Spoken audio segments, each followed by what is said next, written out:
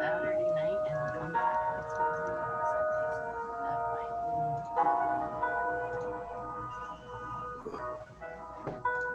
but I need to pack you some pajamas and stuff. So. I'll pack some stuff, and if I go, I go. If I don't, I don't. Okay, you decide at 4 o'clock or 3:30. Sure.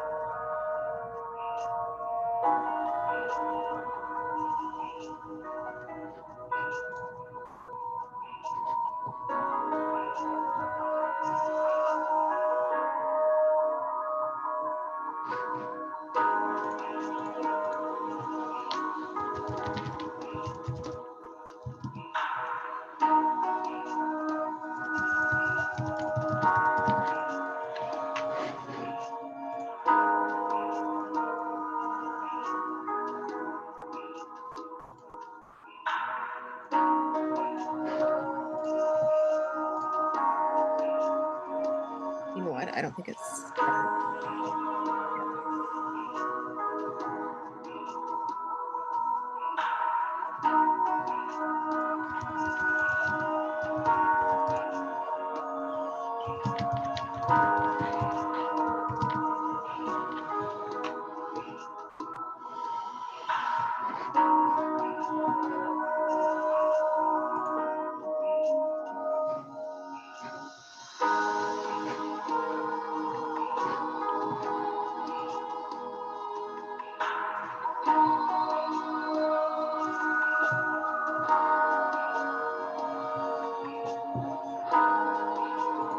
Yeah.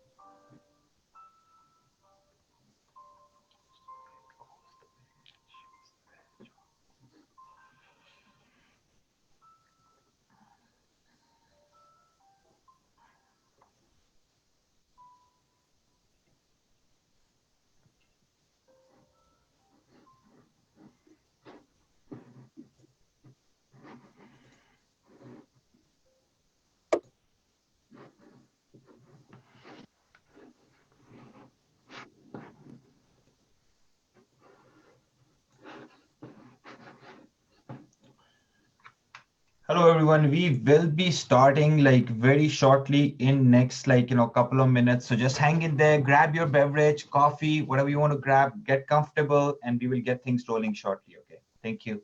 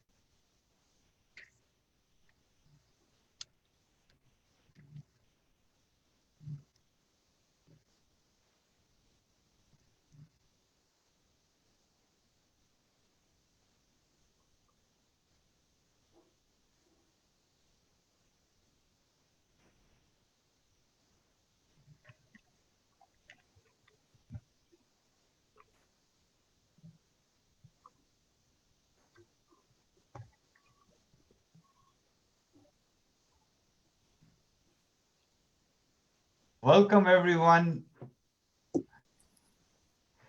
All right. Bright and early. Thank you so much for joining us today. We will give it like 2 more minutes. Make sure that everyone can make it. Okay. Um, and exactly around like 8:32 we will get the things rolling, and then we have the first speaker lined up for 8:45. We have a very very busy day today, and we have a jam-packed information for you guys, so make sure you guys take notes. And after the event we will share all the resources, all the presentations, and extra resources from the speakers with you guys, so you can also access it at your own convenience as well. Okay. Also, if anyone have not shared in the chat section, tell us your name, about your business, and tell us one fun fact about you, right? Okay. So what we will also be doing is we'll be sharing this chat with everyone. So then each one of you guys can connect with each other and take those relationships after this conference as well. Okay.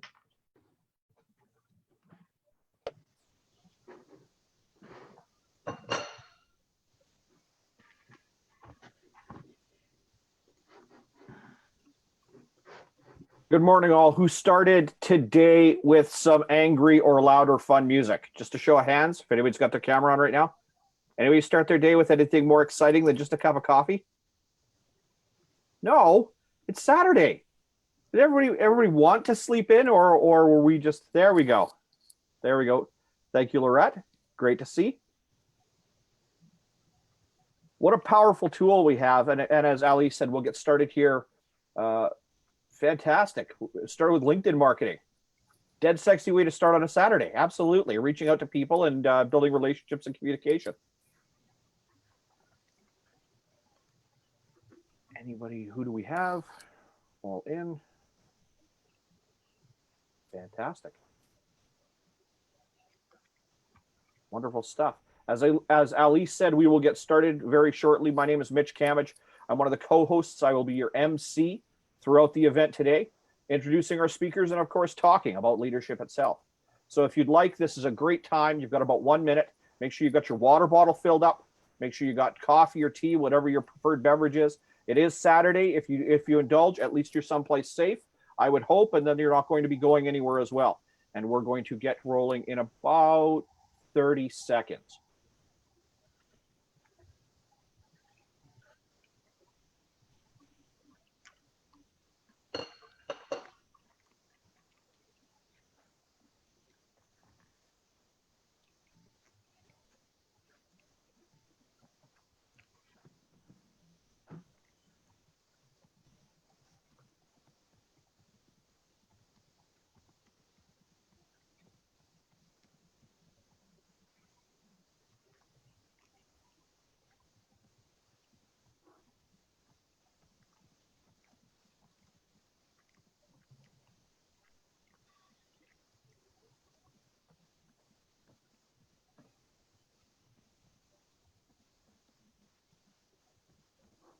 So ladies and gentlemen, good morning. Welcome to Transformation Leadership Summit 2.0. I am Mitch Camage and I am your host, and I am one of the founders for Syndicate organization. Syndicate is the organization that is, of course, bringing Transformation Leadership Summit to you. And Syndicate is ultimately about building relationships, fostering growth. Much like a networking organization, it allows people to talk to each other about their business, but the ultimate mandate is to educate and enlighten people. And since the advent of the pandemic that we're facing, one of the great things that Ali and I decided to do for the public at large and for business owners in particular is to involve other people first of all, and secondly, give away free education. To be able to educate, give those tools.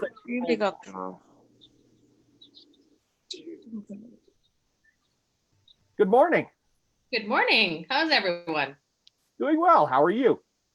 I'm very good for a beautiful Saturday morning. Fantastic. Lynn, thanks for joining us. Well, thank you for having me. Absolutely.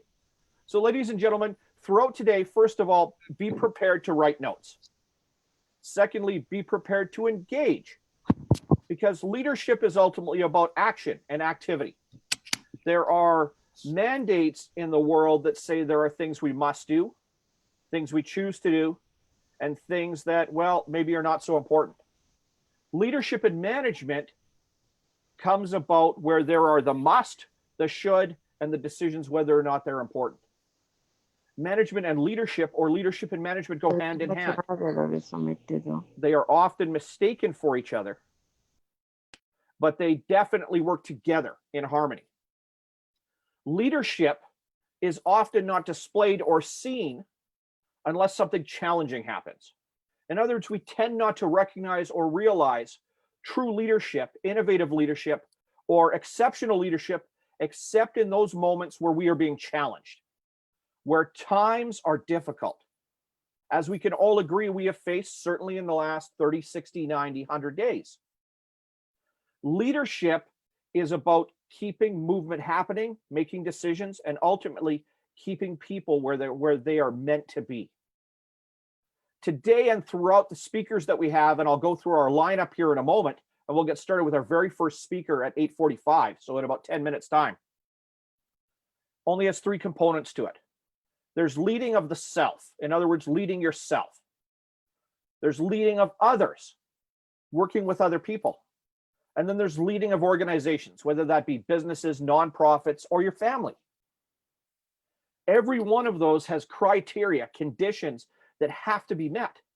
And leadership, while great leaders certainly have certain personal attributes that help make them great leaders, every one of the behaviors, actions, or practices they take is something that anyone can learn to do. Leadership of self is about maximizing and using yourself to the best of your abilities. Leading others is about getting others to realize potential, and leading organizations is about stabilizing and fostering growth.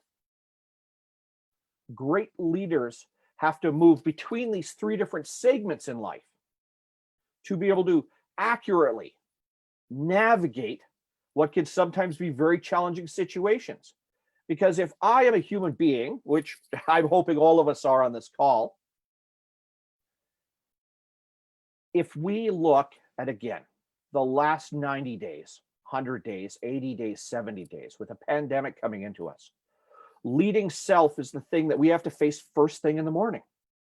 When we wake up and open our eyes and we face ourselves in the mirror, how are we going to either contribute, master, or even just get by in a day where we might not be certain what the outcome is? That means that for us, the very first person we must engage with is ourself. If we can't, while we're dealing with challenges due to a global pandemic, uncertainty in a marketplace, unemployment rates, massive reductions in earnings and income, stressors that are happening inside of households and families. And then when you in turn move from leading self, in other words, how do I make sure that I can stay whole while dealing with a situation like this? Then I'm being tasked or asked in many respects to lead others. In other words, to get them to move, or to get them stable, or to get them where they can maximize who they are and where they can feel safe again, confident, comfortable. And then we move to the outward extension entirely, leading organizations. How do I, if I am not even certain where I stand as I wake up first thing in the morning, how to get an organization, a body, a business, a unit, another entity where there are multiple people involved, and have them in turn be able to maximize and grow. This is the challenge that comes in leadership. Now, leadership and management go hand in hand the same way that, let's say, goals and outcomes come hand in hand. In other words, where I'm going to start, what I want to accomplish, an outcome. In other words, what can I measure against what I've done? A goal is, I want to grow an incredible business and make $1 million this year. Most of us will say, I want to make $1 million. That's actually the outcome. That's the measurable and the tangible at the end. So for many of us, when it comes to leadership, and we say, how am I going to lead people? We start with management. And by management, we start with outcomes. When what we really want to do with ourselves is start at the very beginning. So where most of us will say, I can distract myself in the day and in the moment or in the time by working with the organization. I'm going to go to work. I'm going to work with my people. I'm going to get us through the day. I'm going to see if we can create some more business. A great mindset to start a day with, but that's actually starting at the very end, much like focusing solely or only on the amount of money I wish to make. When I start at the beginning, so where leadership begins is with self. Now, throughout today, I'm going to give you some notes to jot down now, and I want you to pay very close attention as the speakers talk, because you're going to see, hear, and hopefully feel the impact of thoughts, ideas, strategies, and suggestions through these three: leading self, leading others, and leading organizations. In leading self, you're going to hear elements about honesty and integrity, things that are tough to touch, but very simple to recognize. In leading self, it's about action. Have I chosen the appropriate course of action? And leading self, of course, one of the biggest, if we're to care for ourselves and in turn lead, it's about care. How many of us have ever experienced somebody in life that seems to give so much to other people, yet seems to spend very little on themselves? And I don't just mean money. I mean time, attention, personal investment. So much of their energy bleeds out into the world that they reserve very little for themselves. But for us to lead effectively, we have to start with self-care. And so with leading ourselves, we have to first of all understand what our results are. What is the big picture? Then we can goal set from there and ultimately measure our outcomes. Management starts at the back end. Where are my outcomes? What is the behavior, the practice, or the action I'm going to get you to perform? And in turn, how are we going to match the results, the overall achievement in a business? Where what we want to do, especially from self, is to start focusing on the overall, work to goal setting, and ultimately define those outcomes. Then we can move from leading ourselves to leading organizations. Leading others and leading organizations, while can be synonymous, leading others is dealing with the individuals, and leading organizations is dealing with the body as a whole. So through leading others, we have to distribute, attribute, or practice certain traits. And we'll go into these more in depth later, but I wanted to give you some Cole's notes, if you will, when you listen to our speakers coming up. First of all, when you lead others, it's about actively listening, giving conscientious time to others so that you have a great sense of what it is they're experiencing. Establishing expectations. And in fact, the words that often come up when we think of great leaders, and a book that's sitting right on my desk next to me right now is a relatively new one, $1 Trillion Coach, about the life of Bill Campbell. Uncompromising in expectations and active listening are two of the traits that he displayed with immense talent. And he is one of those people that I deify simply because he listened very intently. And when he gave advice, suggestions, or courses of action, he was resolute, he was absolute, and he was deadly clear on what his expectations were. When we look on that clarity, that sense of being able to define exactly what it is, now for the first time, we can empower other people. And when we can empower other people, we can identify those people that are unique, the geniuses, the exceptional. And as leaders, to identify those people with great talents, exceptional talents, means that in turn, we can make a larger investment going to other people. Because empowering people that in many respects throughout life, until they find the right leader, the right organization, the right moment, or the right surrounding body, the right proximity to others, often are left abandoned because they're misunderstood. And so leaders, to identify those that are really exceptional and to be able to harness them and hold on to them, is a great trait in leadership. Candid and tough feedback. Being able to say those things that may hurt in the moment, but are ultimately constructive to build on. To be able to praise and educate, and to be able to nurture people. And then for the leading of organizations, so the body whole. And remember, we always start with self, work outwards to others, and then consider organizations. Managing the whole team. How is everybody doing together collectively? How are the individual relationships? Working with the individuals inside of teams and organizations. Learning who they are. Understanding what motivates and what they value. Setting the tone or pace. Deciding in what way we're going to work. Planning and then driving during adversity. I'll work through these, and Ali and I will work through these much clearer. But as you're listening to our speakers today, I want you to focus and think about those for a moment as notes and listen to the essential elements that come out where, first of all, people talk about leading themselves, how they lead other people, and what it takes when it comes to developing and growing organizations. So our very first speaker is going to be coming up in about 30 seconds. And he is an exceptionally talented individual and a great friend of mine. Corey Poirier, noted Blue Talk, TEDx, multi-time author, and an absolute genius when it comes to helping people maximize themselves and doing one thing that is terribly frightening: speaking in front of other people. Corey has spent multiple times on TEDx stages, had fostered and grown a brand new organization called Blue Talks, Business, Life, and Universe Talks, that have been hosted all over North America and bringing some of the finest speakers in the world. Corey's list of interviews racks up at, Corey, are we at well over 5,000? Yes, indeed. Well over 5,000 interviews with some of the most noted authors, thinkers, and speakers of our time. In fact, if you go through a business self-help section of a bookstore, when we're allowed to go back to bookstores, you will notice the names there, and those are the ones that Corey has spent a great deal of time cultivating, working with, and harnessing their information. Mr. Corey Poirier, welcome to the Transformation Leadership Summit 2.0. Thank you, my friend, for joining us, and the floor is yours. Thank you ever so much, Mitch. And I believe I have 15 minutes. Is that correct? Absolutely. Okay, perfect. So what I'm going to talk about today, to the point of what Mitch has been talking about, is how, and this is what I've called both this talk and this message, which is how we can survive and, most importantly, thrive in what I'll call a tough economy or a new economy. And I say the new part because a lot of people throughout the years think, why can't we just get back to what it used to be like?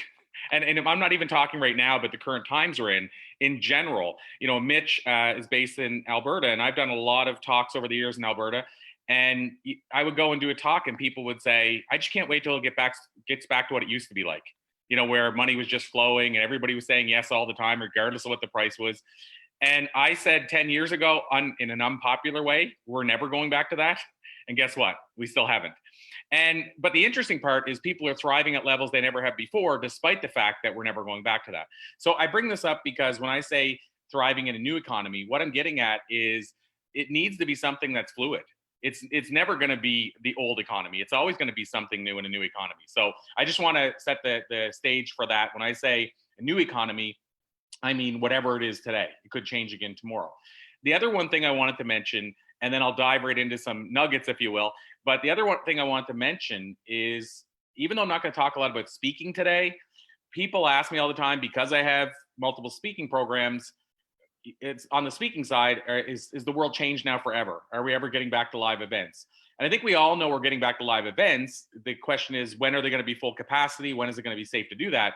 But what I will say, and I'm going to put my reputation on this, I've said this a lot of times in the last month, that live speaking is going to be busier than it's ever been before. So if you want to get into speaking, there's never going to be a better time. And the reason I say that is I've been through 2 recessions as a full-time speaker. I pivoted enough to realize it's not wise to put all your eggs in that basket anymore, meaning you shouldn't just have one stream of revenue. But the point is, both of those times it came around stronger than ever. This is obviously a different circumstance, but the reason I say it's going to come back stronger than ever is people are desperate for live events now. People are desperate for live speakers, and the speakers that were postponed for events, if they can't make the new date work for the events that were rescheduled, guess what? That's going to open up new speaker opportunities for other speakers that weren't considered in the first place. I'll back this up by one quick thing, and then I'm going to dive in. Is you guys are all probably familiar with the UFC. And if you're familiar with wrestling, you know, so WWE, AEW, AEW Wrestling, which is a newer guy in the block run by a billionaire, they did their pay-per-view a week ago, and it's reported, it looks like it's going to be their biggest pay-per-view sales yet at $50 a pay-per-view. Wow. In obviously a very tough time to sell pay-per-views. UFC just did one of their biggest numbers without a major card in history. So if you wonder if people are craving events, people are craving events. So that, I just wanted to set the tone for that. So to dive further in, what I wanted to talk about first is some of the common traits I've learned in interviewing, as Mitch said, it's actually over 6,000, I believe now, of the world's top influencers. So I've kind of followed the pattern of Napoleon Hill, if you guys are familiar with Think and Grow Rich and Napoleon Hill. And, you know, not to name drop, but just to give some context where some of this insight has come from. This will be everybody from Les Brown to Bob Proctor to Lisa Nichols to Jack Canfield, insert name here. You know, a lot of the world's usual suspects, as we call them in the personal development world. And so in doing that, one of the things that's been intriguing to me is I've been able to almost do my own research and figure out what are the common traits of these top influencers. In other words, what are they doing to the tune of 90%, which most people aren't? And I think that's valuable because just like Napoleon Hill taught, if you can figure out what the secrets to success, whatever that looks like to you is, by studying at the feet of giants, you're going to be further than the people that obviously just kind of go on a wing and a prayer and wing it, if you will. So just in reverse order, I'm going to tell you guys these really quick because I only have a short amount of time. But to give you the top 3 traits so that you can maybe say, is there a way that I can use these in my life in terms of what the top influencers are doing? And this, by the way, we studied this to a percentage. So when I say the top 3 traits, I'm not just pulling out of the top 10. These are the top 3 in reverse order. So the first one in reverse order, you guys, I think mostly on here already subscribe to this, so I might be preaching to the choir, but they all invest in lifelong learning. So they all continue to feed their mind long after most people finish school and say it's all over with. Zig Ziglar had a great quote. He said, you can finish your formal education and it may be easy, but you'll never finish your self-education and it'll often be a lot harder. And I'm paraphrasing that at best, but the gist is that school might finish, but you need to still be feeding your mind long after that ends. And the top achievers are doing that. And here's a story, an example. Jack Canfield, who you guys are probably familiar with, Chicken Soup for the Soul co-creator. I was talking to Jack one time in an interview, and he talked about how he still goes to Tony Robbins seminars and sits there and takes notes. And then I had somebody on the show, and I mentioned that to them, and they said, it's interesting you say that, because I was at a Tony Robbins event, and I was near the back of the room, and Jack Canfield was sitting back there. He snuck into the room. He was sitting there taking notes like pen was going out of style, and like his life depended on it. And he said there was a 19-year-old sitting at the same table, looking over at Jack, not taking any notes, shaking his head at Jack, taking all these notes. And he thought to himself, this guy told me, I thought to myself, this 19-year-old needs these notes more than ever before. And Jack at 71 years old probably doesn't need them anymore at all. But Jack is still sitting there taking those notes. So my takeaway from that is if Jack Canfield, who's impacting 1 million lives perhaps a year, is still taking notes at a Tony Robbins seminar in his 70s, is there a message we can take from that? Lifelong learners are leaders. And so that's the in reverse order, the first common trait I want to share. Second one is the power of no. And by the way, I'm going to talk at the end really quickly how these all relate to thriving in a new economy. But you can probably even see that from the outside in. If you practice what the top achievers are doing, who, by the way, mostly thrive during any economy, and if you practice what the top organizations do, who mostly thrive during any economy, that in essence is going to help you thrive during any economy. For example, Disney invests in training still during every slowdown, every recession. 2008, Disney actually doubled down on investing in training. I know that firsthand from people who work with Disney as trainers, and they said they upped the training. Every day of the week, somebody's getting trained at Disney, and that's not a coincidence. And yet, Disney seems to keep thriving. They grew actually during the recession. So these, in my opinion, as Jim Rohn, the great Jim Rohn said, success leaves clues. And that's why I like sharing these clues that I've discovered. So that, I guess that's the takeaway as to why you want to practice these things I'm saying, is because the people that are thriving during tough times are practicing these. And so the second one, I said the power of no. Essentially, you could also call that the power of focus, but it's the ability to say no to all the things that won't move the needle. So you can say yes to the few things that will move the needle. So it's a matter of figuring out what is the thing that's going to be the most, you've heard of probably the 80-20 rule. What are your 20%ers? What are the things, the 20% you can focus on that are going to result in the 80% for you? And so the high achievers say no. What I figured out is on average 10 times more than the average person. So when somebody says, can you take this on? Can you do this? Will you do this? They're saying no almost every time and yes very rarely. And often in many cases, they have people set up to say no for them. That's the people you're reaching out to saying, I'd like to bring Tony Robbins onto an interview on our show.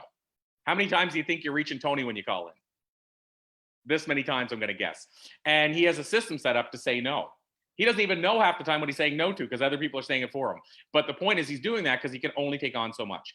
So the quicker you start saying no, the better off you'll be. Obviously, you want to say yes to the right things, but again, say no to the wrong things. Richard Branson actually said, he made the comment that you should say yes to everything and figure out how to do it later. And that threw me off when I started discovering this because I'm like, Richard's going against everything I've learned. Then I found out what the actual quote was because I had heard the shortened version. What Richard said is say yes to everything you want to do and you love doing and figure out how to do it later, not say yes to everything. There's a guy can't run 200 and some companies within a division of his major company and be saying yes to everything. And that threw me off. So that's what he meant by that. The top one, the number one, is living on purpose. So the highest of achievers have figured out what their calling is, and they spend 90% of their time in that calling. I'll give you another quote. Bob Dylan said, when asked how to define success or living your purpose, he said, if you can go to bed at night and wake up in the morning, and all the hours in between those two times, do what you love, that to me is success. And to me, that's living on purpose as well. So again, that's the common traits of the highest achievers. And if you practice those, you're going to increase your odds dramatically for thriving, regardless of what's going on in the economy. Next thing I want to touch on is mindset. So I said one time in a Facebook post, and I still stand by this, there's only one word that I can say, other than maybe love, but only one word that I can say that this word is responsible for more success of the world's top achievers than any other word. And I believe firmly still it's mindset. They built the right mindset to tackle whatever comes their way. You guys on the call, the Canadians for sure on the call will know who Rick Hansen is.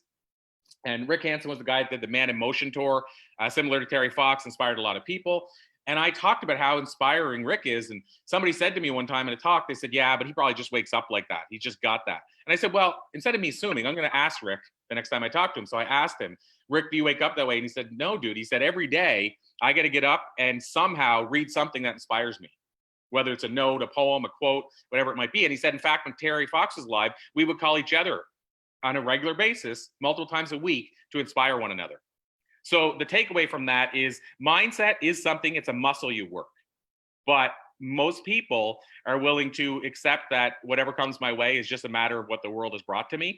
And what I'm going to say is the people that thrive don't accept that at all. And I'm going to tell you what they practice. This equation, hopefully, is a takeaway for some of the people here that you've never heard before. Game changer for me. How many people here, show of hands, I can only see a certain amount of people on the screen, but show of hands, how many people here have heard of E plus R equals O? Okay, so out of the hands, I can see 2 yeses, 3, the hands didn't go up. So I hope that, I see one of the other hands go up, but I'm hoping this means I'm revealing something you haven't heard before or a revalidation for what you have heard. But E plus R equals O, what it means in real terms is the event plus response equals outcome. And so what it means in real life is if you get cut off in traffic and somebody gives you the middle finger, how do you deal with that? What's your response? Do you give them the finger back? Do you chase them down? Or do you go, you know what? Maybe they're having a bad day. Maybe they have something else going on. It's nothing to do with me at all. And usually it isn't. And so how quickly do you recover? Do you respond right? Because your response is going to dictate your outcome. You can never change the event, but you can change and choose your response, which will dictate your outcome. And so here's it in real terms, in real life. My mother and I are driving through a drive-through. It's Mother's Day. My mom says to me, or my mother and I go through and we're basically ordering something and they don't have any of it. So it takes us a little bit longer. Guy behind us starts screaming at us, get out of the line. I'm in a hurry. I just want to get a coffee. You're wasting my time, all that kind of stuff. We go through, get our stuff. My mother's partially deaf. She didn't hear what he said. We're driving down the road. I said to my mom, did you hear what that guy said to us? And she said, no, what did he say to us? And I said, he was yelling at us because he was in a hurry. And she said, what? Turn this car around. I'm going to go back and have a talking to that guy. So I thought I'd practice E plus R equals on my mother because she was going to react. That's the other word, react to hit the event. And it was going to give us a bad outcome. So I said, but mom, it was Mother's Day. So I said, what if his mother's in the hospital? What if he never was close with his mother? What if he doesn't like Mother's Day because he wasn't close to his mother? Maybe it's not about us at all. Maybe this guy just has a really bad experience on Mother's Day, so he's in a bad mood. Without missing a beat, the same woman said, you know what? I never thought of it that way. We should go back and buy the sweetheart a coffee. That is E plus R equals O in real life. Because you think about it, if she would have responded the way of buying him a coffee, it would have been a great experience. If she would have responded in the way of yelling at him and cursing at him, it would have been a poor experience. That's it in real life. So how do you practice E plus R equals O? And I know we're winding down. I think I have maybe 2 minutes left. So I'm going to tell you another thing that I see that the high achievers do as well. And it helps them thrive during times like this. And it's probably more appropriate than ever right now is putting yourself on a news detox. So one of the arguments that I get from people saying, well, you need to be informed. You need to be talking to clients about what's going on in the news. I'm going to tell you with social media and Facebook, whether you do it or not, as long as you're on those, you're going to be informed. So whether you listen to the news or not, you're going to be informed about the most important things, but it's worth being uninformed every now and then versus what you're going to carry in your mindset. We talked about building your mindset. If you watch and carry the news every day, all day, even the best of the best, it penetrates your field if you're always intaking negative news. I believe it's a scoreboard and you need to bring in more positive than negative.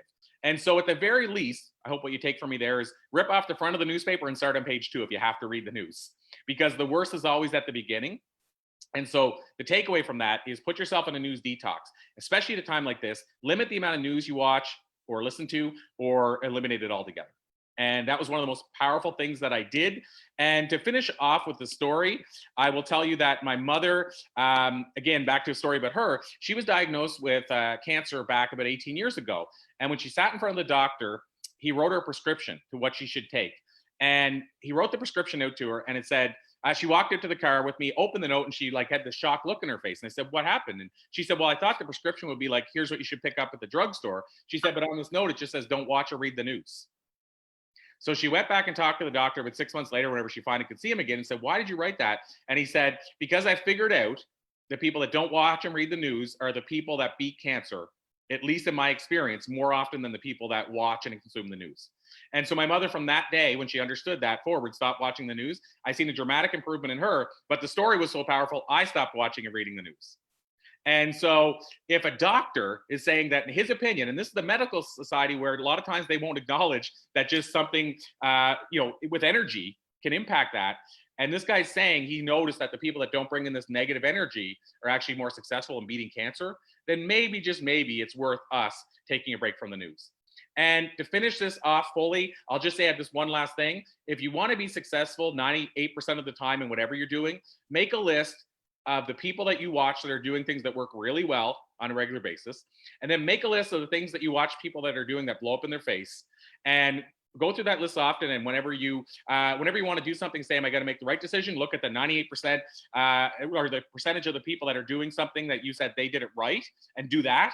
And then look at the list as well of the people that when they do it, it blows up in their face, and don't do that. You probably got what it takes to be 98% successful in your business and life.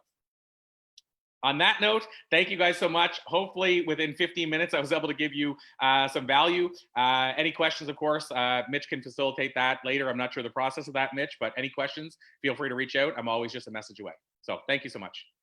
Corey Poirier, thank you, my friend. As always, it is an exceptional time to be around you. And for everybody on this call, you will be able to reach out to Corey and any of the other speakers after. We're going to make sure that we've got a connection splash page for you at the end of the day. So please feel free to reach out. And all of our speakers have expressed that they are happy to answer questions, provide feedback, insight, and suggestions. And of course, if you'd like to explore a little more, the only way we're going to pitch today, what it is that they do and whether it's beneficial to you, that's how you'll be best able to get a hold of them. Corey, thank you for joining me today very much on this Saturday. Say hi to your lovely wife. Take care of your family. And my friend, I will talk to you very soon. And are you sticking around for a while, or do you have to scoot?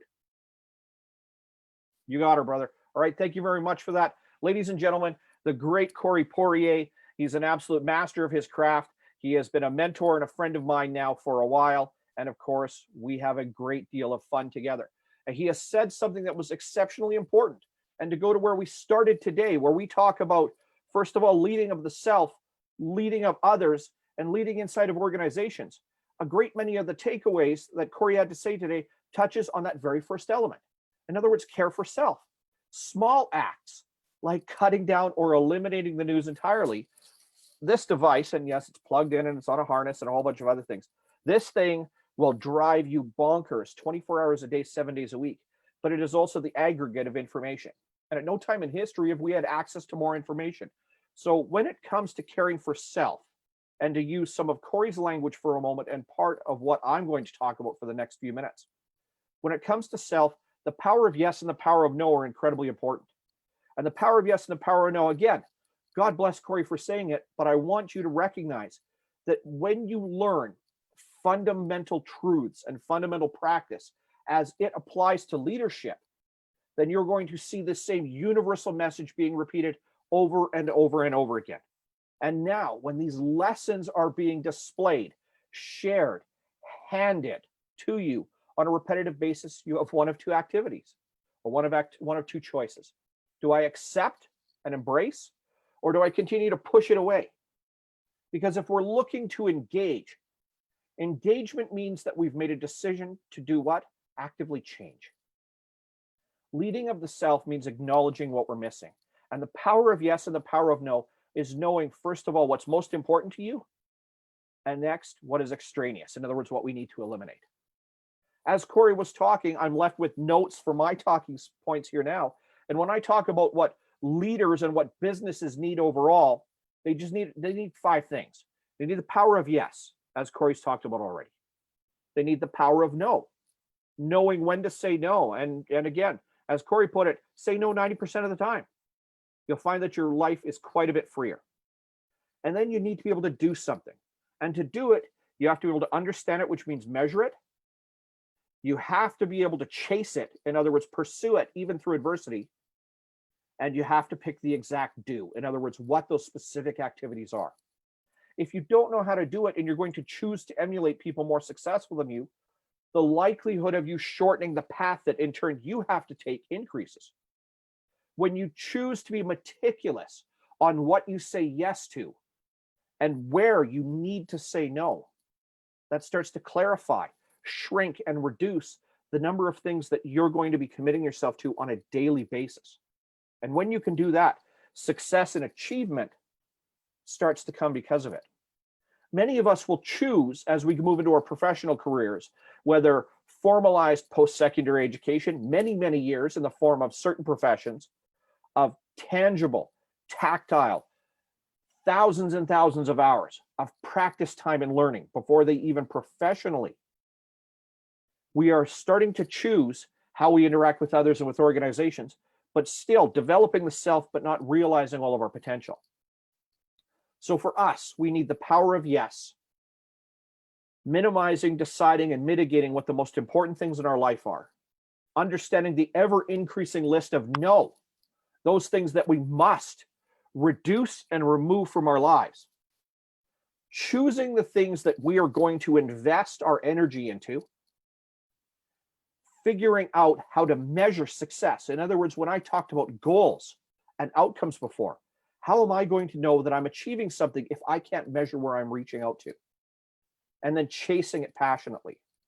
If we can start with those 5 essential elements, then we start to lead ourselves.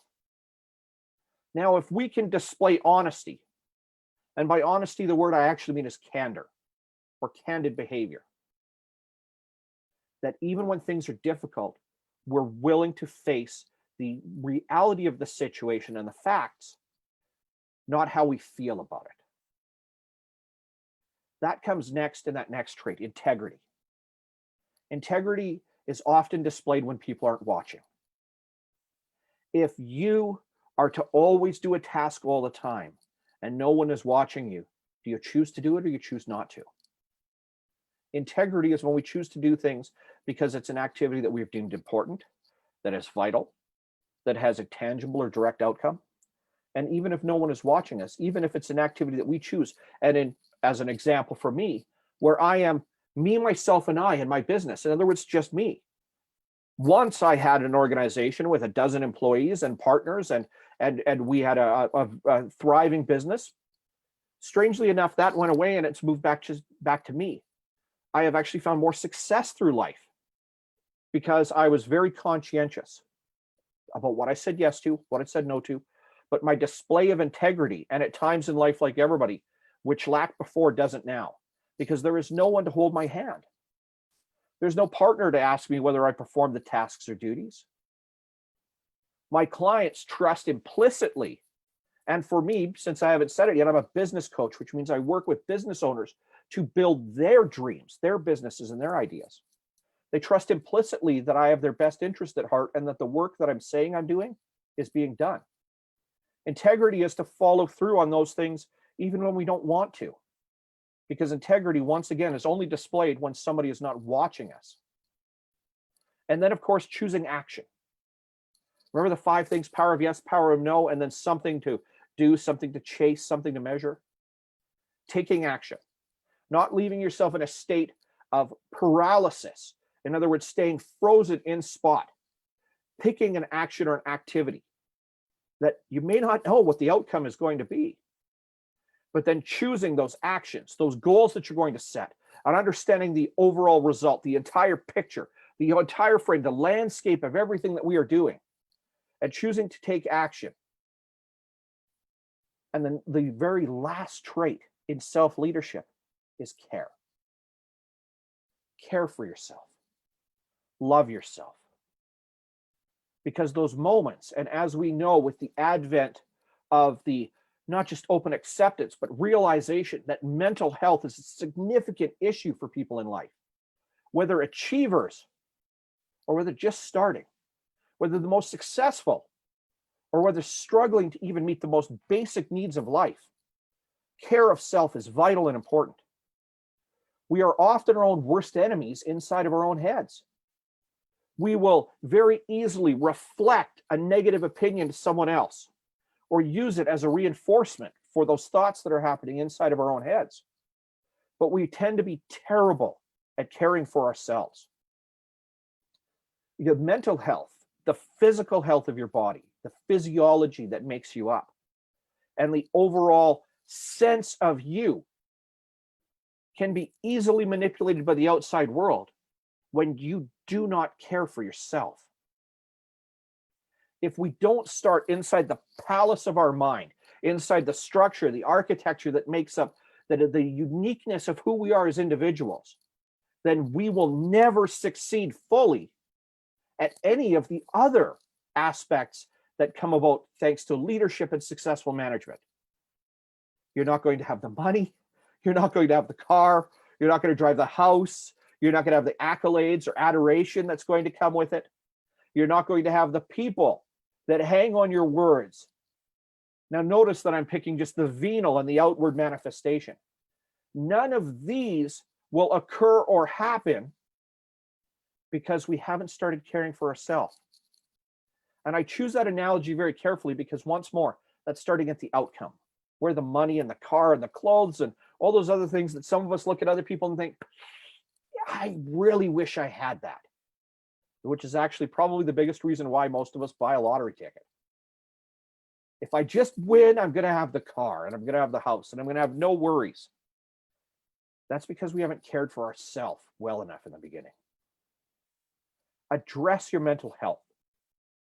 And as we're hearing already, just through Corey and as I'm talking right now, and my great friend and partner, Ali, will be coming up shortly to once more reinforce some of these points, but to stay on self and care for yourself. Love yourself wholly. Understand and define your plan. Know what you say yes to and know what to say no to. Being able to define those things in life that you must put yourself to do and to chase and to measure. Be honest with yourself about where you sit at any given moment in any given day. Be candid about the narrative and the story that is going through your head. Display integrity when nobody is watching. And when it comes to taking action, particularly caring for yourself, it is a must. Here's a very heavy story for you for a moment to talk about how rapidly care of self can degenerate. In February of 2018, and it was a Thursday evening, and which Thursday in February we would have to open up a calendar. I can remember very distinctly a moment in life where there was a definite switch between whether I would be here or whether I would not. And the one focus that came about that as I stood in my kitchen in my home, where I could hear my wife's voice as she was taking both of our little girls and putting them through the bath at bedtime at the end of the night. And I could hear both my girls' voices, and I could hear my wife's voice. And there was a moment of stark clarity where the decision whether I would continue to exist or not was sitting balanced. Now, this is a challenge and a struggle that I have faced, and I looked at that decision many times in my life because I chose not to address the underlying functions for many years when it came to my mental health.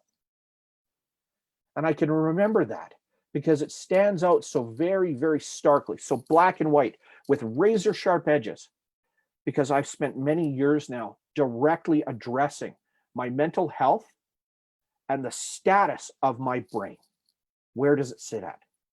But this moment, the only anchor that kept me whole was that the narrative in my head said, if my wife and my daughter stop talking, it's time to do it. And for whatever reason, those voices didn't stop. And a few moments later, I was able to master my brain again and set aside the thought that it was time to say goodbye. And then I went upstairs. And since then, it's never entered my head again. So I implore you, when you are here today, and as you listen to the rest of the speakers, and you'll hear my energy start to come back up in my voice, and you will watch the animation come back into me, and you will see the essential elements of leadership as it's displayed outwards when dealing with people, and when it comes to organizing and directing organizations, that if we are not whole in ourselves first, that if we are not meticulous with our time, that if we do not divine rapidly what we say yes to, and that list gets smaller daily as you get better at it, what we say no to, that list gets larger, and knowing exactly where we should be investing ourselves, the whole of ourselves, then we can achieve in life. But leading of self is vital. To be honest with yourself, to work with integrity, even at the darkest moments, to take action, and to care for yourself.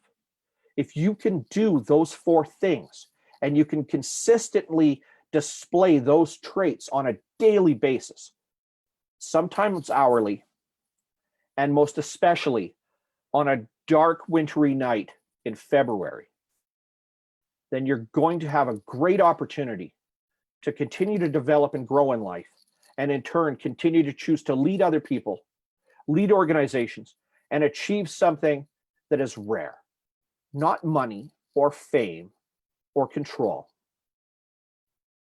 but love of yourself. Because leadership at the end of the day is about loving yourself, getting others to realize they should love themselves, love what they do. Do it with all of your passion in life, and then organizations in turn will achieve and grow. So our next speaker today is my great partner, my great friend, Ali Salman. Ali is an exceptional leader through his organization and of himself. He has grown and fostered from being somebody that worked the cash register in a 7-Eleven to an internationally based marketing firm, Rapid Boost Marketing. His ability to work with his people is exceptionally well put together, timed, and of course, through him and with him, we've had the opportunity to do this event today and to foster and grow our lovely organization, Syndicate, which helps business owners maximize and grow their businesses in turn. Ali, please come up to the virtual stage. Welcome. Let's get you started, brother. And of course, it is an honor and a privilege to share some time and a room with you, as always. Thank you, Mitch. Thank you so much for having me, guys, today, and thank you so much for making it. It's beautiful out there, but if you are taking out time, that means you guys are dedicated. I would build upon what Corey and Mitch have already been talking. My way from working on 7-Eleven till today, I grew the most when I was uncomfortable throughout the journey. Whenever I have gotten the most uncomfortable, right? That's what pushed me at the maximum growth. Another perspective I can give it to you that 57% of the companies, Fortune 500 companies, have been born in crisis. So in fact, this as a leaders, this is an amazing time. As much as this time puts more pressure on us, this is a really good time to create. This is a really good time to do a change in direction, right? Okay. So what I have compiled is based on my experience, because I have like 15 minutes. So I want to make sure that I give you maximum information. I've compiled 2 things for you. First one is the list of companies who are pivoting. Okay. Could be the industry you are in, Corey was mentioning that, let's say, speaking circuit has completely changed, right? It's not that the industry doesn't exist. It's pivoting. It's going towards a new normal, right? So how in your industry you can pivot, you can change certain things so you stay relevant in the short run, but also make sure that in the long run, right, you're thriving and you're pretty much getting ahead of your competition because they are not changing, they are not taking risk, they are not moving things, they are not shaking things. And as a leader, right, you have to do all of that, right? Okay. So I'll share my screen with you and we'll get the things rolling, okay?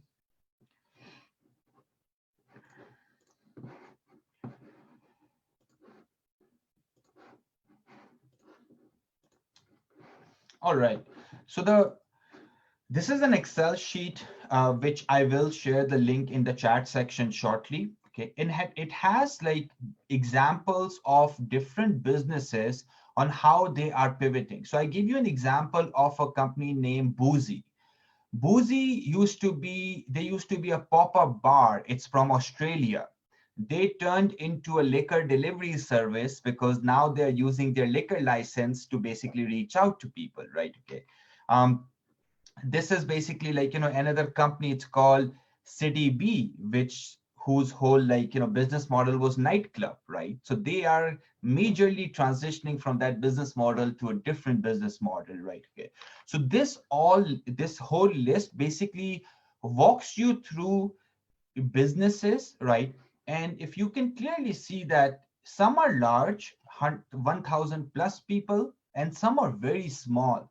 But one amazing thing, we can all learn from these businesses is all of these businesses are pivoting and actually changing in in order to stay relevant, right? And not only that, in order to basically being able to grow, because we know that as a leaders, right, what we are going through right now, if we will not change things, we will be out of the game, right?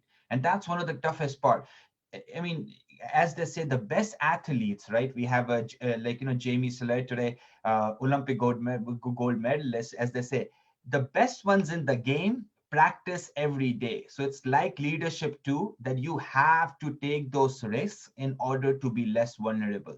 So make sure you go over this list, right, at your convenience, and look at these different business models, how they are finding new markets, they are launching new products and services, so they are staying relevant today. Okay.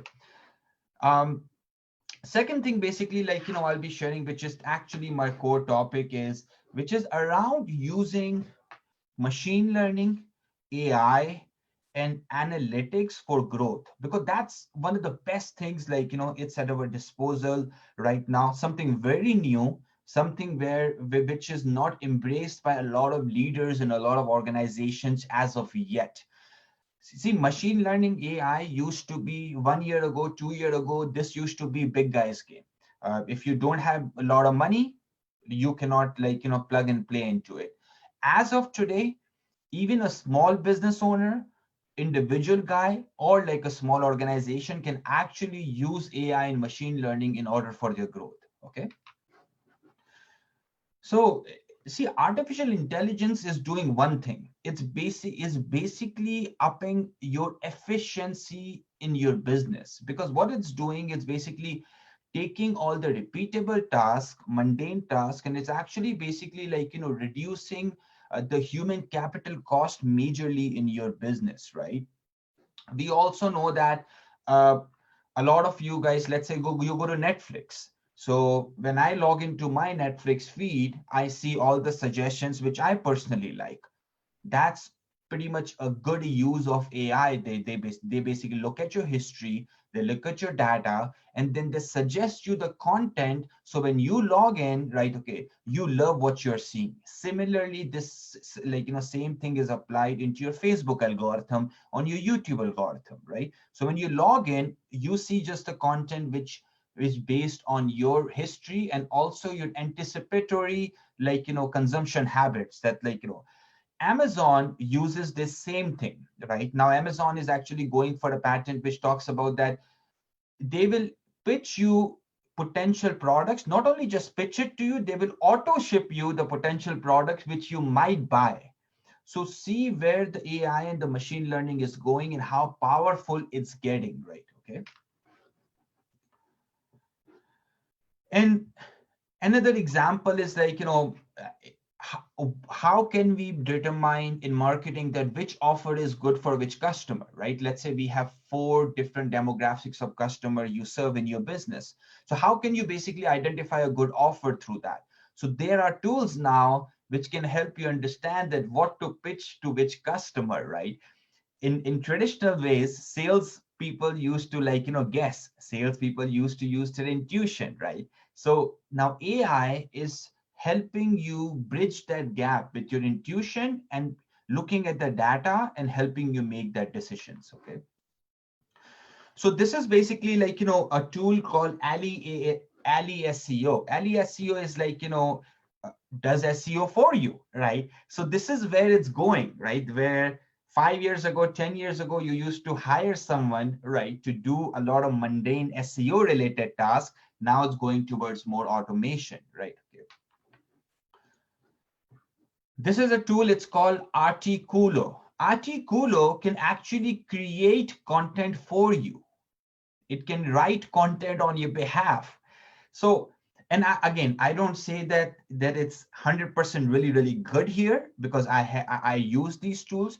But let's say you don't have time to write content, you don't have time to go and write each and every word of 2,000 words. This will help you do that job 50, 60, 70% of that, and you can go and add your little bit of magic on top of it. But this is where it's going. It's taking out all that mundane task, repeatable task, research related task, and it's basically helping you save the time, right? Okay. And this is these tools, they are very cheap, right? $5, $10, $20 subscription models, which any small business or an entrepreneur can actually afford as well. Okay. Ink underscore is another tool which basically helps you write web app to optimization content. It tells you the score, right? So you no longer have to make the guessing game that, okay, well, is this, if what blog post I'm putting out, is it good for my business or not? If I'm writing a social media content, is it good for me or not, right? So and ink underscore is actually a free tool, right? There is no charge for that. So you should be utilizing this, right? Okay, for your for your business. Now, how, in old days, copywriters, right? We have Dr. Berry speaking today. Dr. Berry is Edmonton's premier plastic surgeon. You're talking about marketing and old days of copywriting, right? So how you used to have a copywriter who used to help you, then you used to wait for it. Well, now you have Phrasee and tools like that, which automatically write your copy, and they basically write it in a human language. So what's going to happen is, because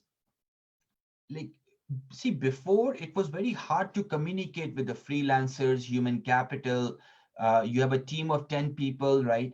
Now you can have 3 tools, which is pretty much doing 80, 90% of the work, which is team of 10 people are doing. Right. It's also borderline scary, because a lot of people lose their jobs because of these technologies as well, right?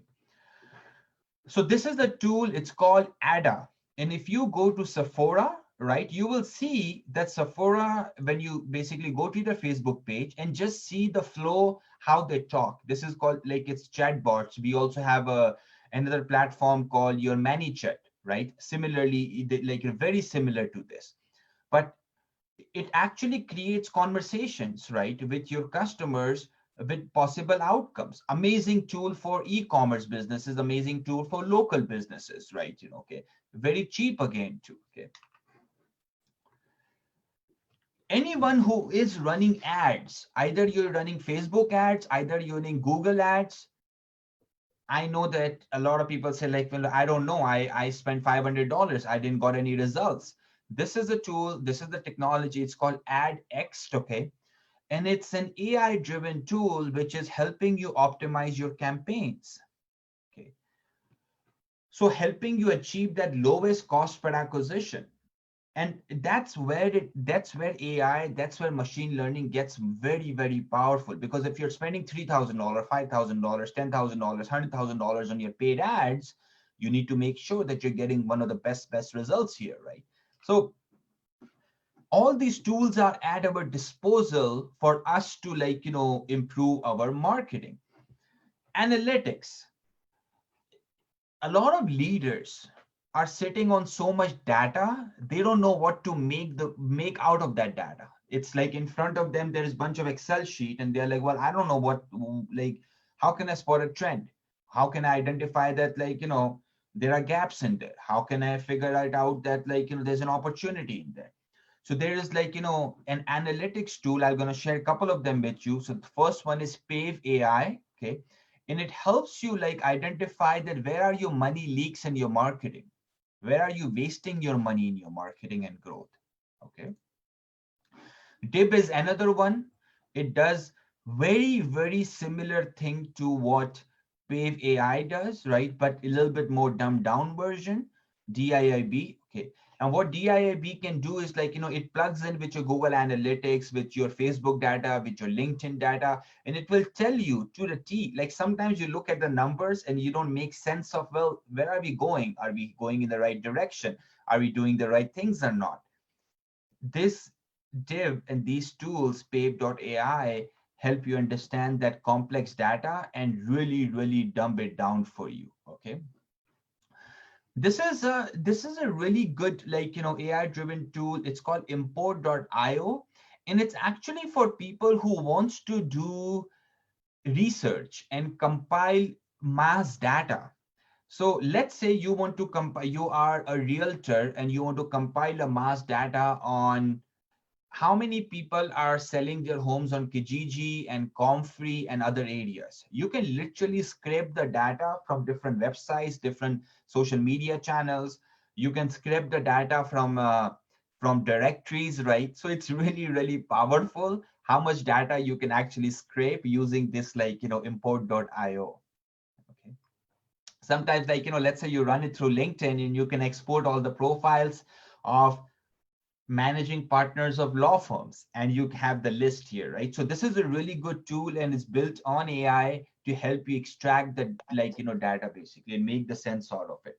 Sometimes we have complex Excel sheets, but we don't know what to do. This is a good tool to use for that as well. Okay. Shortening the sales cycle. I know a lot of you guys go back and forth to book one meeting. Okay. This is the tool. It's called X.ai. And it's an amazing tool which automatically books your meetings. And your customer thinks, or your other person thinks that actually you are the one who's booking the meeting. So it's kind of that AI assistant, right? Someone reached out to you, it takes over, it will put it in your calendar, and voila, you are good to go. So super powerful, right? Like, that. And all these technologies, what they're helping you do, they're helping you save more money. They're helping you save more time. They're helping you get to the end goal much faster. Okay. So this is basically like, like understanding competitors' content. So now there are tools. So Zia is one of them. I don't know if you say Zia, Xia. And what it does, that it dumps down competitors' content. So let's say you have 3 competitors, you really want to understand their marketing data.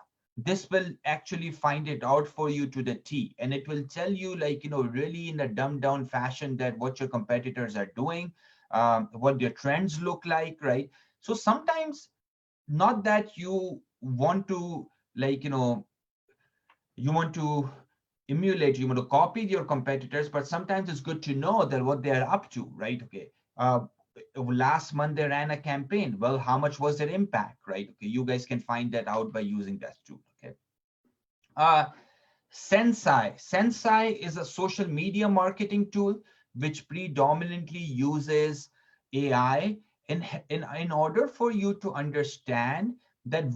So right now, what people do now, they go to social media and they put something out. They are not thinking, and they are putting content based on intuition and their emotions, right? This tool will help the guessing game out. It will take it out for you. It will tell you that use this picture, this will do better than your other picture. And, like, we often joke about it, like, sometimes your choice sucks in content. And let's be honest. So it's a really good tool for someone who struggles with putting out good pictures, good content, or they are not sure that what their customers want. Then what I've done is I've compiled a bunch of other tools, because I cannot go over each one of them today. Some of them are free, some of them are paid. But as I said, all of these tools, and I will send you this presentation too, what these tools are helping you do end of the day, they're helping you be leaner, faster, and more innovation driven organization. Because as we say, right, like, the game going forward is the game of data. And as a leader, if you're using the data and putting it into actionable steps, you will be, like, getting ahead of your competition, because that will be like, we used to say, like, into early 2000s, technology was your best friend. You need to adopt, you need to be technology focused organization. Today, yes, we have adopted technology, but we are not using the data really well. So with the help of AI, with the help of machine learning, make data one of your most powerful tool for the growth, for survival, and for thriving in your business. So you guys are no longer vulnerable by the market changes, by COVID-19, and God knows, like, there is another like pandemic 2 years, 3 years, 5 years down the road, right? Okay, so you are ahead of that game. Questions, suggestions, go in the chat section, and I'll be happy to answer that. I'm sending you this presentation right away. Thank you guys so much. Mitch. Ali, thank you very much, brother. As always, it is a treat to share with you like this. Our next speaker is going to be coming on in just a moment, and I'm going to make the lovely introduction. Now, this man has had a wonderful, a fantastic, an absolutely exceptional career in a very unique place, which includes such role as the consulting psychologist for reality TV casting. So if anybody can sense bull crap coming out of another human being, very likely somebody who has worked with casting for reality TV shows. Justin D, as I will call him, he's an organizational behavior psychologist. He works with people when it comes to emotional intelligence, understanding their personalities, but using data, not just how do you think and how do you feel, but getting down into the meat and potatoes, the nuts and bolts of what actually makes people tick first, why they make decisions and how they make decisions, and ultimately leading to decisions where organizations and people, again, remember leading self, leading others, and leading organizations. When you look to add other people inside of organizations, being able to effectively choose as you're going through recruiting, making decisions based on leadership, and of course, being able to affect corporate culture. In other words, the identity that the organization as a whole takes on is critically important. Justin works with multiple organizations, big and small, to be able to help them define, derive, and ultimately develop through that recruitment, leadership, and even that corporate culture itself. He has been a writer, and of course, he's speaking here, and he's got multiple gigs. He's worked with such organizations as Inc.com, Canadian HR Director, and HR.com. And once more, as I've said, Canadian reality television has got him to either thank or curse when it comes to the people that entertain us on a regular basis. Justin, welcome. Thank you for joining us on Transformation Leadership Summit 2.0, and the floor is yours. Thank you very much, Mitch. Could you enable screen sharing for me, please? I have my slides here. And in the meanwhile, thank you everybody for joining us. I'm going to be doing this from the comfort of my couch because unfortunately I threw my back out. So it's just going to be a little bit of a different presentation today than what I normally do. There we go. Perfect. So thank you for that wonderful introduction, Mitch. Today, what I'm going to be talking about is transformational leadership and what that is. I'm an organizational psychologist. This has a very set definition for me, but not a lot of people are actually familiar with the elements of a transformational leader and how it differs from other leaders. And one thing that I am going to note is transformational leadership. Everything that you're hearing today from everybody that has talked so far and everybody that will talk in the future, it's all based in transformational leadership. It's all based in effective leadership.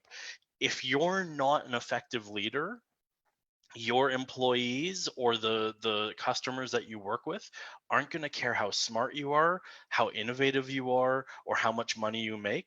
They are not going to follow you. They are not going to find you authentic. And I'm going to come back to this word repeatedly. They are not going to care. They are going to leave. They are going to go elsewhere. So it's not about dominating people. Leadership's not about dominating people. It's not about being popular. It's about finding a way to harness your number one asset, which is your people.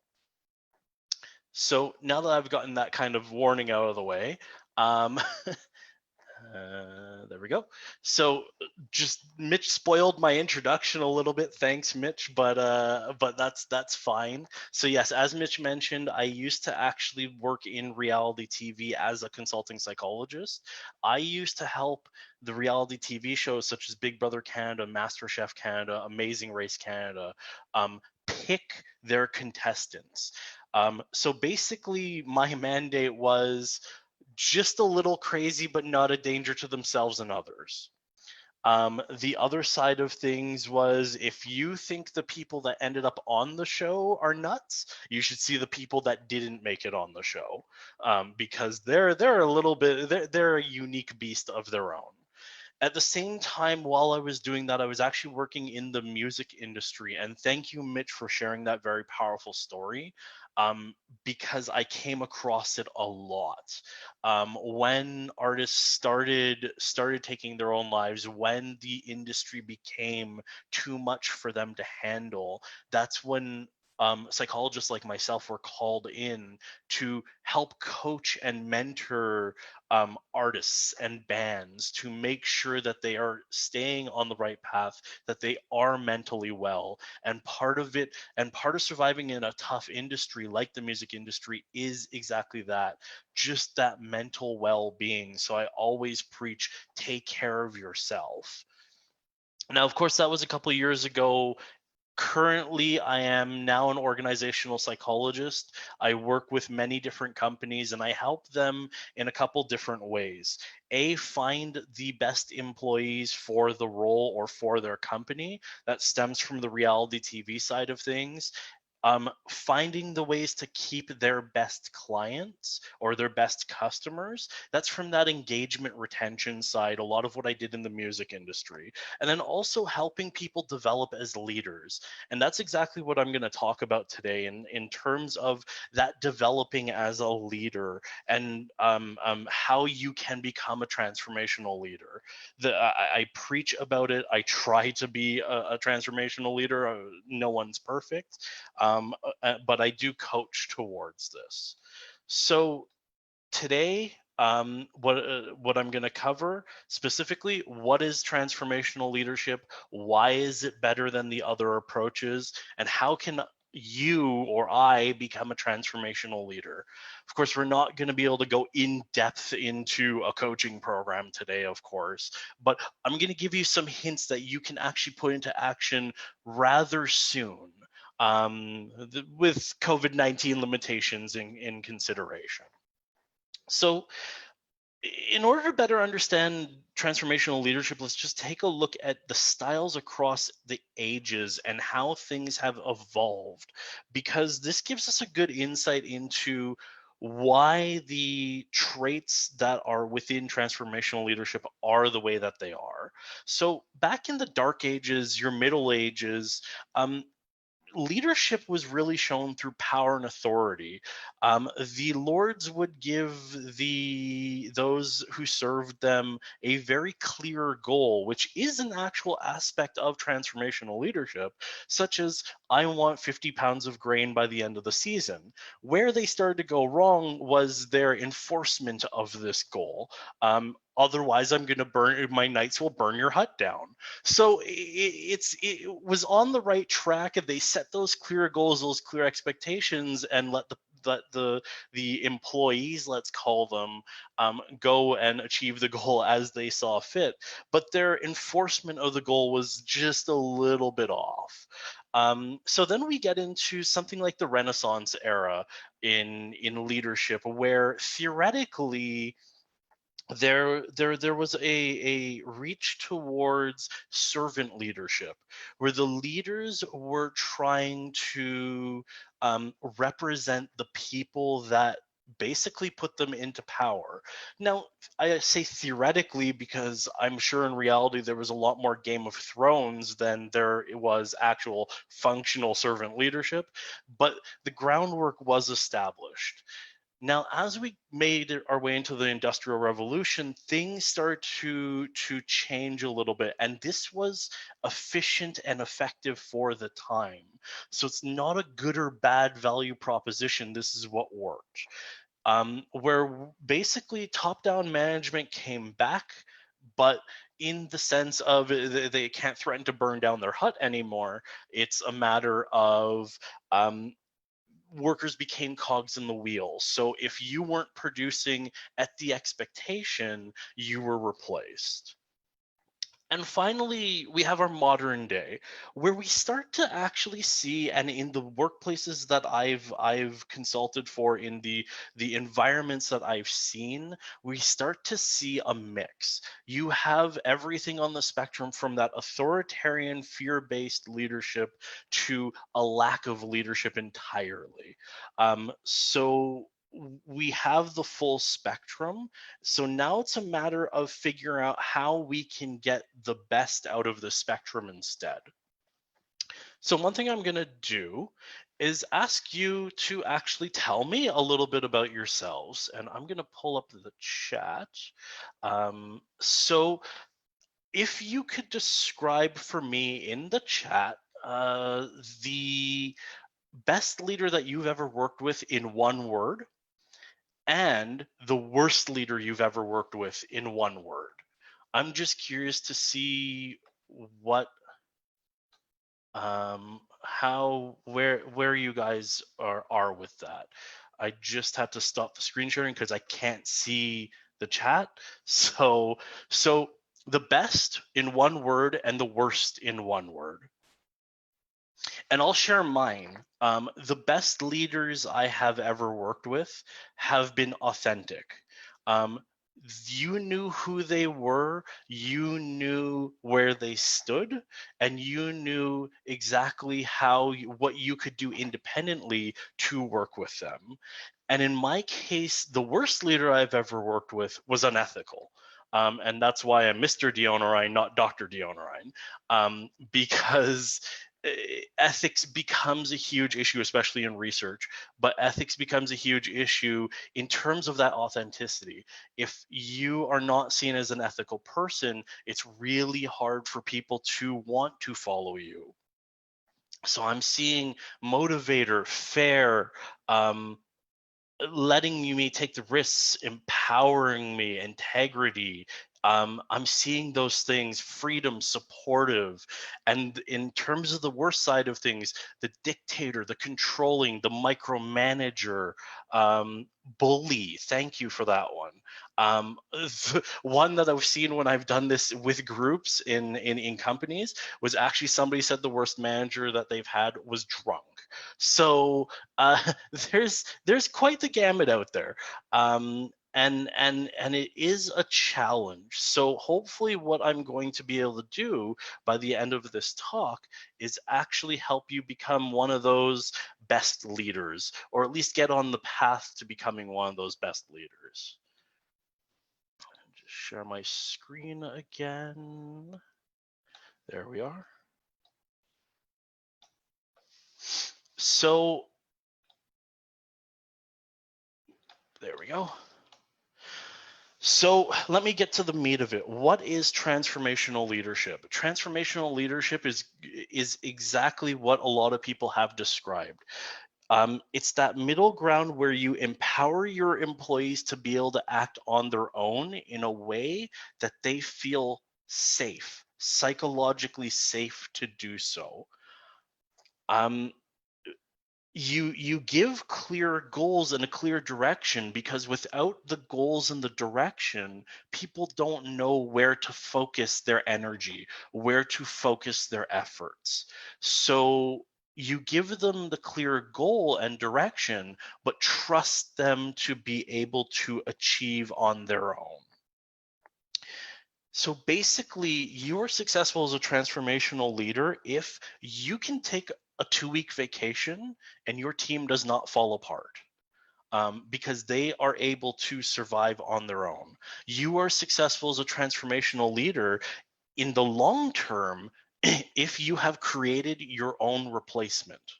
If you can create somebody that can replace you and step into your role when you move up or move on, then you have succeeded as a transformational leader.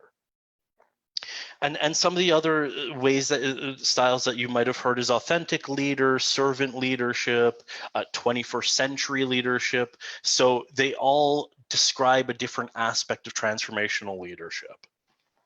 Now, how does this compare to other forms of leadership? Well, let's put transformational leadership in the middle of the spectrum. And at one of the far ends is exactly what a lot of people described as their worst leader, the micromanager, the leader who leads through fear and authority. We've all met them. They breathe down your neck. They watch you. They check in every hour to make sure that you're working, not to see how you're doing. And they do try to run by fear. They might use anger. They might they might yell at people to try to get them to do what they want. But really, the question that I ask is, are leaders like this the picture on the left that you can see, or the picture on the right that has now appeared? This leader who's screaming at you, are they really leading you, or are they just and no offense to any primate fans out there, are they a screaming chimp in the room? What is the challenge of this? It shows a lack of trust. It shows a lack of humility, and people grow tired of this very quickly. They start to move on at this point. And if you suddenly change, and this is where the authenticity comes in, if you suddenly change, if people are wondering, what's this guy pulling? He wants something or she wants something, so now they're being nice to me. So all of a sudden, your intentions, while they may be good, are interpreted in a different way. The other side of that spectrum, so if you have micromanagement on one side, the other side of that spectrum is what we call laissez-faire or absentee leader. And I'm sure this dog looks like a very good boy, but unfortunately he should be leading his team. The absentee manager is the one who's never there. And especially when things are going wrong, they are nowhere to be seen. And what ends up happening in this case is the team always feels directionless because they don't know what they're supposed to be aiming for or where they're supposed to be going. So with no direction, people are just kind of wandering off on their own, going in every direction, and just never having a sense of focus. And what ends up happening, especially when things go wrong and this leader disappears, a de facto leader appears, where there is somebody that steps up and takes over. Now what ends up happening is that de facto leader and the assigned leader will start to conflict. And then when that de facto leader leaves, there goes the team's morale. There goes the team's functionality. The team may start to fragment or leave, or a new de facto leader will arise. So really, when that leader is running away, they are abandoning their team, and that hurts quite a bit. So how do you avoid these two, the micromanagement and the absentee leader? How do you work towards that transformational leader? I have a quote from Jamel Lindo, who is on the Forbes Coaches Council. It's an extremely powerful one.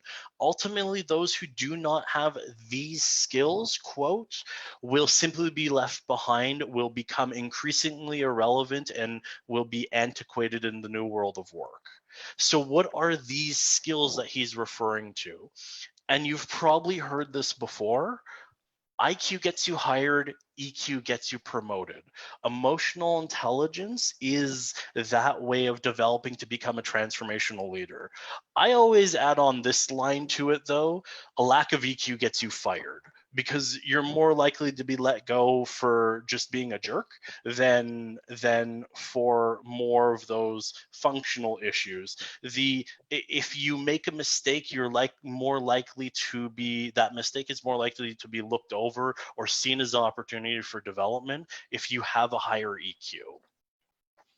So EQ, emotional intelligence, is what I frame as part of personality. Or part of self-awareness, sorry. This is where I start to differ from other psychologists out there. There are some psychologists who say self-awareness is based solely in soft skills, so EQ. There are some psychologists who say personality, the traits that you are born with, those are what make becoming aware of those is what self-awareness is. I say it's a little bit of both. personality, the side of things that do not change, that do not grow over time, whether you're introverted or extroverted. Yes, you can find ways to accommodate for this, but your preference will always still be as an extrovert or as an introvert. But EQ are those sides of your personality and your soft skills that you can train, that you can develop. So these traits, there are lots of them. I work with psychological assessments. Different assessments have ranges from 15 to 30 some odd. So there are a lot of them. I tend to work with the smaller models, that 15.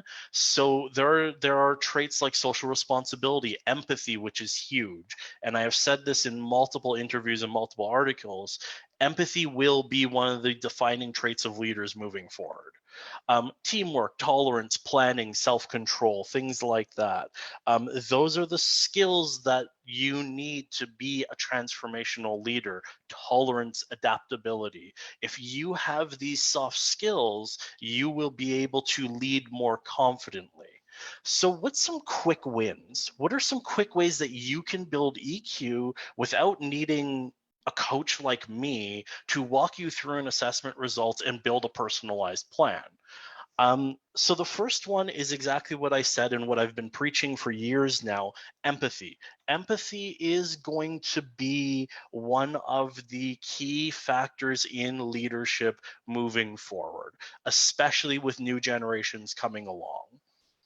So communicate, and I believe it was Mitch that mentioned it earlier, listening to other people, active listening. Being able to communicate with people effectively involves being able to listen to them, understand them, and empathize with them. Then you'll be able to communicate effectively, or to be able to persuade them effectively, or to take that information in and understand how maybe you need to adapt your behavior.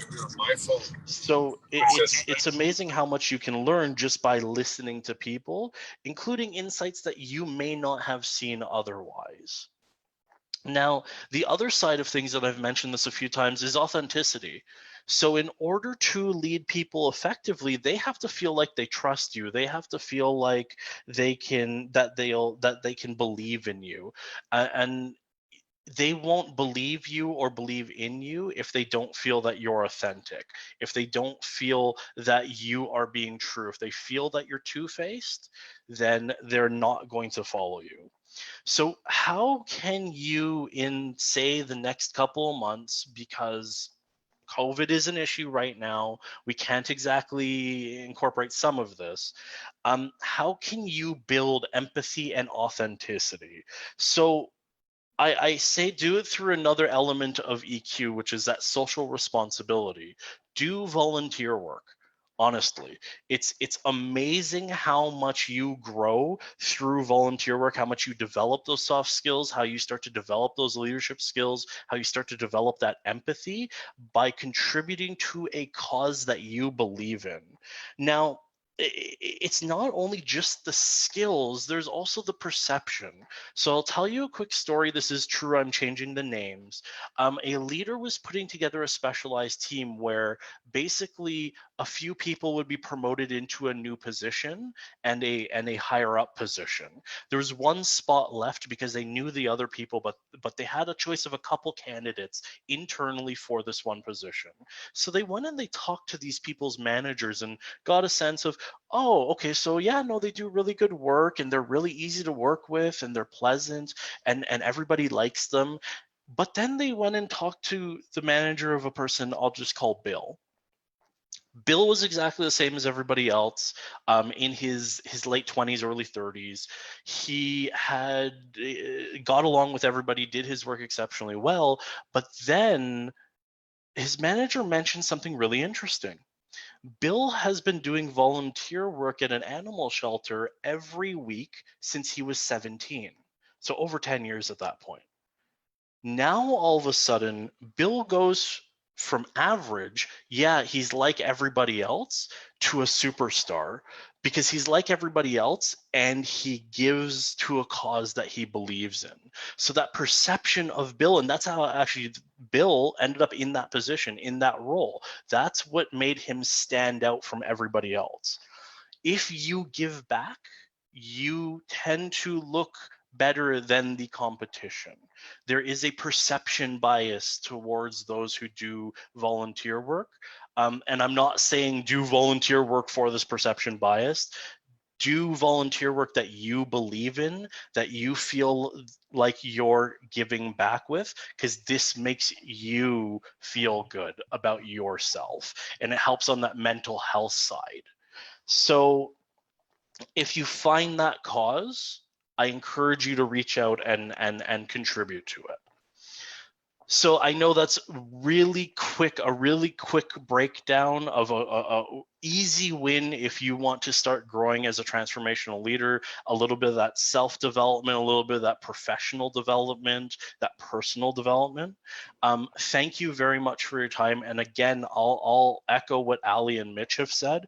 Thank you for spending your Saturday with us. Definitely that dedication, showing that dedication helps and is well appreciated. So thank you very much. Feel free to reach out to me on LinkedIn. Just search for me, Justin Dion Ryan, organizational psychologist, or reach out to me via email and I'd be happy to chat. Justin, thank you very much. Exceptional as always to listen to you talk, of course, and Justin's background speaks for itself. Now, Justin has spent a great deal of time with larger organizations working on exactly these traits. And as I alluded to earlier, and what I will say now before we go into one of those elements for our day, which includes a little bit of energy and a little bit of fun, because this can be fairly heavy lifting. And that is for us to be able to look at the traits, the tangible, the tactile, the strategies and tools, as well as the subjective, because leadership embraces all of these. And where one of the primary comments that Justin made has to do with emotional intelligence. In other words, the ability to interact and relate with people, to be able to sense what they are. And when we started the day by talking about being able to lead self and being able to care for yourself, to identify and have integrity in your behavior, as we go into leading others, it's about listening actively. It's about being uncompromising. In other words, establishing standards. It's about being clear, empowering people. Are you hearing that very first set of words that I used? Listening actively. In other words, contributing and working directly with the people that you, in turn, need to be able to help you to do your job. So for part of the elements and the fun and to display leadership today, and if you have been looking at the itinerary, you're going to see a little segment right now for about 10 minutes called a Madness Minute. And a Madness Minute means that we're actually going to get up and get moving. So if you are in a spot where you've got your camera and you can turn it on, and let's say you're not driving, you're someplace safe, hopefully at home, in your office, in your study. I don't know who has a study anymore, but wherever you are, I want you to be able to turn your camera on and I want you to get up. I want you to stand up and get up for a moment, because I'm actually going to get you moving quickly for just a moment. Greg's up already. Thank you very much for that, Greg. Got up and he got himself moving already. I want everybody to get up and I want them to just loosen out, shake out the cobwebs. I want them to be able to get up, get them moving, just shake out the cobwebs a little bit. I'm going to get out and I'm going to do this with you as well. So I want you to just shake out your hands, get your feet moving just a little bit. All I want you to be able to do back and forth. Now, why do we do this? What would possibly be the goal? You're like, I'm in a leadership summit. I just give me the technology. I want the stuff. You know, I'm in charge of hundreds of people. I'm worth billions of dollars. Why am I getting up and moving on a Saturday when I'm watching the summit you're supposed to be teaching me? Because leadership as well is about inspiring movement.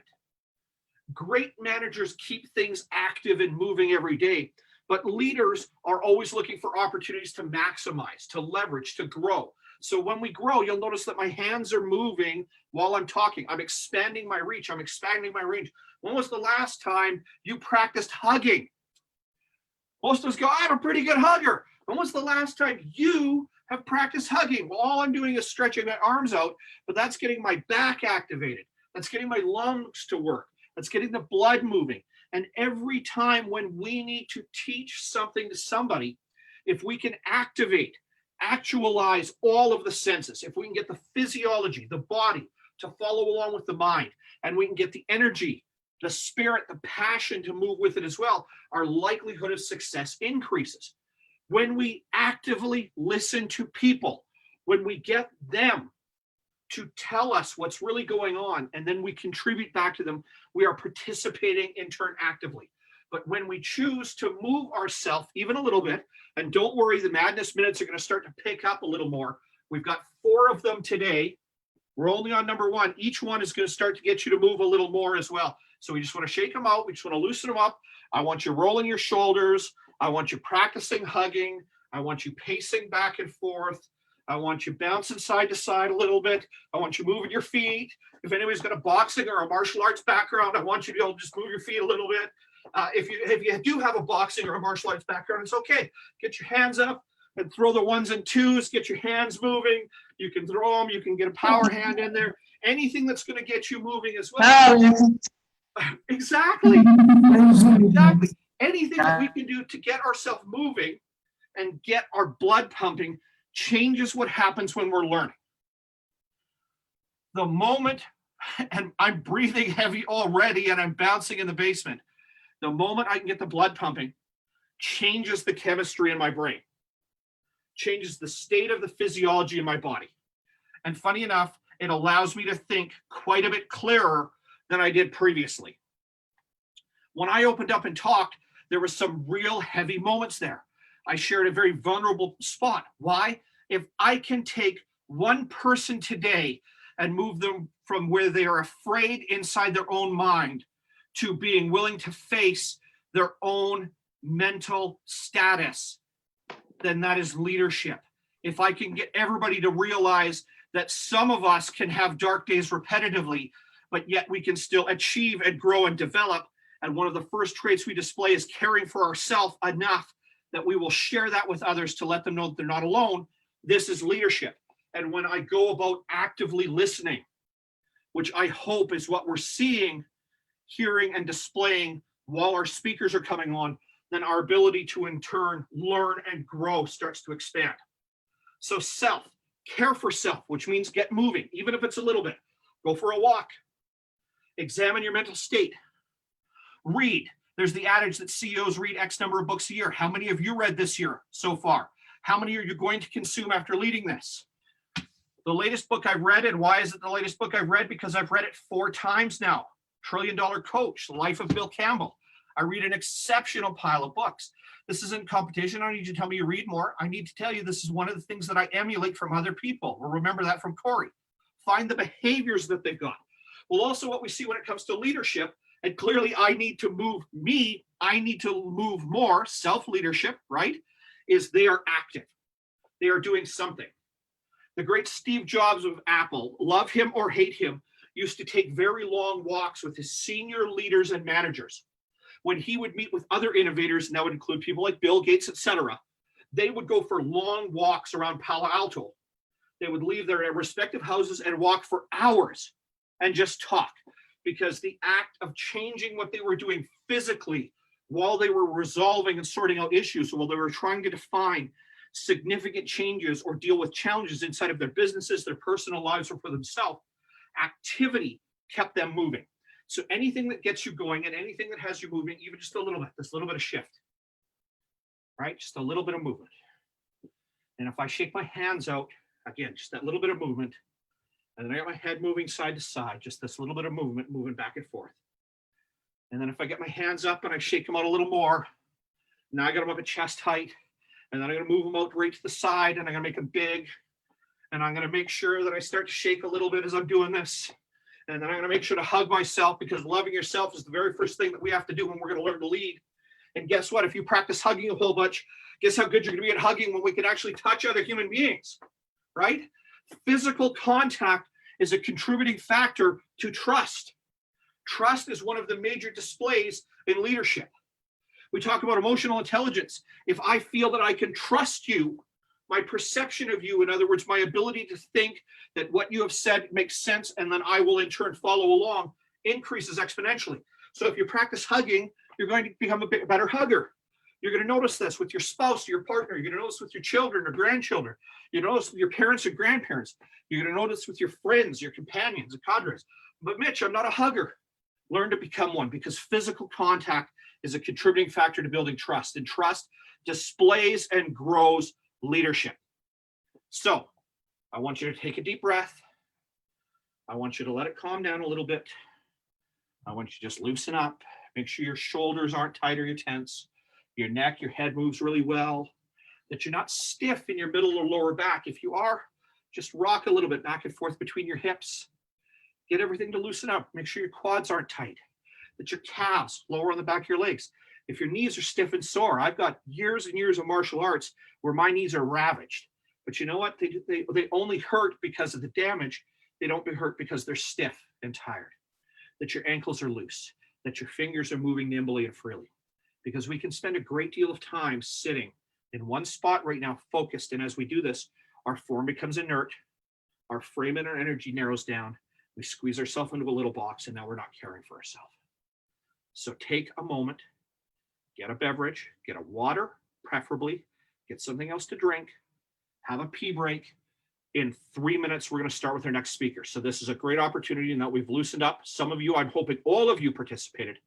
Get yourself a beverage, come right back here right away. We're going to get started with our next speakers and continue on for the day. Ladies and gentlemen, thank you for joining us this morning.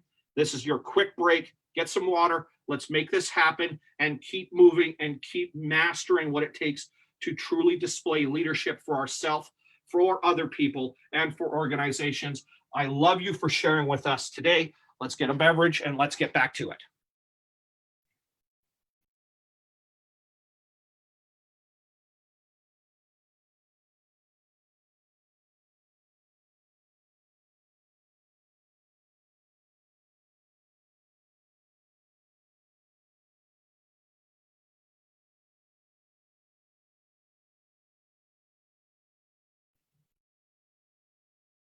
Am I seeing comments right now from people that they're in their house coat when they're doing this? This is awesome.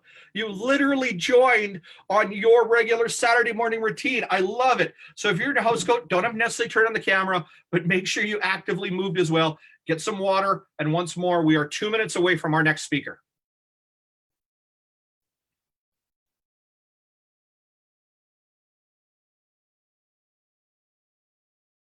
Hey, Ali.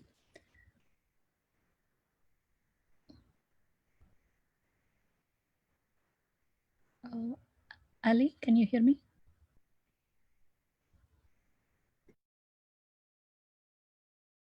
Sorry, someone mentioned my name. I cannot. Yeah, so this is Prabha. I had a quick question. Will this video will be shared as a recording for us to watch later? Yes, Prabha. It will be live on the syndicate page, and it will also be live like along with the sessions which are will be happening throughout the day, and also presentations and everything. But already the video will be live on the syndicate Facebook page and the YouTube page and a LinkedIn page. Yes. Awesome. Thank you so much. You're welcome. Great session so far. Thank you, Prabha. Thank you for joining us today. Thank you.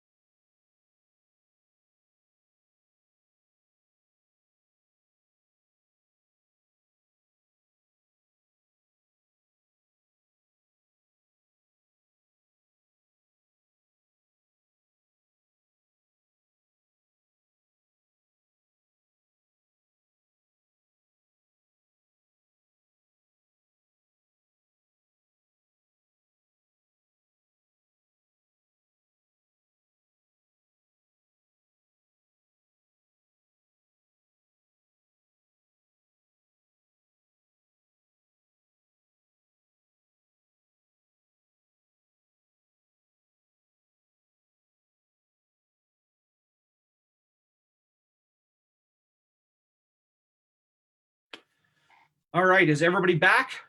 Wonderful. Who's a little sweaty? I had to ditch the hoodie just because I was bouncing around a little bit in the basement. Ooh, I am not getting enough activity. So there's where I'll go back to self for a moment, where clearly I've got some more work to do with me. Now, as we're moving through the day as well, and Ali and I are going to talk here in a little bit, but our next speaker is coming up. When Ali and I get on, I'm going to define a little better, or in other words, a lot better, what leading others and leading organizations are like, and Ali's going to provide some exceptional technical information. Before we get in there, stop, pause, make sure to hydrate. Don't hesitate to ask questions. This chat window is absolutely your best friend. Please feel free to share commentary amongst each other. In fact, while this chat is going on, all of the speakers are meeting in a virtual green room on Facebook, and I'm watching commentary come up from them as they're watching the other speakers go, and they're actively participating by making impact and changes to their own speaking as we're doing this. So you're watching evolution happen right now. So if there's one of the primary traits, and we've heard it from everybody so far, it has to do with activity or action, being able to choose and taking action steps. So when it comes to self, being honest and displaying integrity, choosing action. Remember, I said that's one of the primary principal traits, and caring for yourself is there. Then being able to look at everything from an overall perspective. In other words, what is my result? To have a fantastic event where people are able to learn those traits that true leaders display and share, and in turn change themselves, their lives, and their organizations, and the people around them. So there's the result. The goals. We're going to have a series of speakers. Each of them is going to be a master inside of their own domain and going to be able to share what it is they know, so technical and subjective teachings and learnings, so that you in turn can develop the shortcuts to make you a better leader. And ultimately outcomes. Here are the technical pieces that you got. You're going to be able to take away and display and use them yourself. That comes to a really simple methodology. Acknowledge, first of all, that you want to make an impact and make a change. Adopt it. I am all in. All of my energy is going to go on working with it. Adapt. I don't have all the resources or tools myself. Therefore, I will find a way to use what I do have to display, change, and grow. And lastly, implement. Take action. Believe wholeheartedly in your power of yes and no. What it takes to actively participate in your life. Choose to do something, find out how to measure it, and chase it with your entire being. When you come to leading others, and as we go into, and our next speaker is going to be talking exactly about leading others and how organizations work. You must learn to actively listen. You must be uncompromising in establishing expectations. If I am not concise with what I expect out of you, how can I hold you accountable, whether it's done or not done? Be clear, define with abject clarity. This is what I expect. Find those people that are exceptional inside your organization and invest in them early. Invest in them often. Provide feedback that is candid, that can be tough. Praise publicly, admonish privately, educate people every single day, and make sure to nurture everybody in your organization. A person who has, in a very short amount of time, become a valuable relationship and a friend of mine. Ashley McCarney, who has spent nearly a decade in HR, one of the toughest industries in business. And through that time, she has worked with organizations both big and small. She is currently going after a CPHR, which is Certified Professional in Human Resources, that once upon a time we used to colloquially refer to as a CHIRP. That's how long ago I was involved with it. And works directly to engage with leaders, managers, supervisors, and organizations to help them develop their people, understand what their human capital. Human capital is your best asset in business. Time is your largest depreciating asset. When you need to maximize people, in turn, you need the best technology tools and processes. And Ashley is an exceptional talent when it comes to that. Ashley, welcome. Thank you for joining us on Transformation Leadership Summit 2.0. Thank you for sharing with us today, and the floor is yours. Thank you so much for having me, Mitch, and thanks for joining us. As everybody has said today, it's a Saturday. I think it's supposed to be. Sorry, just gonna mute that person there. It's supposed to be the most beautiful Saturday we've had yet, and you're spending your time with us. So thank you so much. We hope that you get something out of each speaker today, because we've all got little nuggets that you can take away and implement within your organization. So I'm just going to, bear with me here. I'm just going to share my screen. And you'll probably see a lovely picture of my son and I for a brief moment there. There we are. So as Mitch said, my name is Ashley McCarney. I'm the founder of Involvi Consulting, and we're an HR consulting firm that works with organizations to help make employment relationships seamless. Whether you're just starting out or whether you're a 2,100 company across the country, 2,100 employee company across the country, you have your different challenges. You may have nothing in place and need something, or you may have a lot of things in place, but you need to fine tune them and evolve. And that's what we're talking about today, is this transformation within organizations as leaders to grow and develop not only ourselves, but also our people. So as we journey together into this presentation, I wanted to talk a little bit about my career to kind of set the stage of where I've come from. And I've had the pleasure of working in a variety of industries, either as an in-house HR or a senior HR support. And I've worked very closely with a number of different leaders from whom I've learned a great deal. Some have taught me how to be a leader, how to demonstrate transformational leadership during times of change, struggle, and growth. And others have taught me not, which is some of the most valuable lessons I think I've learned. And I don't know about you, but before the break in Justin's presentation, he really hit the nail on the head with a lot of different leaders that I've experienced, both positive and negative.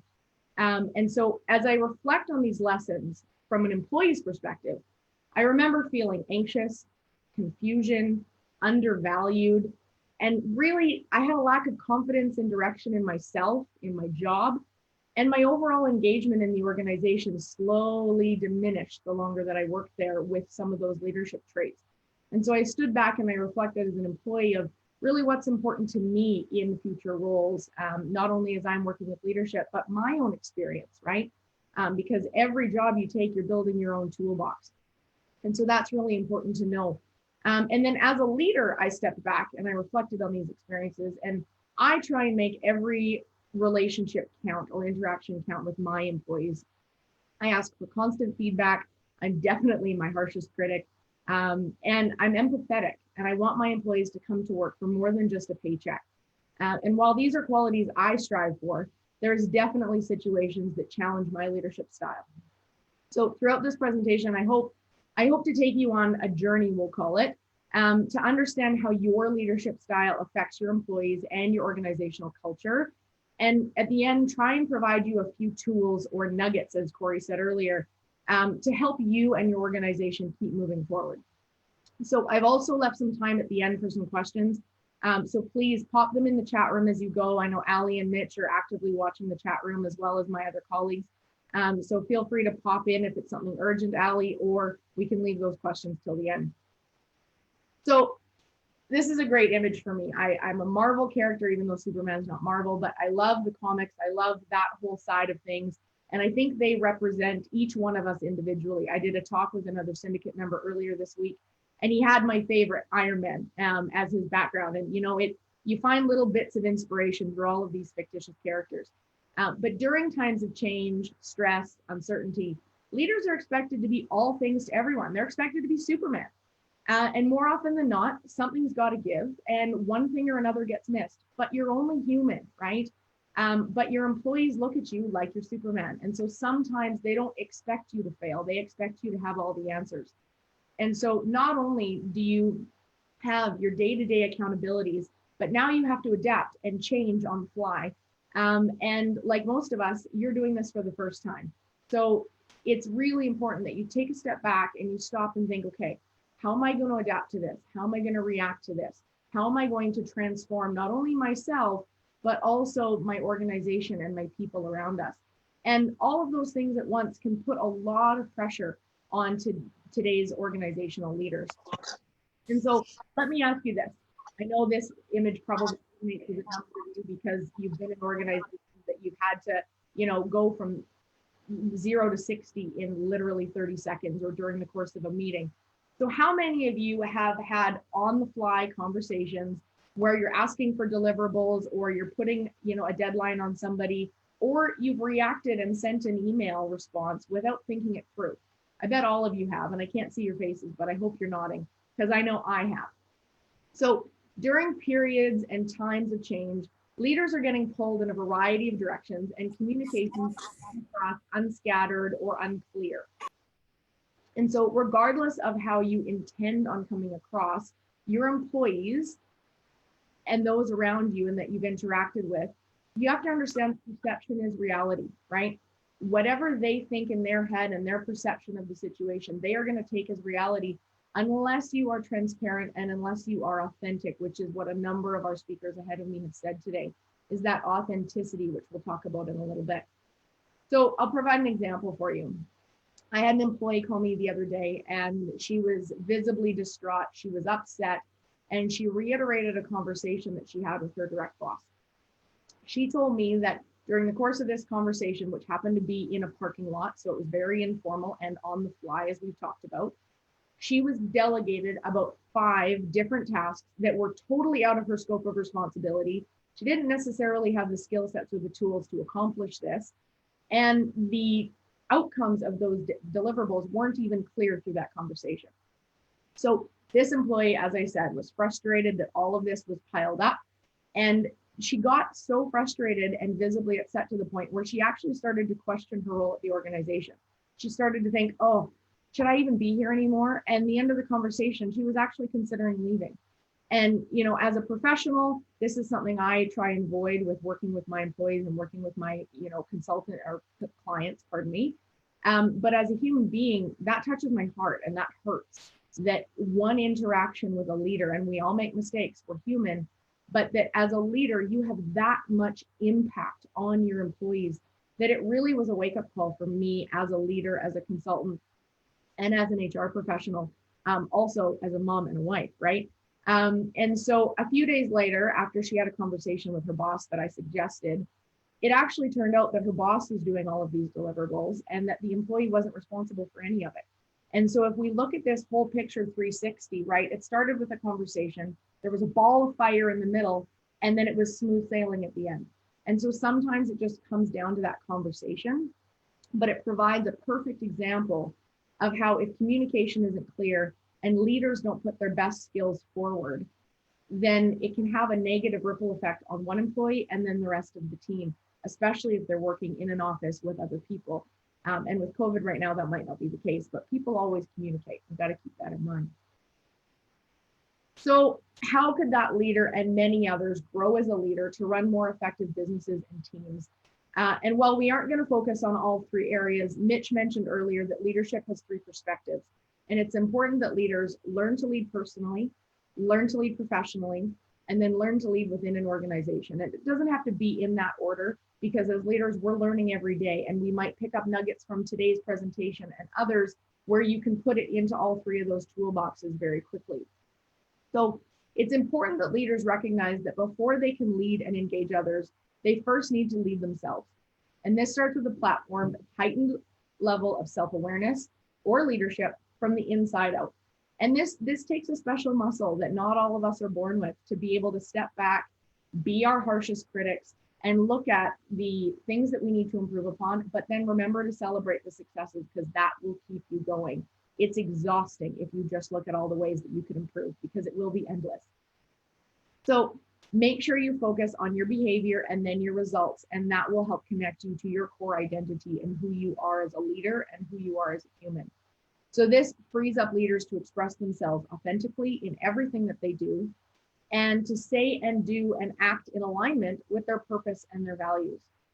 So it's only after this is accomplished that they can effectively tackle and challenge the leading of others. So are you reflecting on your actions, responses, and your communications to others?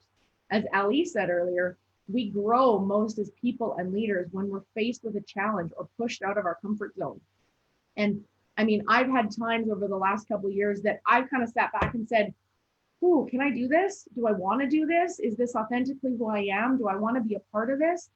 And while the answer has most of the time been yes, because I've just figured it out, or I've called on my network and my tribe for different supports, you know, you have to make sure that you're in something because you actually want to be there, because that will translate through you as a leader to the people that you're speaking with, whether it's a Zoom room, whether it's a conference, once we can actually get in person again, or once it's to your employees one-on-one or in a team meeting. So before we dive into how leadership styles can positively or negatively impact culture and engagement, I think it's important that we talk about those terms. And while I don't want to put a definition up on the screen because I'm not a dictionary, we want to translate these definitions into real life so that it's tangible for you to leave today going, okay, I understand this and I can make an impact. And so throughout my career, I've heard these two terms used in a variety of ways, and sometimes they've been used simultaneously, which shouldn't be the case. So corporate culture, as Mitch said earlier, refers to the shared values, attitudes, standards, and beliefs that characterize employees of an organization and define its environment. So you walk into an office, you walk into a meeting, and I don't know about you, but I always get a feel of the room. I always get a feel of the office. Are people laughing in the hallways? Are people all working with their doors shut? You know, are there conversations happening in the lunchroom? These are all very qualitative indicators of your culture at your organization. And employee engagement on the other side of things is the extent to which your individual employees feel passionate about their jobs, feel passionate about the organization, and put discretionary effort into their work. And discretionary effort is that over and above effort that while your job description might say you are accountable for these 3 things, they may do 5 other things because they might be short-staffed, or they recognize that there's a project coming and they could do a little pre-work for that.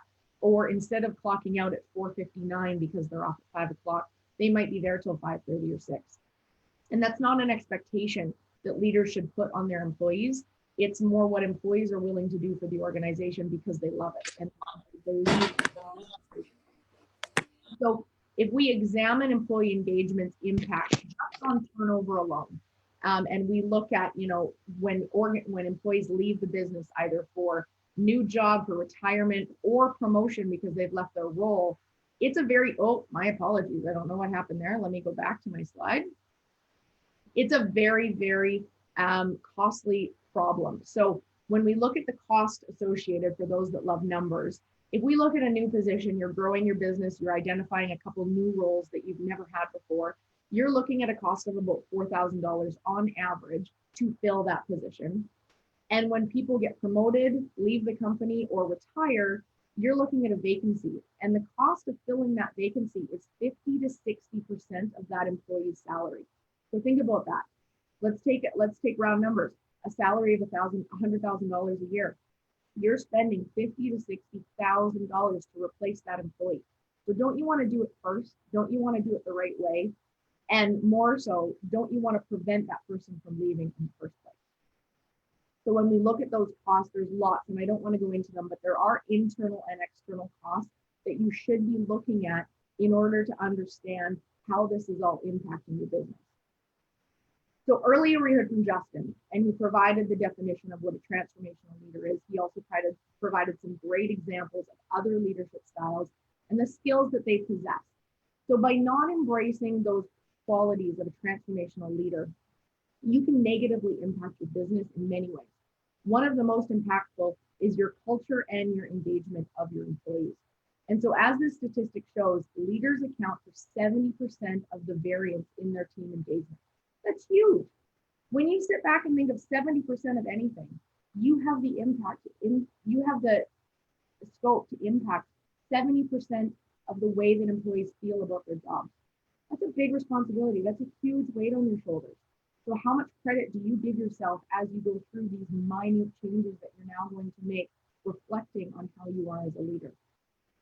So for some of us, if you're not a strong leader or if you're a new leader, you tend to fall back on what you know, which is typically your technical ability. You've gone to leadership seminars, you might be picking up some technical things today. You have a mentor or a business coach or colleagues that you've learned from, and you've picked up these technical things. So if you're not the strongest, most practiced leader, and even if you are, sometimes in this most serious of consequences or events, you resort to that technical side of things. And so in that, you can end up micromanaging.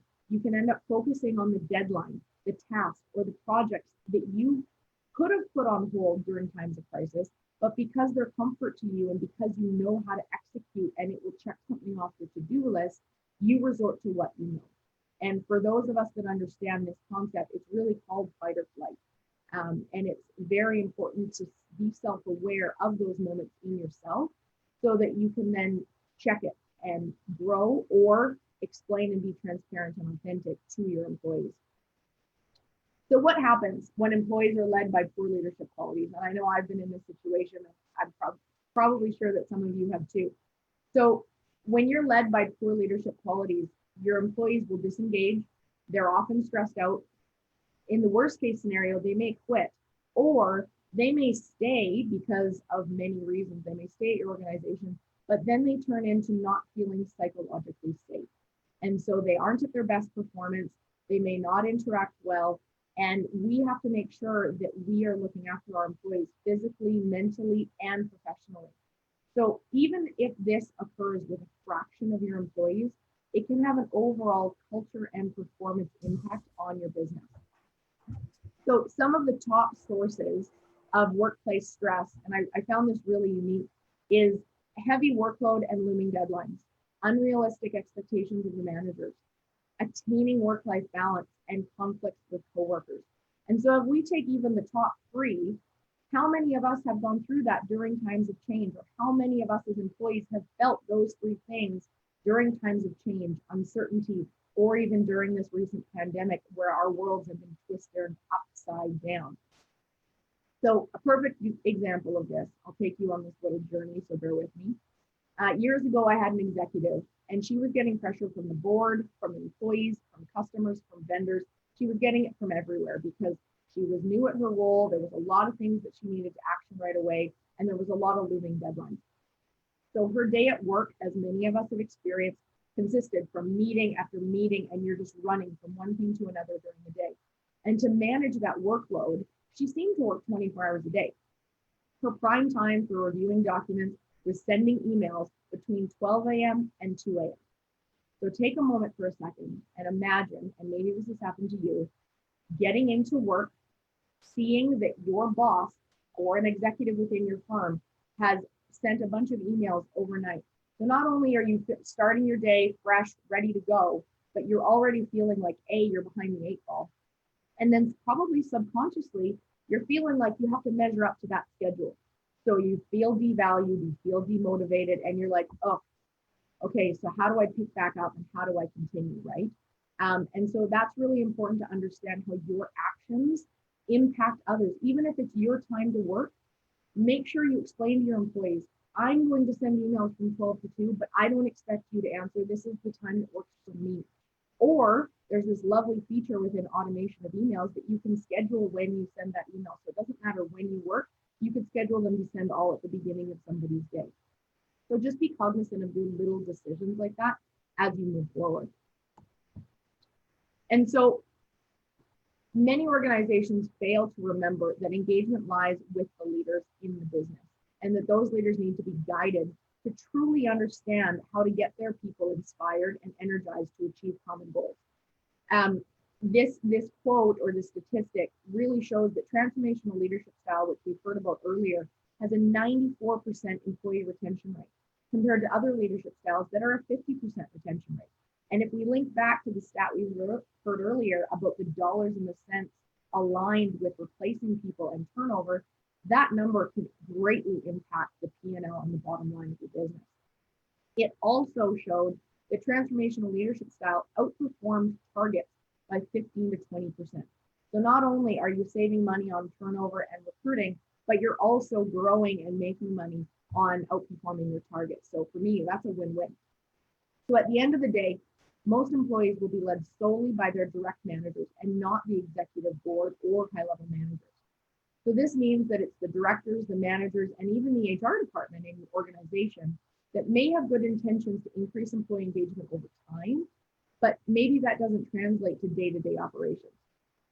So as the saying goes, and I love this, people lead their managers, not the companies. So organizations have a responsibility to make sure that their leaders know what skills they need to have to get their employees engaged and give them the tools and knowledge to make it happen. So which behaviors do you want to pass on to your employees? I love Dale Carnegie, 15% of your company's earning potential comes from knowledge and direct skills, but 85% of your company 85% comes from leadership and interpersonal skills. So when you think about your professional development and your career and where you've spent the most time developing yourself as a professional, I don't know that it would sway 15% for knowledge and skills and 85% for leadership and interpersonal. Those soft skills, right? Those we grow and develop as we learn, as well as take some courses. But more often than not, we take actual courses to develop our knowledge and our direct skill sets. So take a moment and think about that. We already know that good leadership creates engaged employees, that leaders influence in a variety of outcomes, such as employee turnover, customer satisfaction, sales, revenue, and productivity. And transformational leaders have a high expectations of themselves and others. But instead of laying down the law, these leaders walk the walk and model the standards of behavior that they expect. So in this respect, some transformational leaders will set clear goals and consistent goals. They'll encourage others on a daily basis. They'll lead through influence and charisma. They're models of integrity and fairness, and they inspire others to rise to challenges. And last but not least, they encourage people to go beyond their self-interest and look towards the greater good of the organization, which really ties back to that piece we talked about earlier of that employee engagement. And so how do you know where your current state is?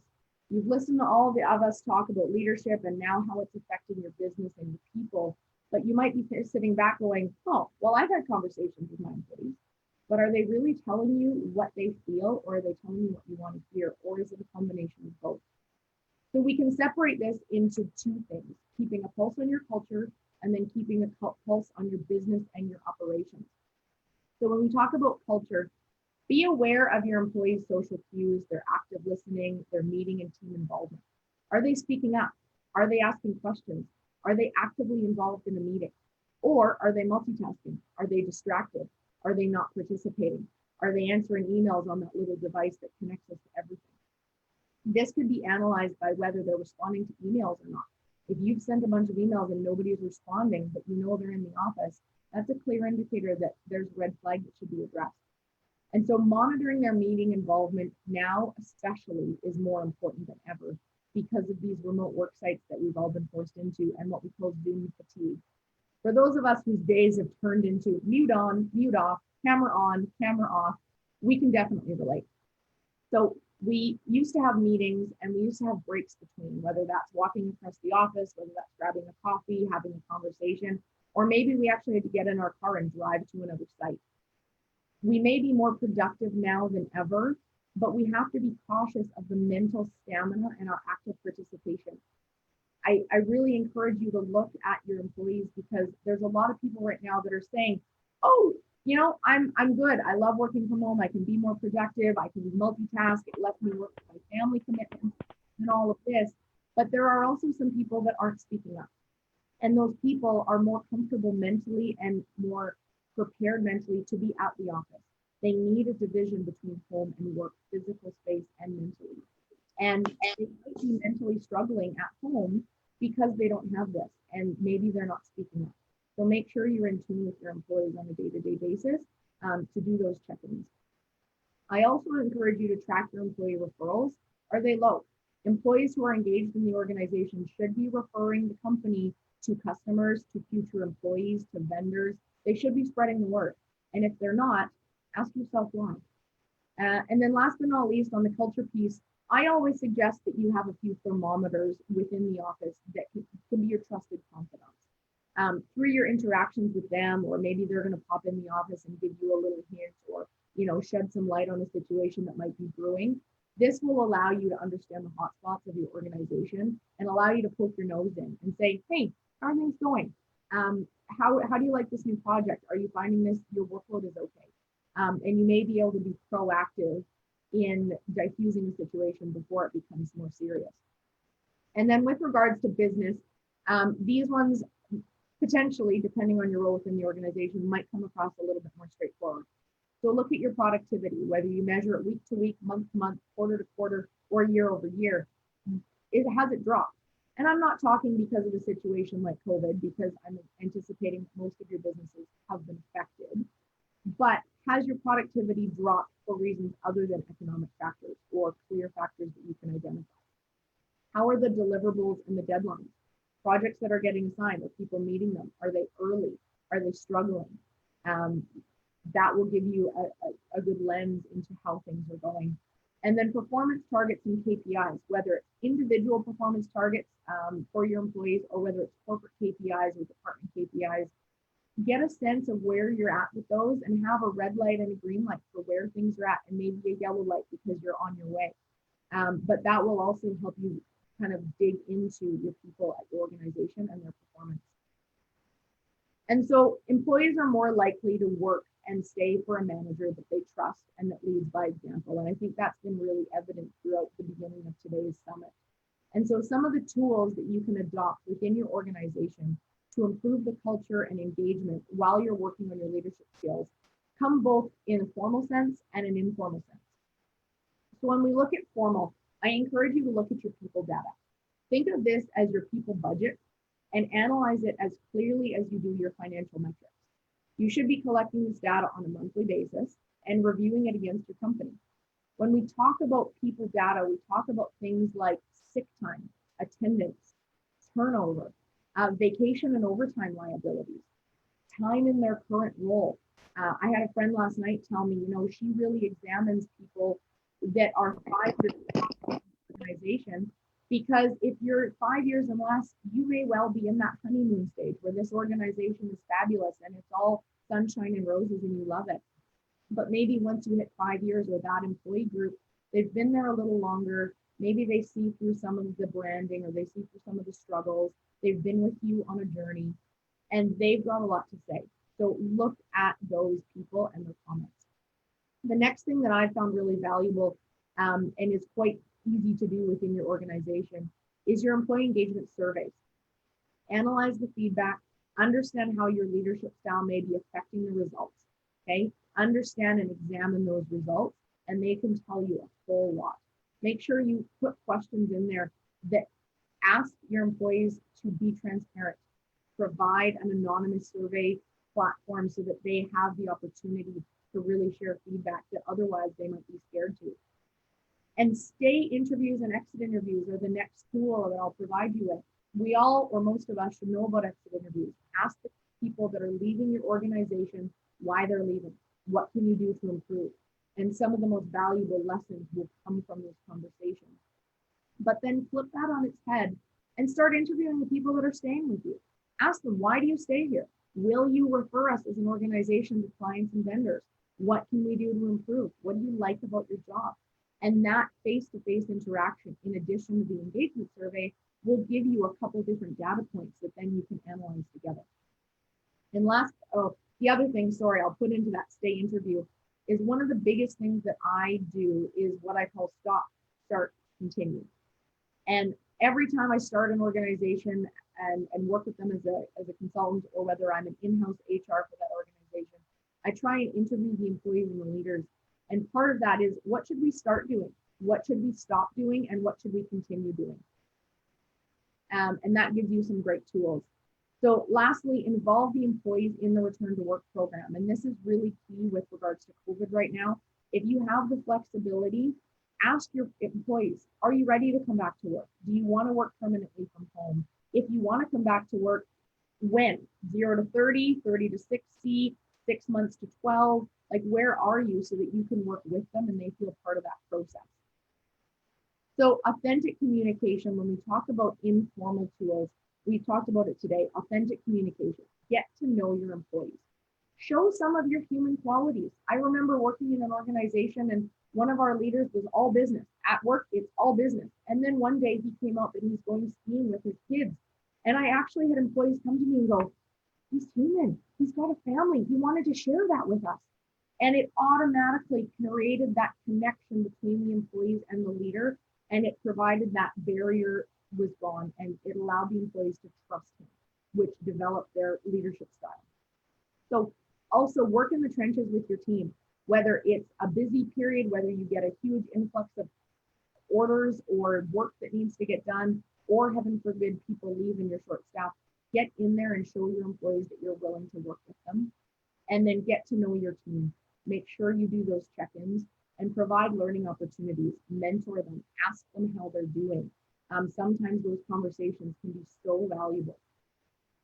So as I finish off the presentation today, we know often leaders are not aware of the impact that they make, especially during periods of change, and their role in creating the right environment for developing employee engagement might be unclear.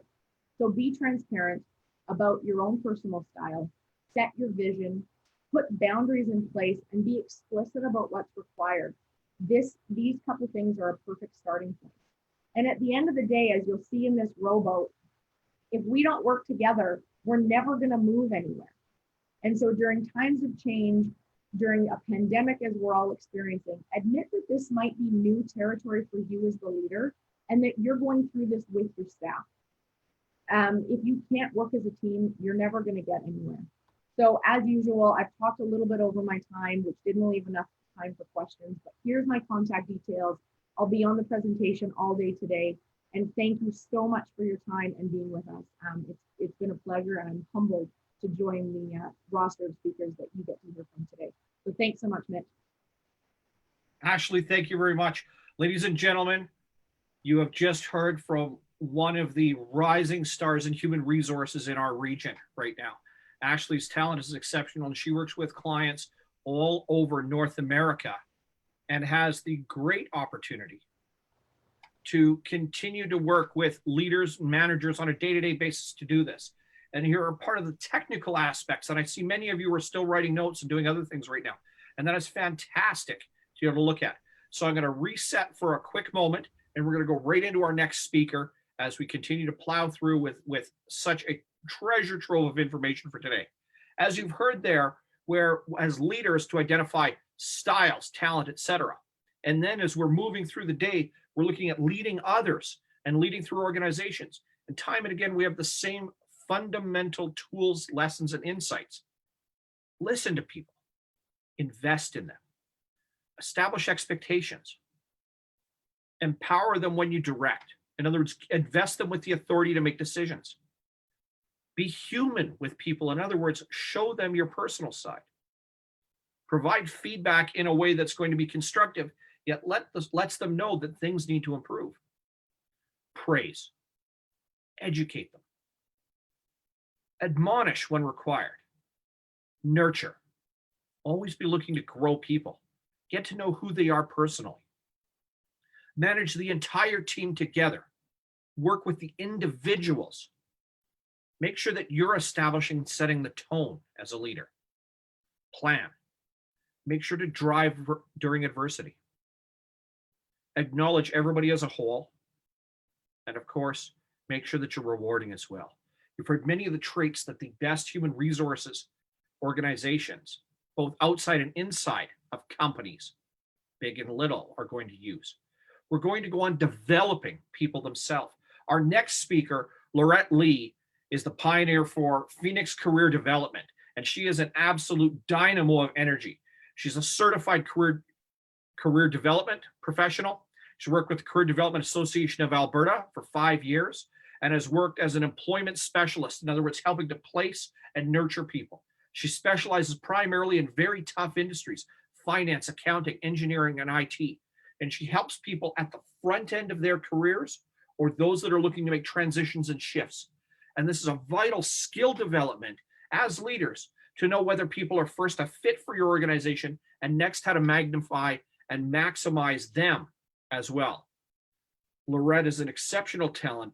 She's been growing rapidly and regularly. And of course, Laurette, we're going to need you to turn your camera on. We're going to bring Laurette Lee to our digital stage to talk about how it is that you can maximize people. Laurette, you ready to go? Yeah, just waiting for the legend to finish so I can start my journey. Okay, so what does a legendary journey look like? I run Phoenix Career Development. I teach a program that is based on proper, precise theory of getting your dream career. I've helped clients, students, immigrants, and people with disabilities to create a satisfying life. I'm interested in a win-win theory. I've worked with 3 nonprofits and have a client, and I help clients change their lives.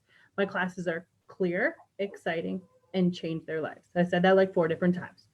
Would you like to start a journey with me?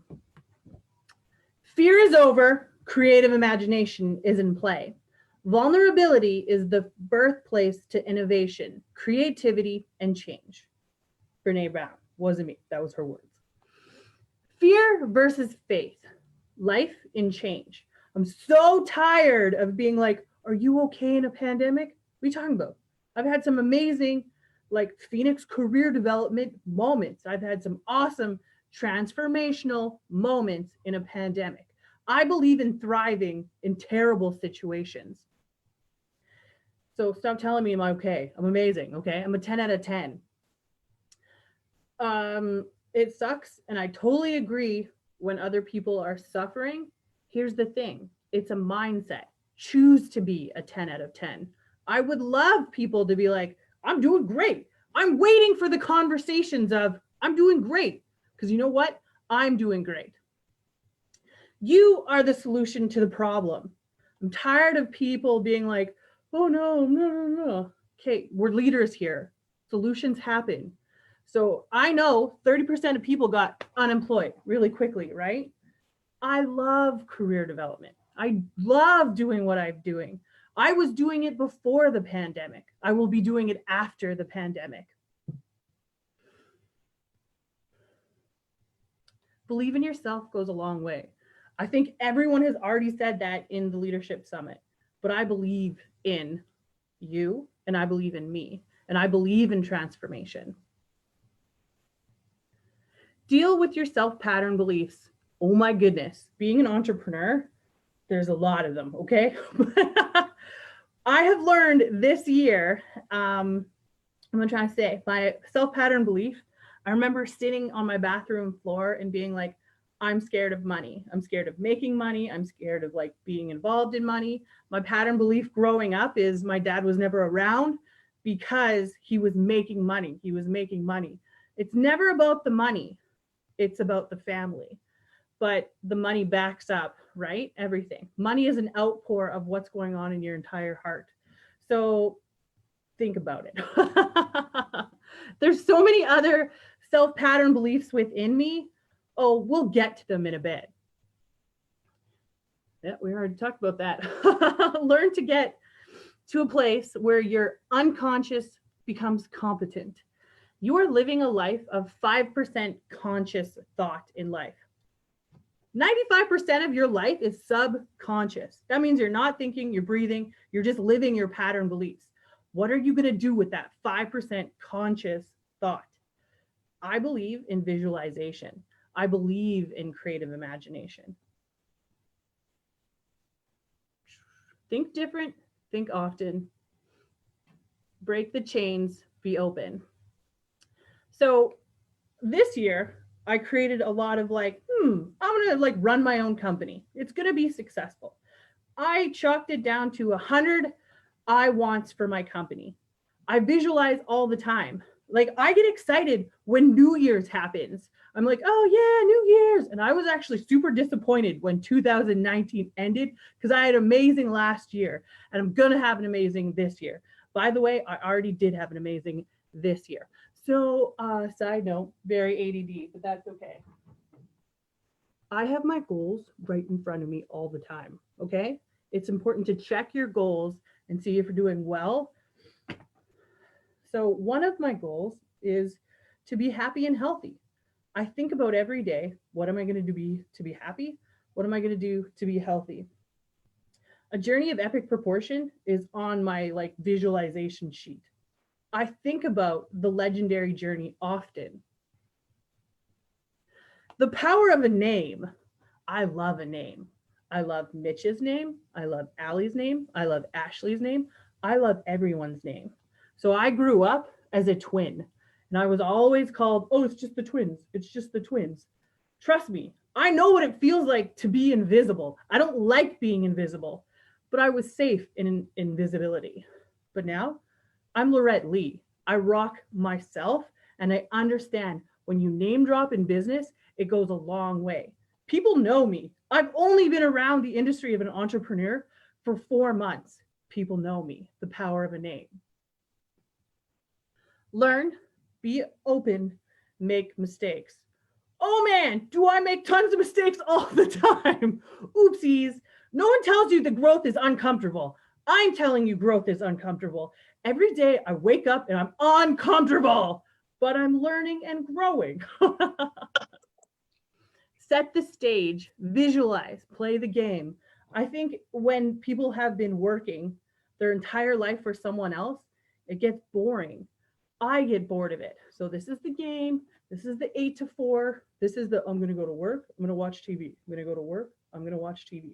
Shattered belief. So 2017, I almost died because I got my dream career and then had no goals in life.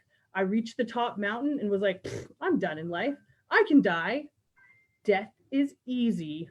Living is the hard part, but it's also the fun part. So obviously with my near-death experience, I learned, you know what? I want to set the pieces in life. I want to play the game where I'm like, career development is important. I have the precise, proper way to career develop. I'm putting it in play. I'm creating theory. I'm like going out and loving and really investing in people and in their journey. Because at the end of the day, we are a network of people. Authentic self. Oh my goodness, we've all said it already. Really think about your authentic self. I'm going to give you the term to authentic self just to reiterate what it means. Genuine, raw, real, truth. Define your terms. I am who I am.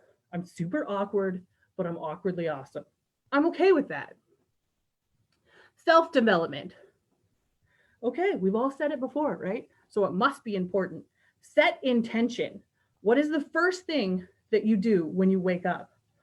I have my first little breath, and then I get to have the 5% conscious thought of where and how am I going to create this day.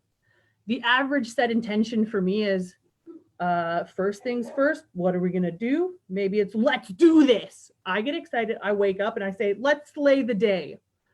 Yes, breathing. I love breathing. So with my near-death experience, it was a 1.5 years of learning how to breathe again. I suffered to breathe. It was so hard. Breathe right now. Understand that breath is so good and it feels good. Like hold your breath for 30 seconds. That's painful. That one breath after you hold your breath, oh yeah, that's a blessing. You get to live in a blessing every day. I'm gonna flip a page.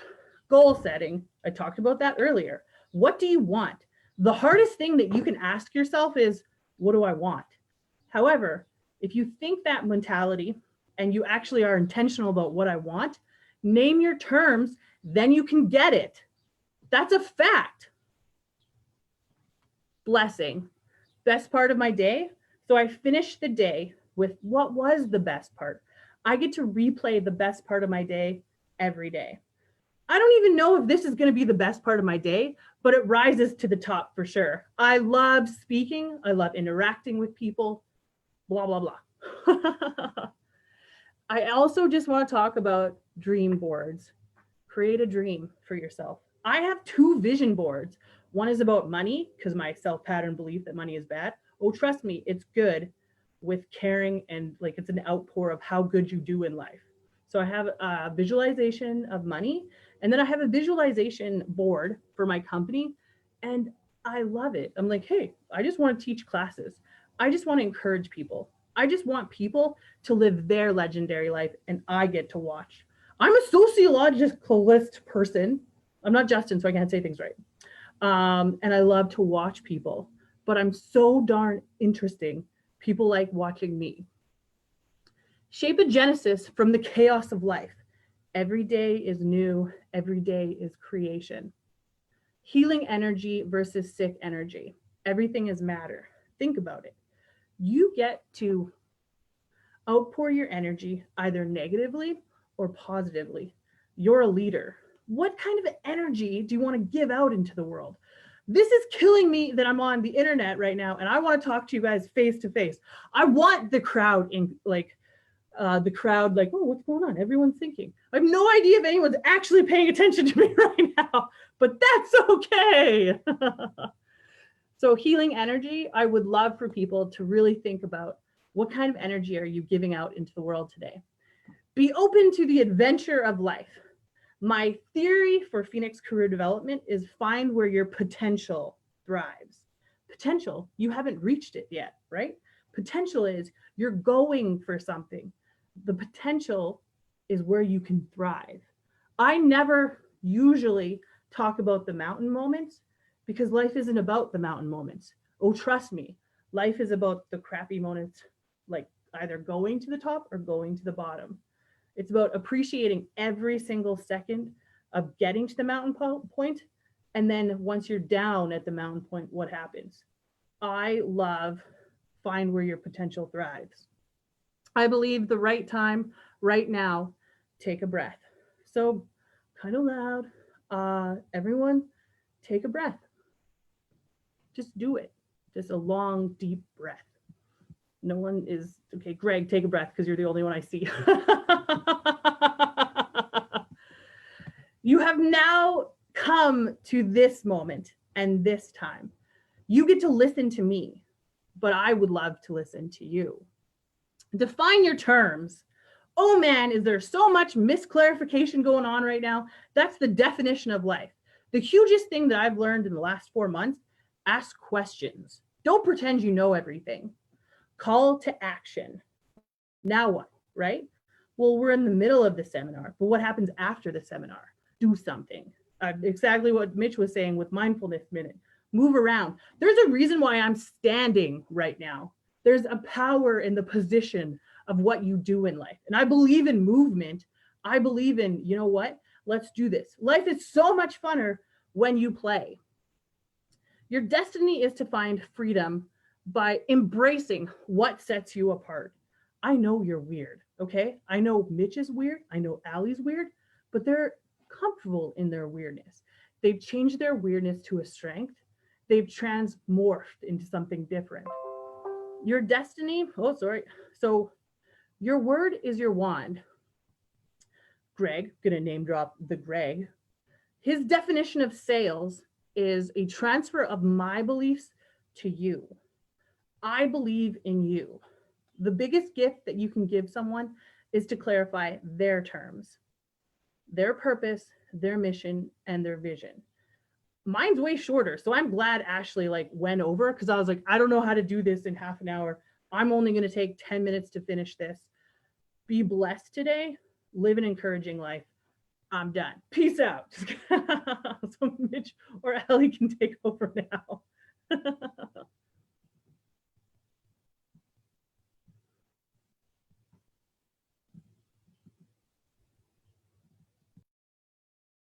Awesome. Thank you so much, Lorette. Any questions from Lorette? Go in the chat section. I think Lorette shared a lot of creative ideas with us. If you have any questions, reach out to her and we'll also make sure that we share the information with everyone so you have it handy. Okay. We're going to take a 2-minute break for beverage, for a bathroom, or if you just want to change the position and you want to go and sit outside in the sun, okay? So go out there and then we will jump into our next session, okay?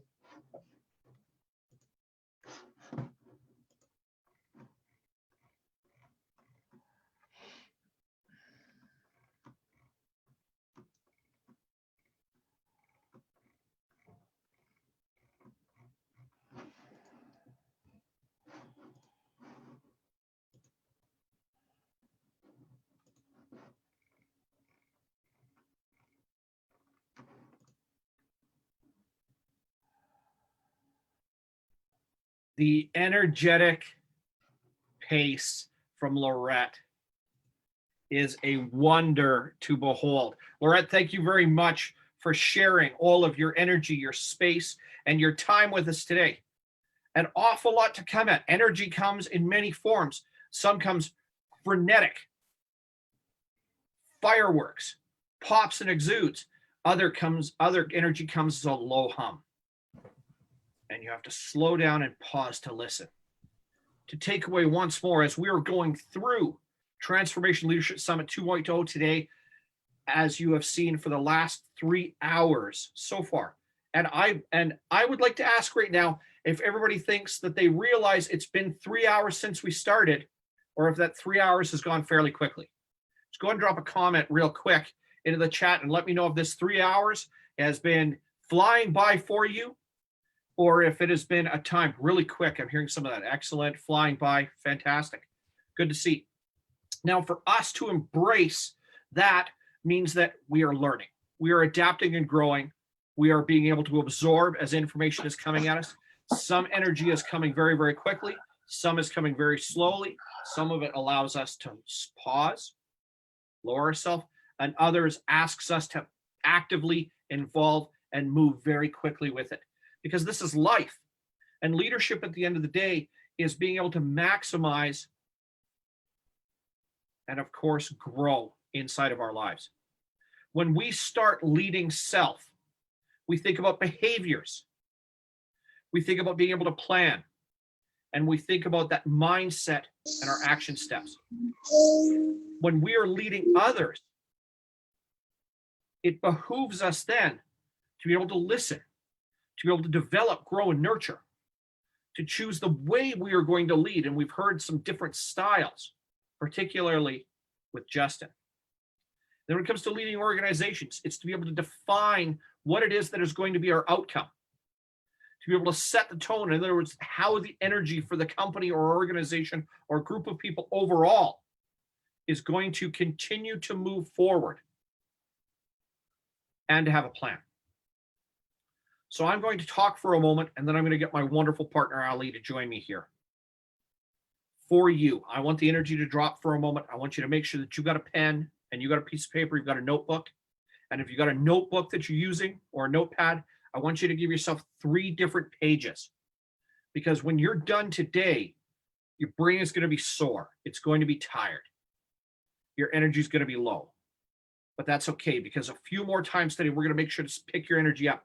But I want you to take away the tangibles in some really simple units. First of all, at the top of one page, I want you to write leading self. And when you're writing leading yourself, I want you to give yourself 3 different columns to write down. The first one is personal behavior. The second one at the top, I want you to write plan. And the third one, I want you to write mindset and action. Under personal behavior, you're going to write 4 things, and I've talked about them and you've heard them from the speakers again already today. First of all, being honest. Honest with yourself, honest with your intentions and with your actions. Secondly, that you're going to display integrity. Third, that you're going to take action for yourself and in your life. And fourth, that you're going to provide care for yourself. These are the primary principles and behaviors that go into developing and being able to lead yourself. You're going to be honest with where you're at, whether you're happy or not happy.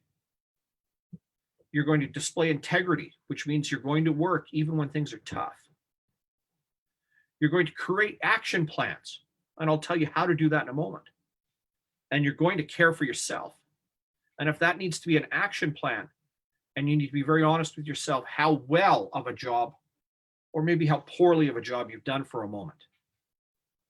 When you come to the second column, planning, we want to understand what our results are, what our goals and our goal setting is, and what our outcomes. The result is the entire picture. It is everything you want to accomplish this year. I want to embrace being a better father and husband in my household. I want to become a better leader and a better architect as I work with business owners. These are some of my personal results in the past. I want to have a fantastic event that displays the best traits that go into leaders, and it makes it easy or simple for people to be able to learn them, emulate them, and take them away for themselves. And then I work down at goals. So what are going to be those goals? If we take this event as an example, I want to find worthy speakers, people that have something unique, but also collaborative to share. I want those speakers to be able to work in a time frame that allows a great deal of information to come at people in some instances in a really short amount of time, but still allows people to concisely pick apart the pieces that they need and to take away what's going to be essential to them. I want this event to be promoted, celebrated, and to attract people that are curious and looking to make changes. Remember, these are my goals now. And then my outcomes. How many people came? Have our speakers been delivering up until now? Do our speakers coming forward, what are they doing? And in fact, watching on the back end, because we have, again, a virtual green room, I can watch our speakers as they're commenting to each other, sharing information. And once more, even as our speakers are actively changing what they're going to say to you and how they're going to display their information, because they're hearing something that is giving them the impetus or inspiration to do that. So make sure that we start with our results. What is everything we want out of it? Then we have our goals when we're planning. What are the actionable steps we're going to take? And outcomes. What are going to be our measurements so we know whether we're succeeding or not? And then that mindset and that action step, that actually moves all the way back to our personal behavior at the beginning. Remember that third thing where we said you need to take action? Under action, there are 4 essential elements that you must have if you're going to lead yourself. First of all, acknowledging where you're at and acknowledging the impetus to change. Next is the adoption. So I realize I must do something different. Then I adopt. I'm going to champion this and put my energy into it. Then I adapt. Do I have the resources, information, technology, and tools to do it? If not, what do I have at hand that will allow me to get started? And of course, implementation. That actual decision and the first step to movement. If we can do this from a personal behavior, if we can plan as we have stated here, and take those action steps where we acknowledge the need for change, adopt it, put our entire energy into it, adapt, use what we have until we can build what we need, and then implement, make the actual start to change, then we are beginning to lead ourselves. From there, we can go to the organizations, and from the speakers we've had until now, we know that we must listen actively. In other words, not waiting for our turn to talk, but to be able to absorb information. Provide expectations, be clear and define what it is that we want from others, from ourselves, and from the people around us. Invest in everybody, but empower the really essential, or more importantly, those people that have the potential to really excel. Provide candid and tough feedback, praise, admonish when required, make sure to educate every day, and nurture everyone around you. Make it impossible for people to want to leave. Organizations that grow really well invest every part of their fiber, and we've heard about Disney today as well, that some managers and some leaders will say, well, am I not training people to leave?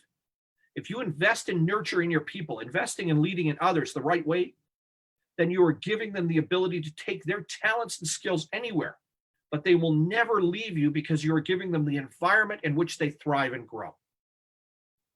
Then when we go to the organizations, manage your whole team and the entire body. Learn who those people are on an individual basis. Some of the best leaders start management meetings with, so how was your weekend? What has gone on with you in the last 24 hours? How is your family? What is going on with so-and-so? In the case of Corey talking early on about how much time he invests in the relationship with his mother. Corey, how's your mama doing? What a powerful statement to make about how I view the organization as a whole and how much I'm investing in its welfare. Set the tone. Is our energy going to be lower? Is our energy going to be higher? Does our pace right now demand frenetic movement? Whatever that is, it must come first from here, emulated by everyone else, and then displayed as the outward trait for our organization. Plan. We started at the very beginning with people by saying that we need to have a mindset and an action step. We need to have a plan. That must happen for organizations to succeed. Where are we starting? Where are we going? And what is going to be our achievement and outcome? When adversity comes to us and we are forced to face it, we have to take immediate action. When companies and organizations face adversity, those that thrive and grow pivot or move immediately. They find a course of action and follow through on it. They follow that basic action step mindset. We acknowledge that something is not right or that we need to make changes. We adopt the energy and the pace immediately to start to do something. We adapt because we may not have the tools, processes, or even the people. So we will do with what we have, and we will take action and implement immediately. As the organization's teams and businesses grow, we acknowledge as a whole, the business is here, this is what we're doing, this is what we expected, this is where we are not doing well, and this is what we're achieving or exceeding at. On the individual basis, we provide feedback. Remember, under leading others, where we praise, admonish, and educate, we deal with individuals when correction or improvement needs to happen. And we reward, of course, individually, but as a whole, to the entire organization. We have done a fantastic job achieving in these facets. It is laudable and it needs to be celebrated and embraced. So from the very beginning, where we start with ourselves, move to leading others and organizations, we have the same essential elements, but it must always start with us. Ali, my friend, my mentor, and my brother. Thank you so much, Mitch.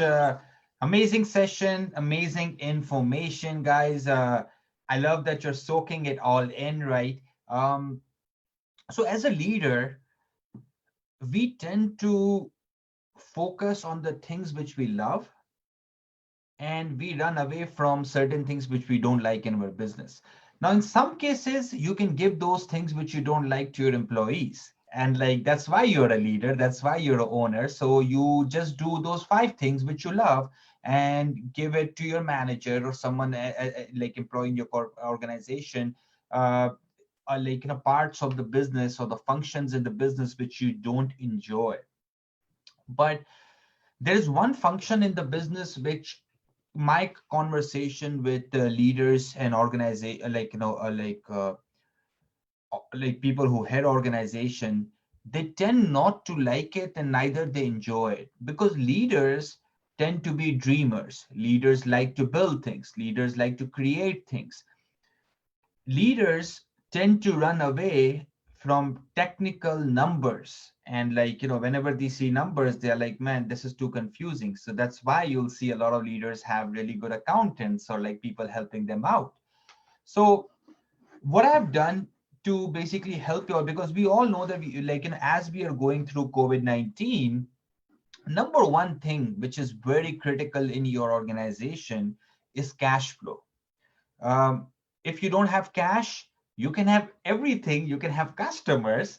You can have everything in your business. If you don't have cash, you're out of the game, right? So I know that as leaders, a lot of the leaders run away from looking at their cash flow every day. And as we go through these kind of situations, you should be looking at your cash flow at more regular basis than you were before, right? Okay. So I'm sharing this. Okay, well, can you guys see the Excel sheet? Can you say yes or no? Yes. In the chat section? Yeah, we can. Yes, you can. Okay, perfect. I just wanted to make sure.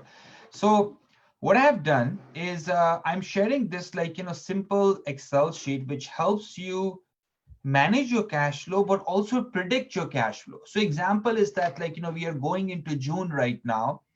You know that how much cash flow are you expecting to come in your business? What are your cash outflows? Means that what are your fixed expenses? Let that be your rent. Let that be, like, you know, your car payments, your insurance payments. So you have a very clear vision about your business that, okay, well, next 3 months, every month, my fixed expense is $30,000 and I'm expecting right now, let's say $35,000. So I have that $5,000 worth of room, right? So then you can start planning those activities. You can start planning, like, for marketing, for, like, hiring the people or letting them go, right? So as leaders, like, in most cases, they tend to run away from these kind of Excel sheets. So this is what I tell you. And I did this when the COVID got started. We sat down and we basically expected a cash flow for the whole year. That, like, we predicted it. We basically made a forecast for it, right? So now if anyone asks me, right, okay, hey, Ali, do you want this for your business?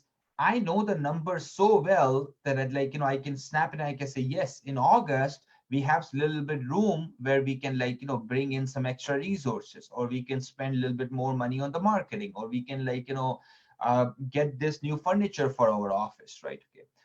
So I'm sharing this cash flow forecasting sheet with you because at this point in time, one of the most important things as a leader you have to do in your organization is to make sure that your head is above the water. And if you cannot do that, then technically, like, you don't have a, like, as I say, you don't have a privilege to play this game. You are out of the game pretty much, right? Okay.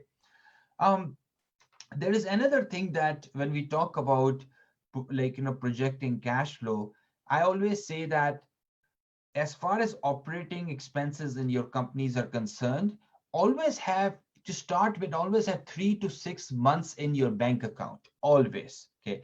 Because you, as much as you can forecast, you don't know what's going to happen. So example is, let's say you had an amazing January, right? You had an okay February. You didn't expect it that in March, like, we're going to be hit by COVID-19 and there'll be complete shutdown. So if you would have had 3 to 6 months of cash flow in your business saved up, right, you don't have to even worry about it. And just by, in fact, saving up the cash flow puts you above and beyond than your competitors who are actually just reacting to this rather than you are being completely proactive to this. Okay. So I, like, I personally come from a background of marketing and growth and sales and technology, but I know that I cannot do all those cool things if there is no money in the bank. Okay. So make sure that as a leader, you have a forecasted, okay. I share one story with you. I was planning a marketing campaign for a big grocery chain in Canada. They had their projections done 16 months out, 16 months, right? And and honestly, right, what I've found throughout my experiences that generally the small guys don't have this figured out.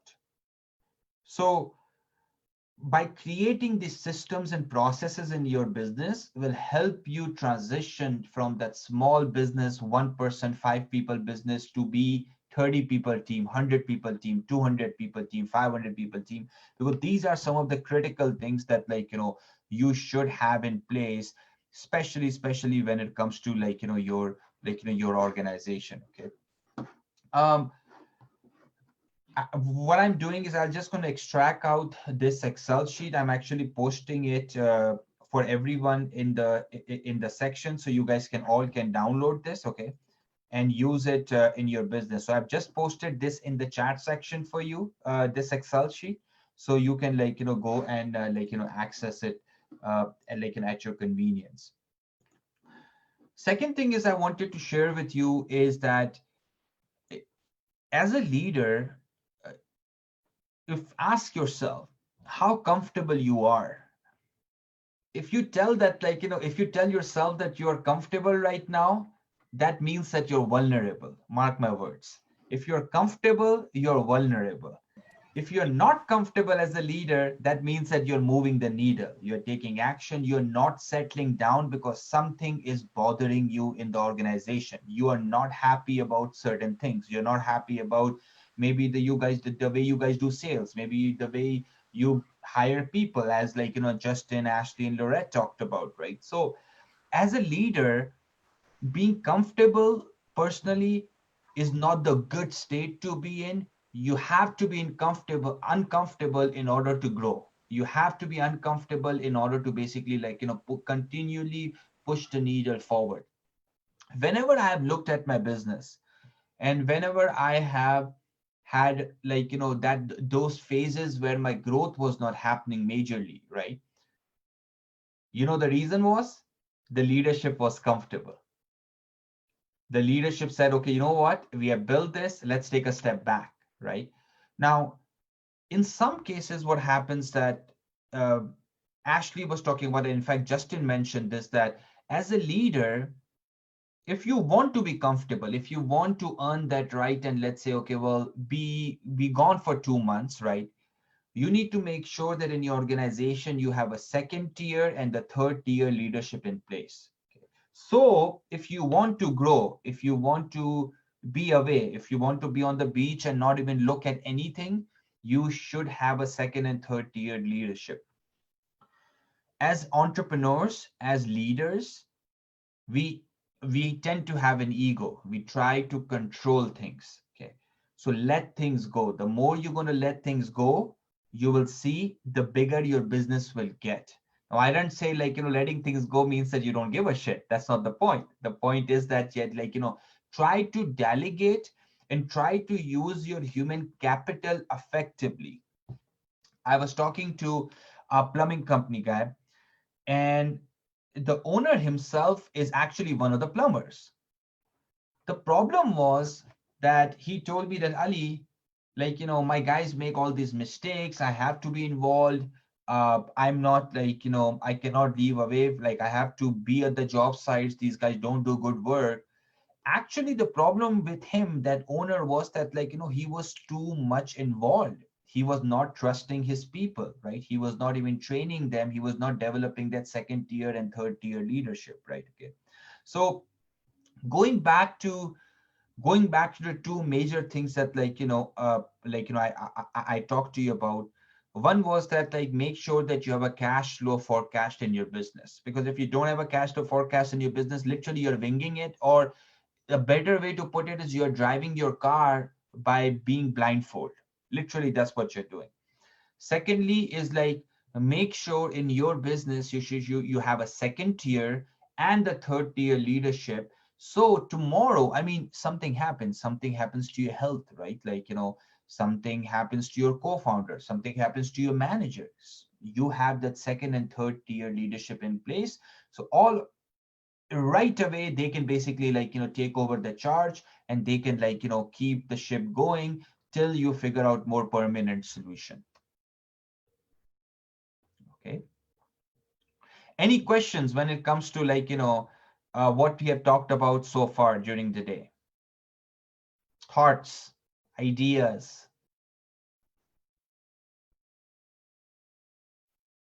Because I can see a lot of you guys are taking notes, so I think I should ask questions now.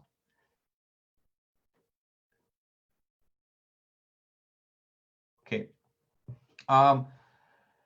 Mitch?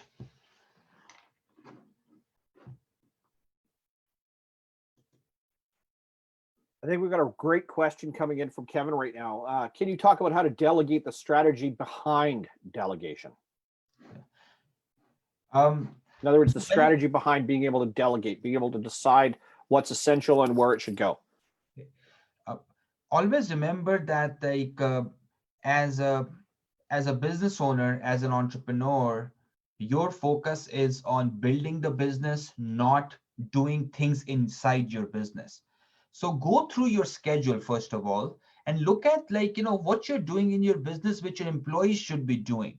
Are you investing your time and energy on the growth side of the business or operational side of the business?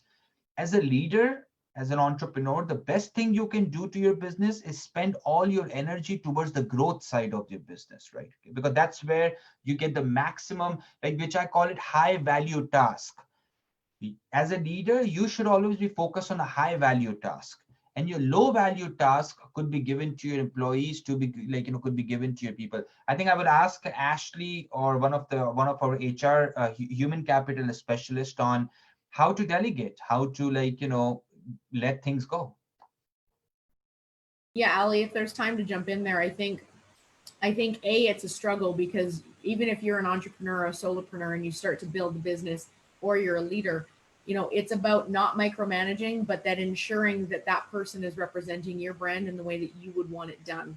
I had this conversation actually with somebody last night, and I said, well, you have the ability to micromanage at the beginning as long as you convey how important it is to provide this specific service. And then you have to give them the reins. You have to be empathetic with them and also with your customers, your clients, and say, look, I'm growing the business. So this is somebody that I'm bringing onto my team. I'm open for that feedback. And so delegate with trust and have some oversight, and then hold them accountable, and do those things that you spend your time doing every day that could be more administrative, and start with those things to give your employees that little bit of insight into what you're doing is what I would say. Mitch, would you like to add? Fantastic. Delegation is, again, my background in usual practice falls very much in line with Ashley's. I have a background from, not a background, I have a specific technical training in human resources, and that goes to investment early on in education and career.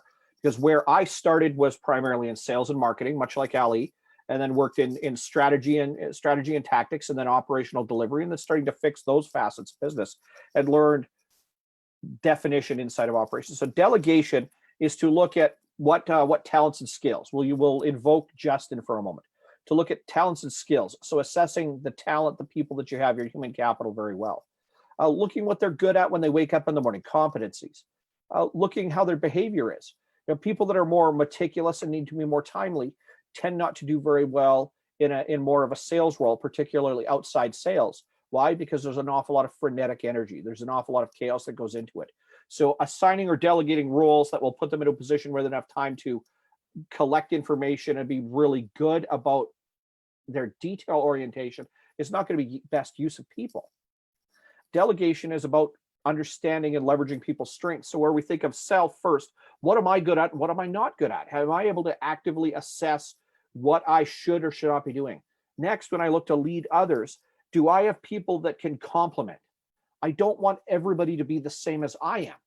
Therefore, as my organization grows, or as my body of people around me grows, or where I find those relationships that can help, are they first complementary, but next, are they able to make up for things that I am deficient at?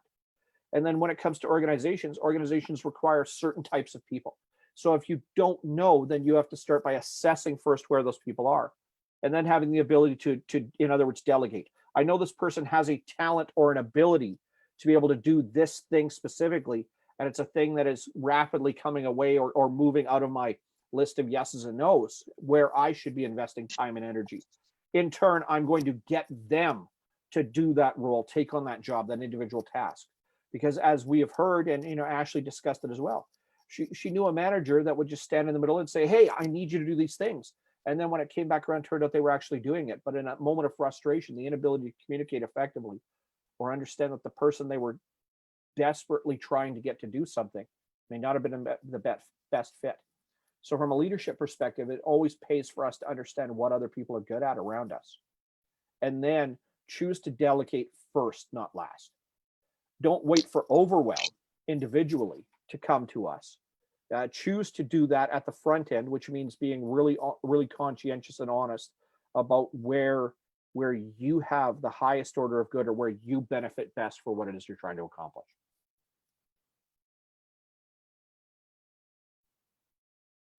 Thoughts from the floor? All right, Justin, would you like to add anything around delegation?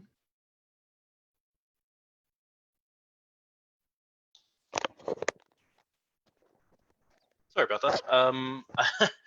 Was just kind of on the floor. I think Mitch hit the nail on the head. It is assessing those skills, knowing what your team is capable of, and having the trust in them to take on those responsibilities. And as Ashley said, you can start with smaller ones and work your way up. But where I've seen delegation sometimes go wrong is that area of not knowing what that person is capable of, not knowing what that team is capable of, and then delegating to them, and that's where it sometimes backfired. So I think Mitch hit the nail on the head. It's knowing those skills, then putting the trust into them, seeing those examples, knowing those capabilities. Absolutely. I'm gonna. So we can stay in there for a moment, and we think. For a second. Absolutely, Laurette. Delegation for me, I'm a control freak, so I'm actually have no idea how to delegate properly. But I would say be like, oops, vulnerable to be like, yeah, someone needs to take this over. I'm overwhelmed. So that's all I really had to say about that. Absolutely. What a great point to make too. We'll hear that, and let's single out Laurette for a moment, but certainly for a teaching moment here. People that will display or will often say, I'm a control freak, or I really like to know what's going on. That is going to go back to where we were at the very beginning. Definition. What is happening in my planning phase? What are going to be my results, my goals, and my outcomes? When I can define that, then the ability to delegation actually begins, because I know where and what and how and what it is that I'm going to be measuring outcomes from against. And then when I go to lead others, as I've defined earlier in our 3 columns, leading self, leading others, leading organizations. If we're going to be clear, define, direct, empower. In other words, I'm going to give you the job to do this. I'm going to give you the authority to make the decision. And this is exactly what I want you to do. That means that what are we defining? Defining inside of others, in other words, getting other people to work with you in organizations, comes down to people, process, and tool. So add these 3 words in that second column, leading others. People, process, tool, or people, process, system. The individual who has to do something, what is going to be their job, or what should be the expectation of their job? Process, the way people are going to go about doing it. And tools, what are the tools, resources, or things, laptops, phones, pens, books, notes, heavy equipment, etc., that is going to allow them to succeed best at that job. If we're going to delegate, we had better be able to let somebody know if they're not doing it or don't know how to do it for the first time, the way we expect it to be done. Next, we need to give them the ability and the tools. In other words, here's the thing for you to do it with. And then either trust or invest in them. Remember, we've talked about with people to nurture them, grow them, to invest in them, to train them so well that they will not leave your organization. Have I given them the tools and the abilities to actively use them and to be able to do it in a way that is going to give them an outcome that spells success, or gives us once more that outcome? I know what the result is going to be. I know what the goal setting is going to be. And then when I convert those people over and I'm going to get them in turn to participate, well, then here we go. I know now that I've invested them with the ability to use the tools. So delegation also comes back to where we discuss leading others, where we're first actively listening, that we're establishing expectations, that we're going to do it in an uncompromising fashion, that we're going to clearly define what it is we want them to do. And if I'm going to delegate, I'm going to say, I'm going to give you this job or this role to do. Have I given you the tools and the way to do it? Have I educated you? Have I done enough? If not, then I need to invest time, making sure that when I'm going to delegate, hand off to you, that it's going to be in a way that you're going to have the ability to succeed. And if you can do that, if I can do that effectively with you and for you, in turn, the likelihood of you succeeding and therefore continuing to contribute is going to increase exponentially. So, ladies and gentlemen, we can carry on a little more in here, but we're coming right now down towards that next madness minute. Now I have follow up and to steer back to the right track if it's going sideways. Absolutely. Thank you very much for that comment. Delegate also needs to have follow up and to steer back to the right track if going. Perfect.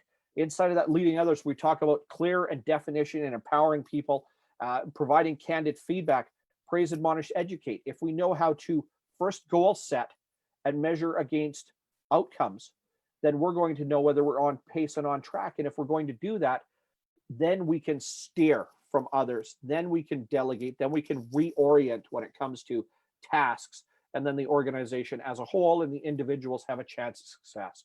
So what a great comment to make. Thank you very much for including that. So I'm going to ask everybody to shake out the cobwebs. We're going to have our next Madness Minute coming up right away. And then we're going to break for lunch. And we're going to break for about 20, 25 minutes. Total time that we've got segmented for the lunch break right now is 30 minutes. But I want us to only take 20, 25 minutes. get some nourishment, get some water, reset, recharge. And if you come back to here, feel free to open it up. And if there are enough people that want to turn on their camera, open up their mic, we can actually create breakout rooms. If there's a few people you'd like to talk to in a couple of minutes, let's say about 10 minutes, we can start to organize some of these. You can get into some little rooms or some little pods, talk through some things, share ideas and suggestions, and then we will be coming back directly and restart it here at 12:20. So right now I'm going to get you to get up and move again. I'm going to get you to your seats. I'm going to get you to take some time and opportunity, and I'm going to get you to get yourself up, and I'm going to get you to love yourself a little bit first, right? Remember we were doing this before? I'm going to get you to up, and I'm going to get you to love yourself a little bit. I'm going to get you to get your hands to shake them out. I'm going to get you to move it. I don't care if you're sitting outside. I don't care if you're at Starbucks. I don't care if you're in your bathrobe. If you're in your bathrobe, you don't want to turn the camera on, don't. That's okay, right? Unless you really want to share. I want you to shake it. I want you to move your feet. I want you to get your neck moving. I want you to get yourself to move a little bit, get your hands up a bit, get yourself shaking, and get everything moving, the blood flow. You've been sitting for too long in one spot. And once more, remember, leadership is ultimately about change. That's why transformation is in the title of this to start with. It doesn't mean never-ending movement, but it means making changes, which means we choose to do something different that we have not done before. So our ability to love ourselves, to practice hugging so that we can take it to other people later, to get moving, to get our feet moving, to get the blood flowing, to get our hands up, and if you can, to shadow box a little bit, that's great. This is fantastic to do, because anything that we do differently, and when it comes to leadership, by the way, when was the last time you were in a professional meeting where they made you get up and move your feet? What a novel approach. And yet the most innovative companies and organizations in the world will continuously get you to move. One that is near and dear to my heart, the great Tony Robbins. Every one of his events, if you have ever participated in it, has a massive physical component where there is loud music, there is flashing lights, and you will see people in suits and pants and dresses. You will see, hey, the ones that really know what's going on show up in sweatpants and t-shirts. But this is a business thing. I'm going to learn. No, you don't know what you're getting into. This man makes billions of dollars a year through multiple companies and educates some of the finest, most successful, and most innovative people on the planet. And every one of them wears sweatpants and t-shirts. And as we heard Corey talk about at the very beginning, he looked over and there's the 70-year-old genius himself writing notes furiously at a Tony Robbins organization. Why? Because the opportunity to learn comes when we embrace and engage in multiple facets. So let's keep moving again. We're going to move here for just about another 2 to 3 minutes. All I want you to do is get around, get your feet going, get your arms moving, get your hands up, do a little shadow boxing, get up and walk around in a circle. I don't care what it is. Follow along with your physiology because we must do it. And that is where we start that change for self.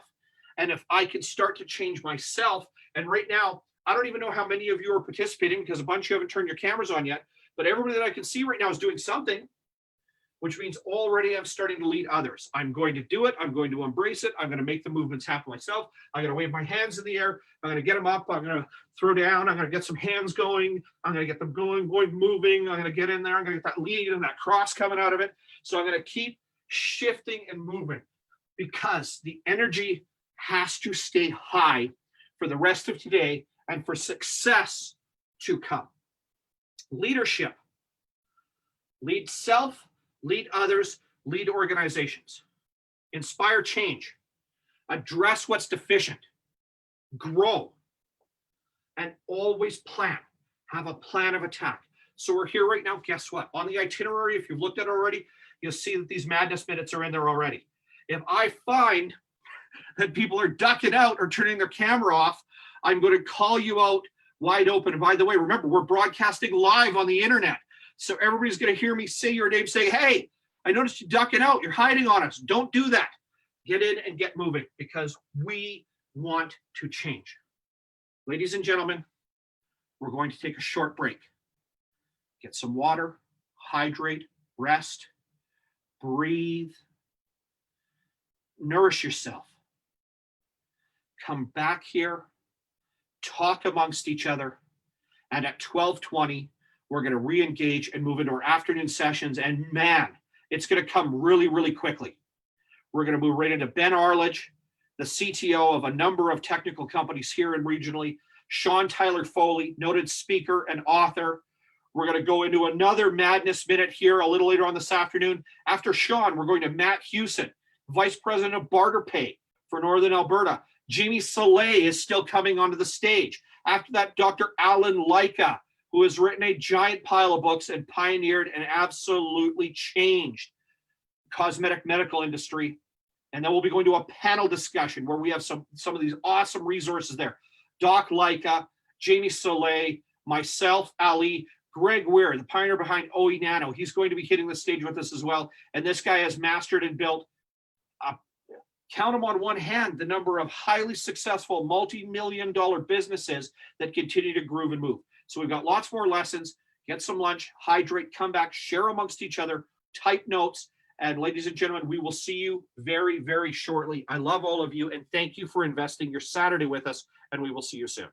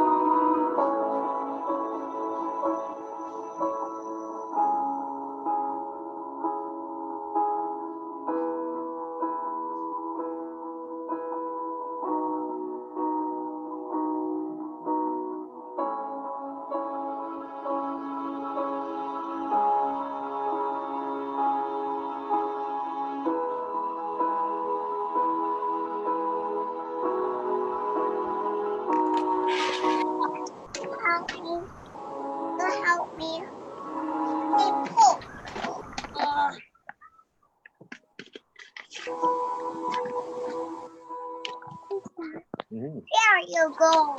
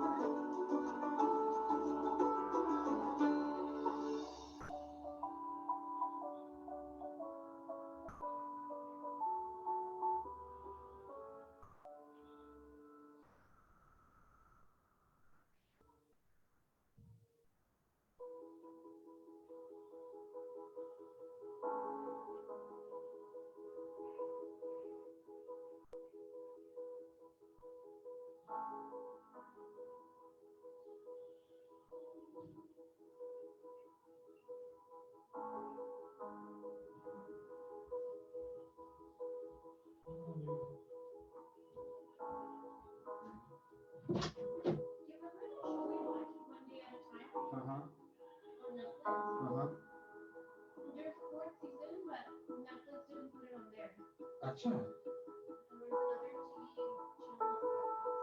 they took the rights. Ah, interesting. I didn't know that.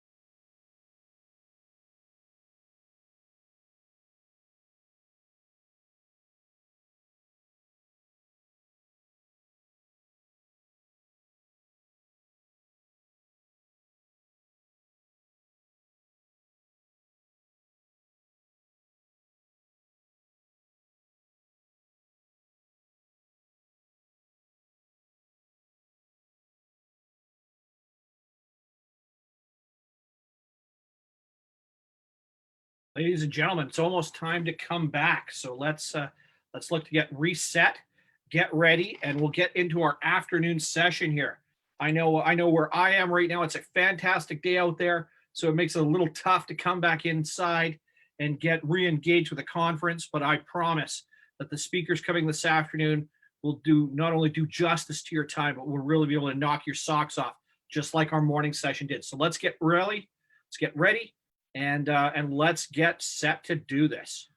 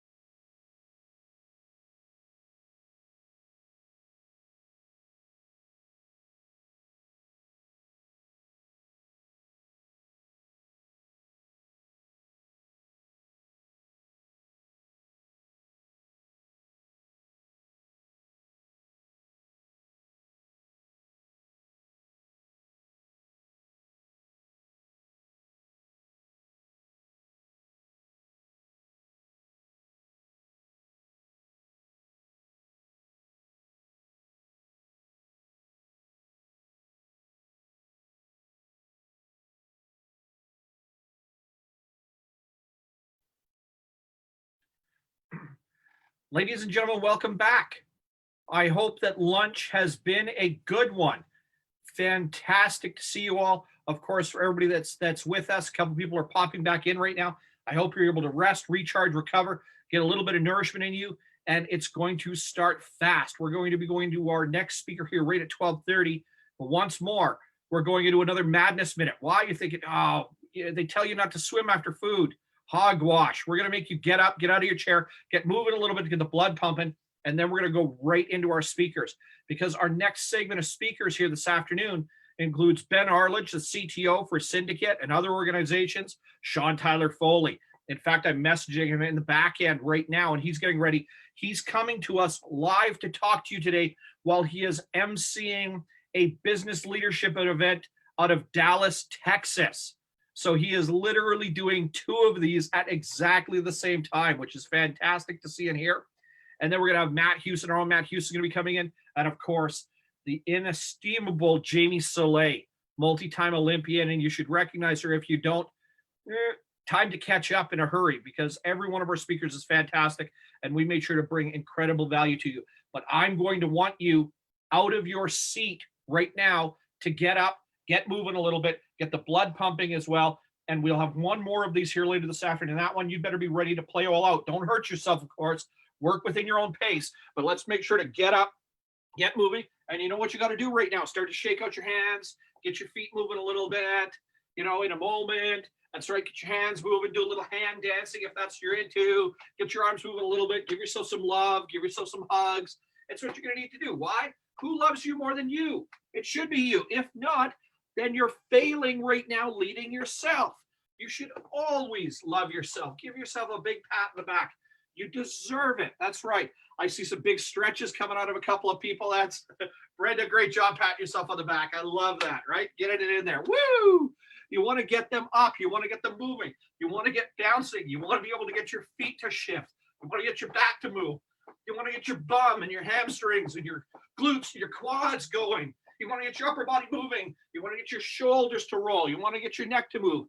Everywhere we carry tension, we do it because of a handful of things.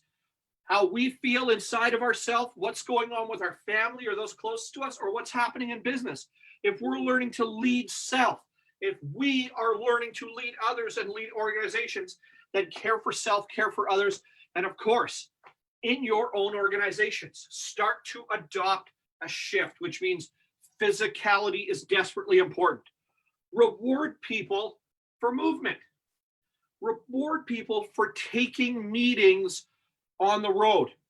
Reward them for meeting like this and making sure everybody gets up. Reward them for going for walks. Reward them for fitness programs and plans. Reward yourself for the same thing. Life is meant to be lived, and to live, you must move. To lead self, to lead others, and lead organizations requires movement. It requires starting in a spot and moving to another. Hence the word movement. And when we talk about action on a regular basis, action must happen, which is what? An activity, a physical or a mental characteristics defining something has shifted from where it was previously. We need this. More than anything else in the world, we need the ability to do this. And to establish the freedom, the time, the circumstances is vital when we're looking to lead.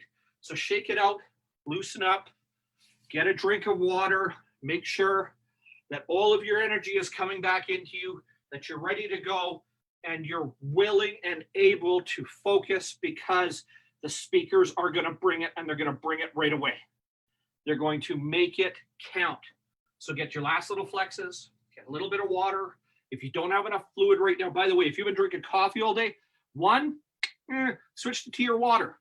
I love coffee and I'm a coffee fanatic, but switch to tea or water. Why? Better for your hydration. 2, if you've been moving even a little bit right now, chances are your body's going, what the hell did you just do to me? You're going to need to hydrate. You don't want to get a headache. You don't want to pass out. You don't want to have a bad time, because again, we've got a couple more hours of this and the information is going to continue to come hot and heavy. So make sure, care of self, incredibly important. Care of others. When was the last time you said to somebody in your household or in your business, have you had a cup of water lately? Have you had something to drink? And no, I don't mean a scotch because you've been dealing with me all day. I mean, have you had something to drink? Have you had enough hydration? Have you eaten? Have you taken your breaks? You know, we've got from a management and from an organization style, we've got laws in place that obviously for years now protect employees. But that had initially to do with employers that didn't know better.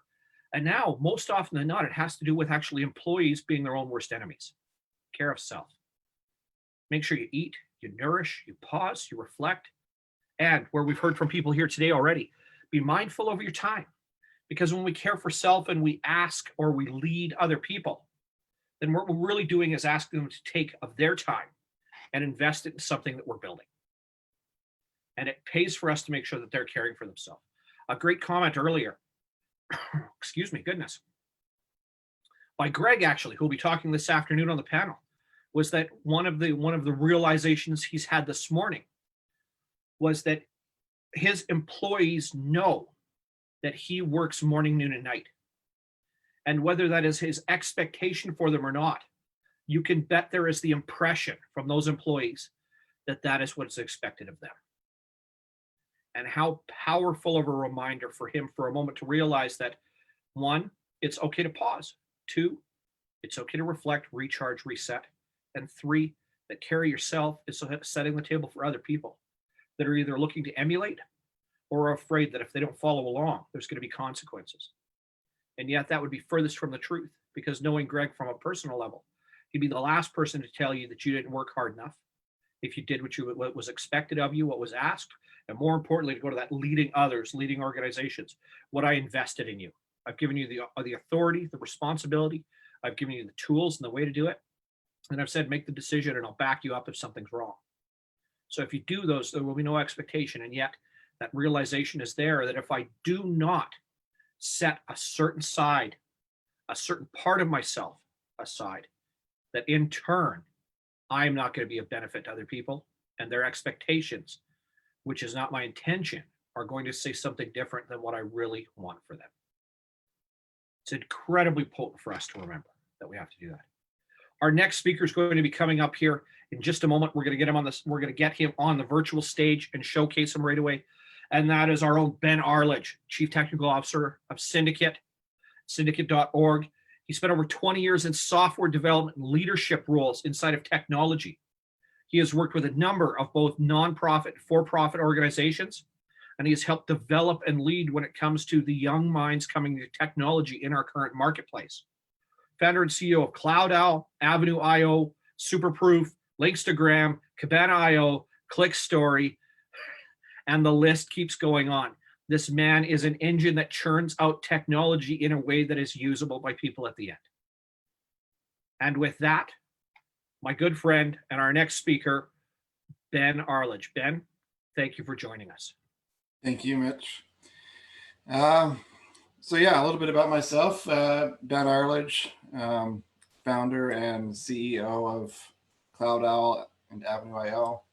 I've been involved in leading on the tech side in a lot of different organizations, working with public and private sector businesses, building software and collaborative tools for their teams and their customers.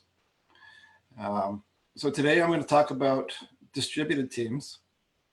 And startups and tech companies have been doing remote work or distributed teams for a while now. But now there's a lot more companies that are going to be joining that due to the pandemic. So everything's amplified now. Leaders are having to adjust. And for a lot of businesses, this is going to be the new normal. So I'm just going to put up my slide here.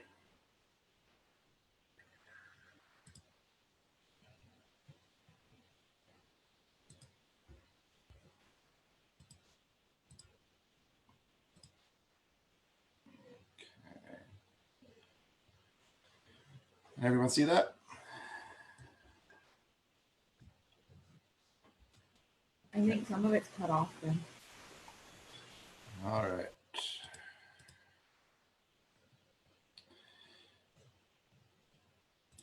So why distributed teams? Well, we've got the obvious, you know, if pandemic breaks out, well, we're all working from home, right? Or at least a lot of us are.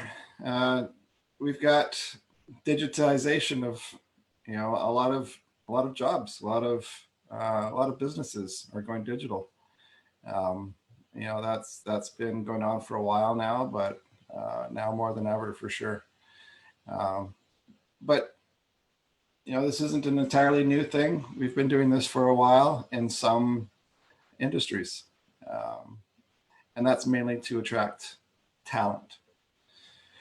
So we've got, you know, people in different areas of the world, might not be local, but you need them in your business. So that's a great reason to go remote in your workforce. But there's a lot of benefits to employers as well. You know, you've got no office space that you need to maintain or lease, things like that. Less equipment, hopefully higher productivity. You know, you've got people that, you know, find that interruptions in the office will you know, interrupt and affect, you know, projects which require a high degree of focus. So that can also be a reason why employers might want to do the remote work. We've got the talent retention I talked about, but the benefits for employees can be, you know, childcare flexibility, less commute time or no commute time, and definitely work-life balance is probably one of the top reasons for employees as well. So, you know, who is this applied to? Well, you've got accountants, software engineers, teachers, coaches, human resources management, lawyers, business development, you know, marketers, social media managers, web designers. You know, there's so many jobs out there that don't need to be, you know, in an office. And you know, there's still a lot that do. You know, if you've got a career where you need to have that physical touch, or you're selling, you know, expensive products which people will want to see before they buy, that kind of thing. So real estate, you know, vehicles, that kind of thing. you're still in that transition. But you know what? Some of those industries will get there eventually anyway. You look at companies like Tesla, and they're you know, you can buy your car online now, right? So never seen it, gets delivered. You can do a walk through the vehicle on YouTube, you know, things like that. So a lot of transition there. How do we work in distributed teams? You're going to set clear expectations for your staff. You're going to be very results focused rather than, you know, your 9 to 5, putting in all the hours necessarily that everyone's going to be totally even there, because you will have higher and lower performers. You're going to over communicate your goals. You're going to be kind and humble to your staff. You know, this time more than ever, you're going to build that trust. You know, especially when working remotely, that's critical, because you don't have that face-to-face necessarily all the time. You're going to engage with them daily, and this doesn't mean, you know, long meetings. It can be just a 5-minute meeting just to check in with your team. What are they doing? What are they working on? Is there anything that needs to be discussed? If there's nothing, if everyone's busy, everyone's focused, that's great. You're going to bring the in-office vibe. Everyone's going to have different preferences, personal preferences in that regard.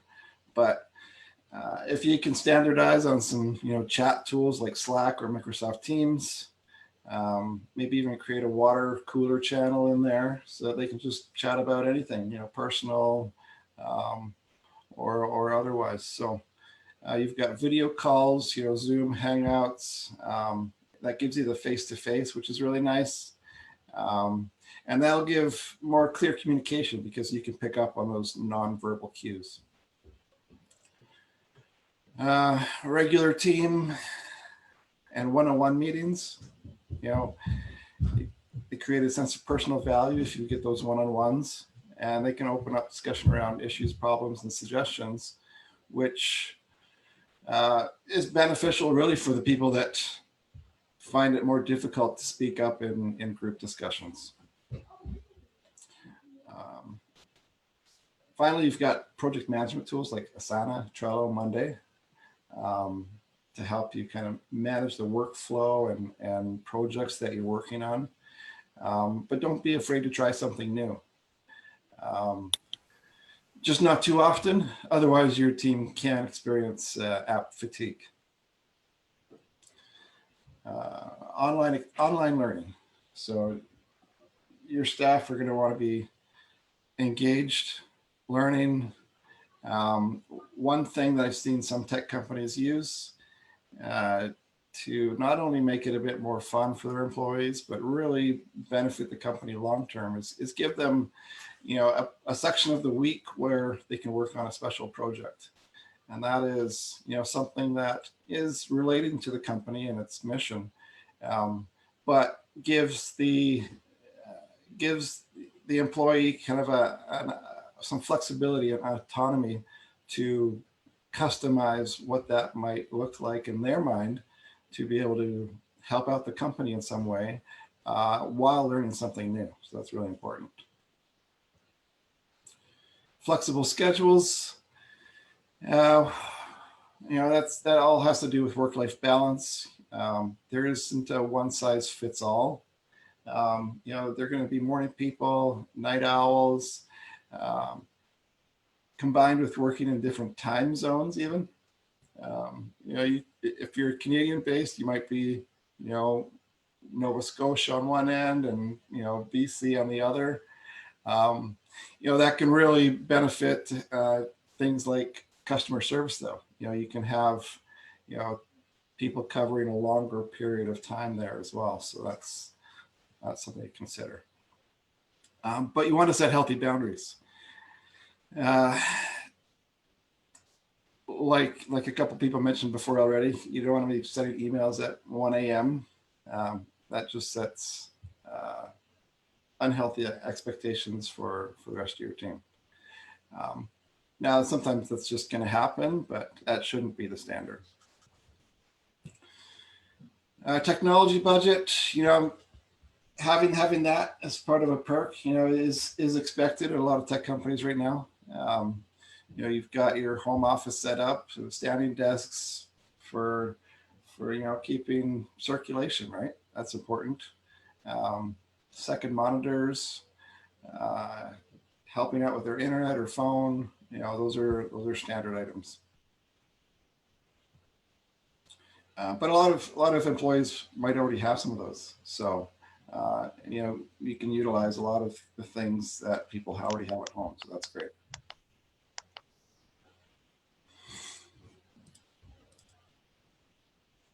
Remote leadership.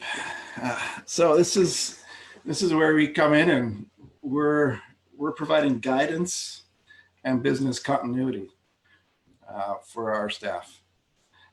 So we need to be available and approachable.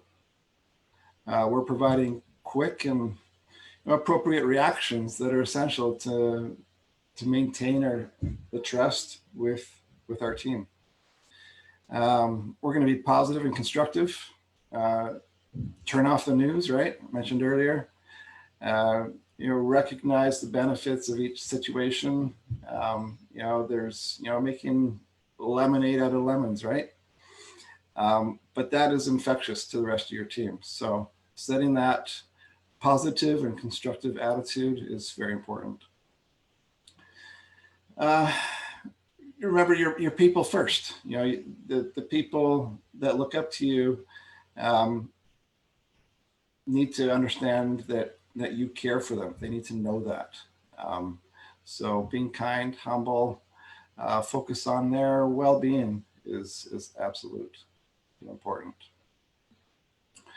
The work-life balance. Now everyone in your team is a leader in some way. So you need to kind of promote that quality in them and have them practice balance in their own lives and for maybe even further down the chain as well, right? Quick decision making. You're going to make sure that that's centralized and people know what the expectation is. You're aiming for speed rather than elegance here. And you're going to want to define your organizational values. So what's non-negotiable, what your core values of your organization are, and leave room for the leaders in your organization to tailor those to their own teams.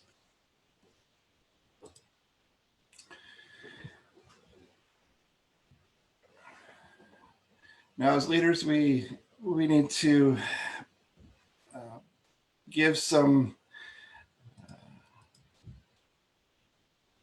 thought to how we collaborate. And that starts with empathy and emotional intelligence, taking off your shoes, thinking what's going on in your staff's lives. It could be their fears and vulnerabilities, what's going on in their family, maybe some workplace pressure or their environment. Maybe they need some one-on-one times just to feel more included. You're going to be present. And you're going to come prepared. You're going to listen. You're going to be kind. You're going to, be supportive of your staff, right? I think we all want that as people. So, as leaders, we need to exemplify those qualities. Differences, everyone's different. We need to embrace the different personas on our team. There's going to be people that need a bit more help than others, for sure. Viewpoints, lots of different viewpoints from your team members, and those are critical because you need to sometimes rethink some of the aspects of your current situations and compare those with how you apply well-established approaches. And ownership, make sure everyone is ready to own what they're working on what they're going to deliver, what the solution looks like, and resist the urge to make excuses. And last but not least, we as leaders need to provide mentorship, give guidance to how to be present, provide suggestions, share our learnings with our team members. And that's about it. That's what I got. If there's any questions, shoot.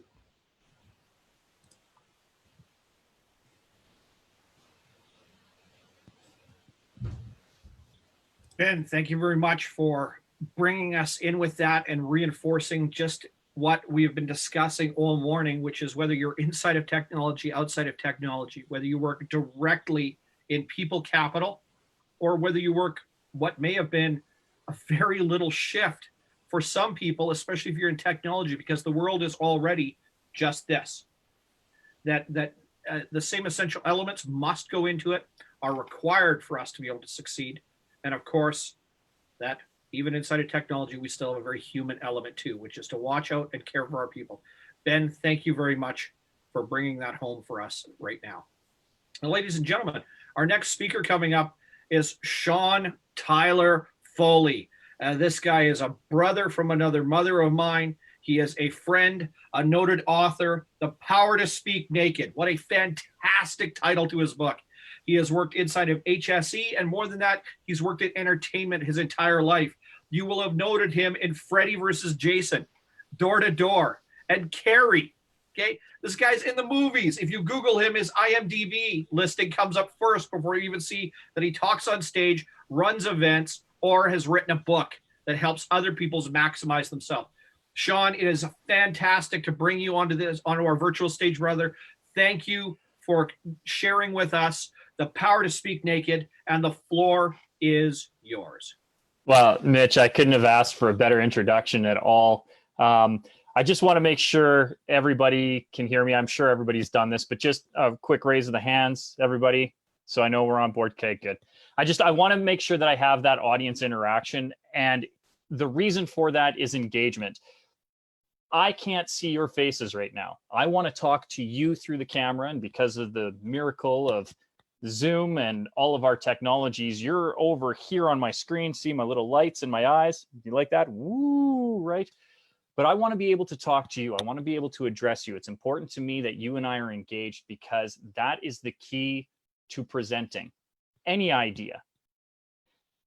And what I want to make sure that we get out of the next 15 minutes is that I'm able to empower you to know that A, you have a message, B, that message needs to be heard, and C, the message probably isn't what you think it is. I think we as business owners concern ourselves so much with image. We have branding, we have media, we have marketing. All of these things go in together to make us have to have an image of ourselves. And oftentimes what we think our audience needs to see or hear is not actually what our audience needs to see or hear. The number of times Coca-Cola did it.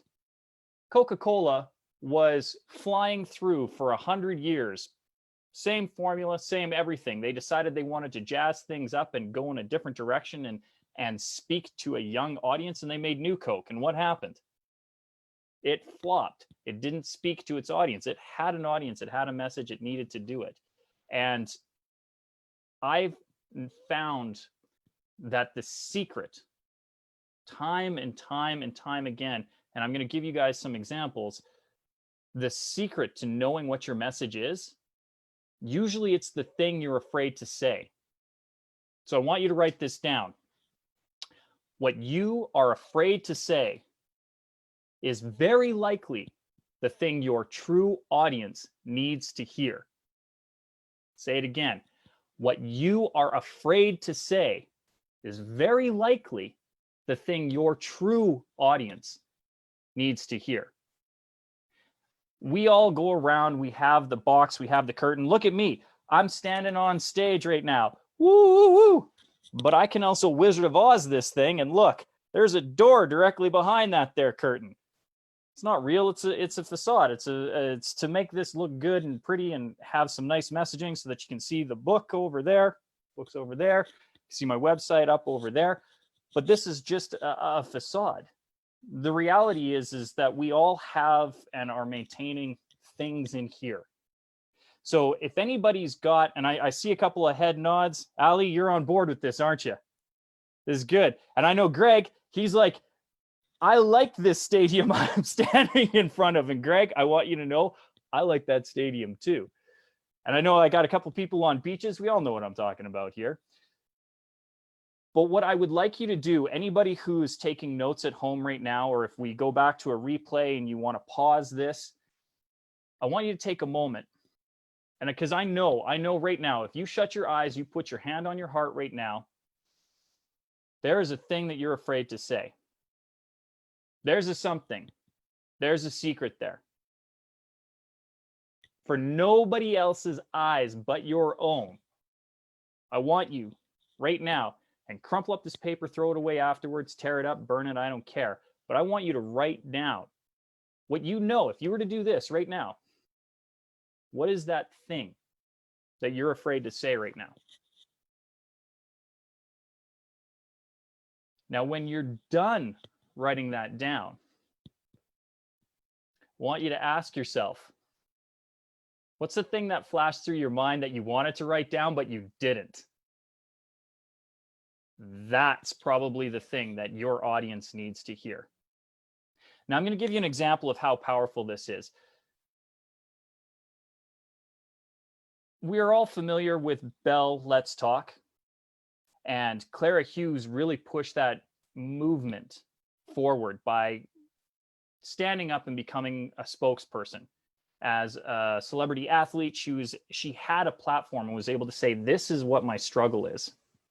And there was a ripple effect to that. And suddenly it was okay for athletes to express some of the torment that they were going through. Not all. But you don't need to be an athlete to struggle with mental health, and not all athletes struggle with mental health. But Clara did a beautiful thing in giving a voice to an underrepresented population. And I'm a proud Calgarian, and I'm about to lose part of my audience. Are you ready? I'm about to speak a truth that is going to resonate with my core audience. Proud Calgarian, but I am a Vancouver Canucks fan at heart. Don't judge me. I know. I hear it all the time. But one of my favorite goaltenders, and one that I think is highly underrated from a technical standpoint and skill, was Corey Hirsch. I love the way that he played. I love that he was from Calgary. He's an Albertan. He got to play for New York. New York beat Vancouver. Then he got to go to Vancouver. I love the man's resume. I love him as a person. I've long admired him. And we're very similar in age, and he is a far better goaltender than I am. He recently, within the last couple of years, started speaking out about his struggle with mental health. And I got a great quote for him. I'm going to read it because I don't want to mess it up. What he says sums up my message completely.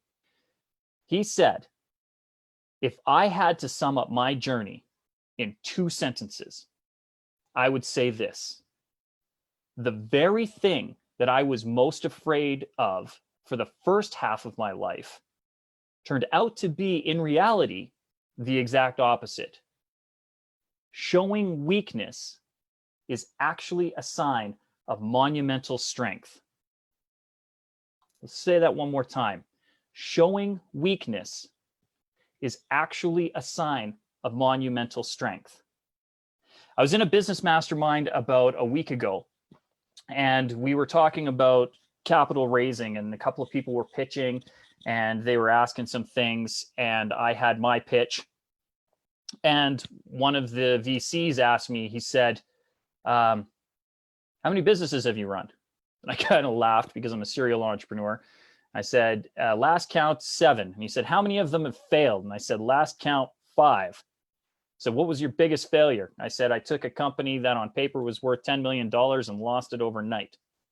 Now, there are some circumstances to that. I had a business partner who passed away. We didn't have the right director's insurance, but it was a failed business. We were had $10 million in assets. We were doing $2 to $3 million in revenue each year, but we were only netting like $150,000, $200,000 on the good year. So under 10%.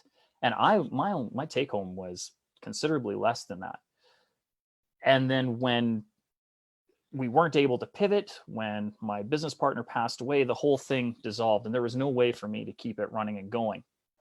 And I explained this story to this VC, and he goes, good, you know failure, so you know the traps to avoid the next time.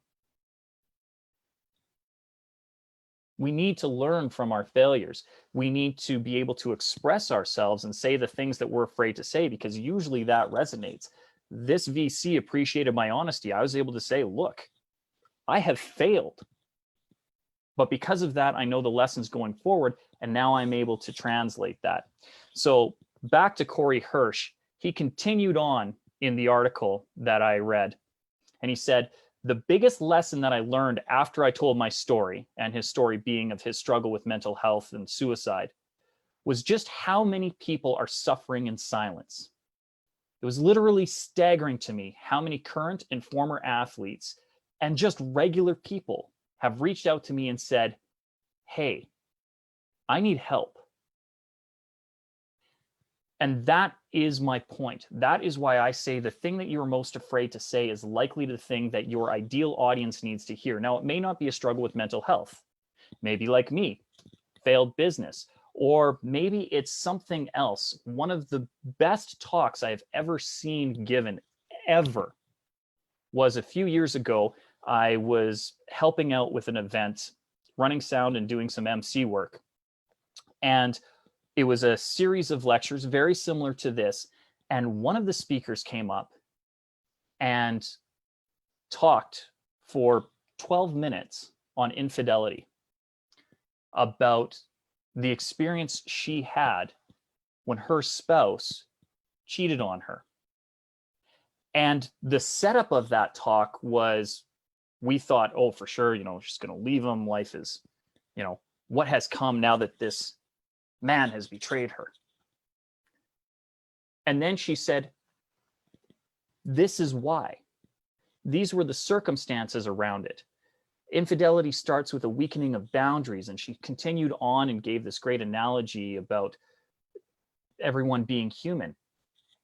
And then she blew everybody's mind, because she said, and I bet you're probably wondering what he thinks about me standing up here, airing our dirty laundry to a room full of 300 people. And she said, you can ask him, he's sitting right there.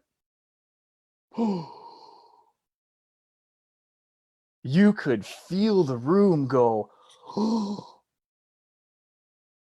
I will never forget that talk. Ever.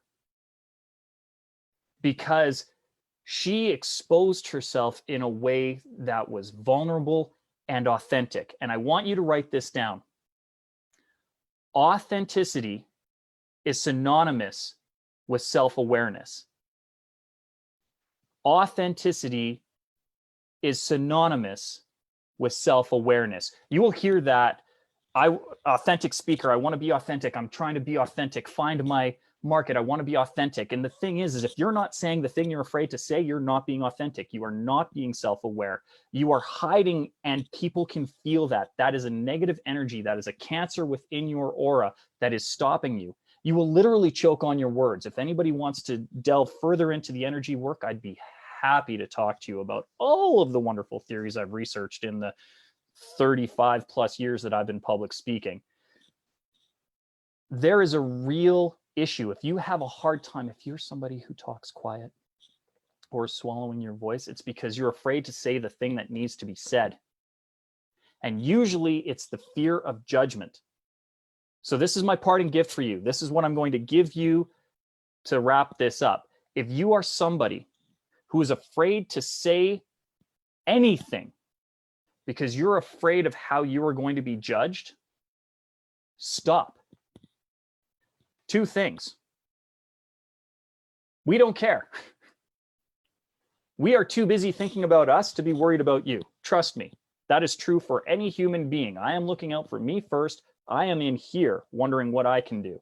Second, if you've shown up into a forum like this today, you are already on my side.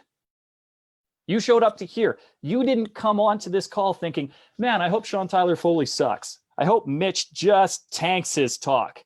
None of you thought that. You were already on board the second I was introduced. All I had to do was come and deliver, say a thing, and get off the stage. Speaking of which, it's 12:59, so I've said my thing. I'm going to get off the stage. Please remember, the audience is on your side. The audience is on your side. Say the thing that you're afraid to say, and you will gain your true audience. I promise and I swear. Thank you, everybody. Sean Tyler Foley, brother. Oh, it is always a treat to share the stage with you. Thank you for coming in and rocking it out. And as I said to everybody earlier, if it hasn't gotten on yet, is that he is right now running an event from Texas while he's in Calgary and talking to us here in Edmonton. So this is the power of being able to leverage it. And when we discuss leadership, leading self, leading others, leading organizations, what a statement to make about saying what needs to be said. As we've gone through this today to talk about honesty, integrity, taking action and caring for yourself, what we have done when we've discussed honesty is said candid. Are you being honest with yourself? Is the narrative and the voice that you are expressing and sharing with others what is really going on inside? When you lead others, we talk about being clear, defining, be uncompromising, listen actively. But when we empower, we provide direct feedback. This is what I need and don't need. This is how we're going to maximize what's going on. And then with organizations, to be clear, declarative. And when we discuss plans, results, goals, outcome, don't start from the money and work up, start from the top and work down. And that means being clear about what's going on, even saying some tough things. Sean, it is a privilege. Thank you so much for sharing those insights. If you guys want to connect with Sean later on, watch. We're going to make sure to have a splash page at the end. I keep saying that, which means, Ali, you better have a splash page ready for everybody at the end of the day so they can connect with all of our speakers here, reach out, communicate. Every one of our speakers here has said they're happy to talk to anybody after. It is no cost. We're bringing this to you no cost. Reach out and talk to them. If you want to do business with them later, fantastic. They will be able to help you out. But reach out, ask questions, follow up, gain insights, etc. We're on a mission to educate, enlighten, and inspire. Now, to do that, sometimes we need the impetus to say thank you. We've heard HR, we've heard organizational behavior, we've heard about speaking in your authentic self. When people, in other words, leading others, managing others, leading organizations, means that at some point, value is going to trade hands. Obviously, there's money. I get paid so many dollars an hour, or I get paid so many dollars a session, or I get paid so much to speak on stage, or I get paid so much on a weekly or a monthly basis, straight up. Compensation comes in many different ways. And when we look to lead with others and we look to lead in organizations, being able to compensate effectively is vital in business. But more than that, finding those intangibles, those secondary benefits, or those other ways to think of ways to say thank you or provide opportunity in turn for people to do something that is not just the value of the money that they put in their wallet. Our next speaker is our own Matt Hewson. Matt is one of the people that helped to pioneer and launch the Original Joe's restaurant franchise. He has been involved integrally since his teen years with the Sawmill Restaurant Group and has known that family very well. He's worked with Harley Davidson. He has worked with Trade Bank and now Barter Pay. He's inside of the syndicate organization itself, and he works in many different facets on looking at different ways than just money to make businesses and people work. Matt is an absolute treasure trove of information, a genius inside of real estate, alternate financial capital, etc. Matt is somebody who can show you, tell you, and readily navigate different ways to benefit yourself, benefit your business, benefit your employees, and benefit other people that you work with overall. It is a treat, a pleasure, and a privilege to work with him. Matt, it's great to see you coming on, brother. It's always a joy to have you here, and the floor is yours. Thank you, Mitch. I always feel good about myself after you talk to me. speak to me, resonate with me. So thank you. I've definitely had some aha moments today. For myself, I want to provide some insight and opportunity about what's going on locally and nationally. Obviously, we're in a very unique situation. But again, I'm Matt Hewson. I am a serial entrepreneur for over 20 years. Like Mitch had said, I opened up the Original Joe's franchise, and we did so on September 1st, 2001. And let me tell you, 10 days later, the world changed in business as well. When New York was attacked, it was just something that I couldn't have imagined. And what I'd like to do over the course of the next 15, 20 minutes is just talk about, the necessity and the need to be agile. So I'm going to share my screen. We're just going to go over some things. I'm a walker and a talker. I married an Italian, so you might see me in the little screen kind of walk back and forth. And then just let me know if I am sharing the correct screen.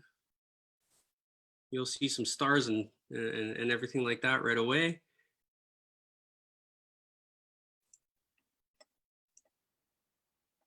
There we go. So my hope is that you get to see exactly what I'm talking about. Maximizing some of the things that you need to save on in this cash-strapped economy. So again, I've been part of many different opportunities. I've been a jack of all trades, and I wanted to kind of discuss some of the things that I now know. And like I had mentioned, with Original Joe's, I was very grateful and very fortunate to be part of a winning team. Now, we had spent over a year developing the playbook for Original Joe's because we knew that we were going to be working in the business, not on the business. So we wanted to have it here ready, waiting for us. And like I had mentioned, 10 days after we opened, we had to walk upstairs to our office and throw that playbook out because life had changed as we knew it. And something for me right now is that after working through that and 753 days later, taking my first day off, I had ended up buying out my 2 business partners, aligning with the franchise group, and created what I guess the brand would be today. But more importantly, I knew that it doesn't matter if you have a plan. So what we need to do now is to adjust and to be agile. And we've heard it from some of the speakers earlier today. I want to kind of continue and evolve that. So I had worked for Original Joe's for almost a decade. I found the love of my life, who is now my wife of over 10 years, and knew early on that first wives and restaurants don't necessarily mix. So I ended up exiting the hospitality industry from the thing that I knew from a teenager. And like Mitch had said, I'd worked for a couple of different groups and amazing mentors and coaches. So I went to something a little bit easier. I ended up operating and managing and coaching a kickboxing gym. It's way easier than a restaurant, let me tell you. And what that allowed me to learn is that we need to be mobile, we need to be fluid, and we need to continue to evolve and mentor in different ways because not everybody learns in the same way. So what it also confirmed, and this is just a side note, that I do in fact not enjoy getting punched in the face. So just as a FYI. Mike Tyson once said though, everyone does have a plan until you get punched in the face. And I think that is very applicable in business of today. Both the environments, again, taught me to be agile, make decisions quickly, and making decisions is key. And I think we can all do that. However, where some of us fall down, including myself, is you need to be able to act on them and act on them quickly. Usain Bolt, I just saw a post come through earlier today. Usain Bolt trained a lifetime for 9 seconds worth of work. And that's something that none of us really have the same commitment. And I don't, and I think that's a takeaway for me and one of the aha moments. And I also believe Jim Rohn once said, highways are littered with flattened animals that were caught with indecision. They got caught deer in the headlights. The ability to move will allow you to define and to stay alive another day, but to define if you're moving in the wrong direction or not. And that's something that, again, is key. As we go through today and over the course of the next 15 minutes, we're going to talk about small business, medium business, and enterprise and their biggest expenses. To me, this is what we defined: your rent, your leasehold, and your essential services, your labor, your employee engagement, the marketing and the branding that you have behind your company, and then the hard cost of your product and or service. So again, I'm going to just highlight some of the things that we've been able to do through Barter Pay and Barter Pay It Forward. But more importantly, it's just going to be some notes and some opportunity for you to create discussion for yourself and for the teams that you have. So let's start with rent. Obviously, if you are a home-based business, my hope and goal is that you're able to utilize current government process and current government programs. If you do own a space, if you do rent a space, work with your landlord, with your property management firms, and see what they can do for you. Many of them want you to weather this storm. They understand that the commercial game is going to be a little bit different by the time this is all done. They don't want to have vacancies because those vacancies might sit there for months, if not years. You want to engage with these people and say, listen, I can do this. Are you okay with it? And if they say yes, you're going to have a big win. If they say no, come talk to me. I might have a solution for you. If you're able to exit your current lease, consider a co-working space. And I noticed Gwen at Bonafide Wave. That is a tremendous space out in Sherwood Park that has a co-work opportunity for trades groups. If you don't know about them, Google them, connect with her, see what you can do. Because it is one of the benefits is that if you are now occupying 10,000 square feet in an office space, I have an economics gentleman that works with me as a partner, and he now has 19 staff working from home, but his lease rate is over $10,000 a month because he operates an entire floor in College Plaza. Well, he now knows and is working on an exit strategy because all he's going to do is rent a boardroom. That's all he needs to do in order to facilitate. And you heard it from Ben earlier and from others as well. If you can work with these groups, find out what their needs are and where their pain points are, because if you can help offset that with a product or service that you provide, that can be a huge benefit to you. For essential servicing, and this is another what I would consider fixed cost because you're paying it no matter what, hence essential. Look for pricing throughout the market, because I have to tell you, many of us rarely or never have looked at your commercial essential servicing. So that would be your natural gas, electricity, internet, those type of things. You're going to pay it because you need it. And I'm assuming now more than ever, you need it. So now that we are invested in savings and have identified that there's other competitors out there, there's some great product and great businesses out there that you can see, hear, and feel that they're willing to look for a customer acquisition, and you can see the benefit because of it. If you're rural, look at a co-op or something that you have in place near you or around you, and there's technically, sorry about that, I'm getting beeps everywhere. There is quite a bit of an opportunity for cost savings based off of procurement. Know your actual needs, and this is something that not many people focus on. You know, we get dazzled with lights and numbers, and I need internet gigabit and I need, internet 600.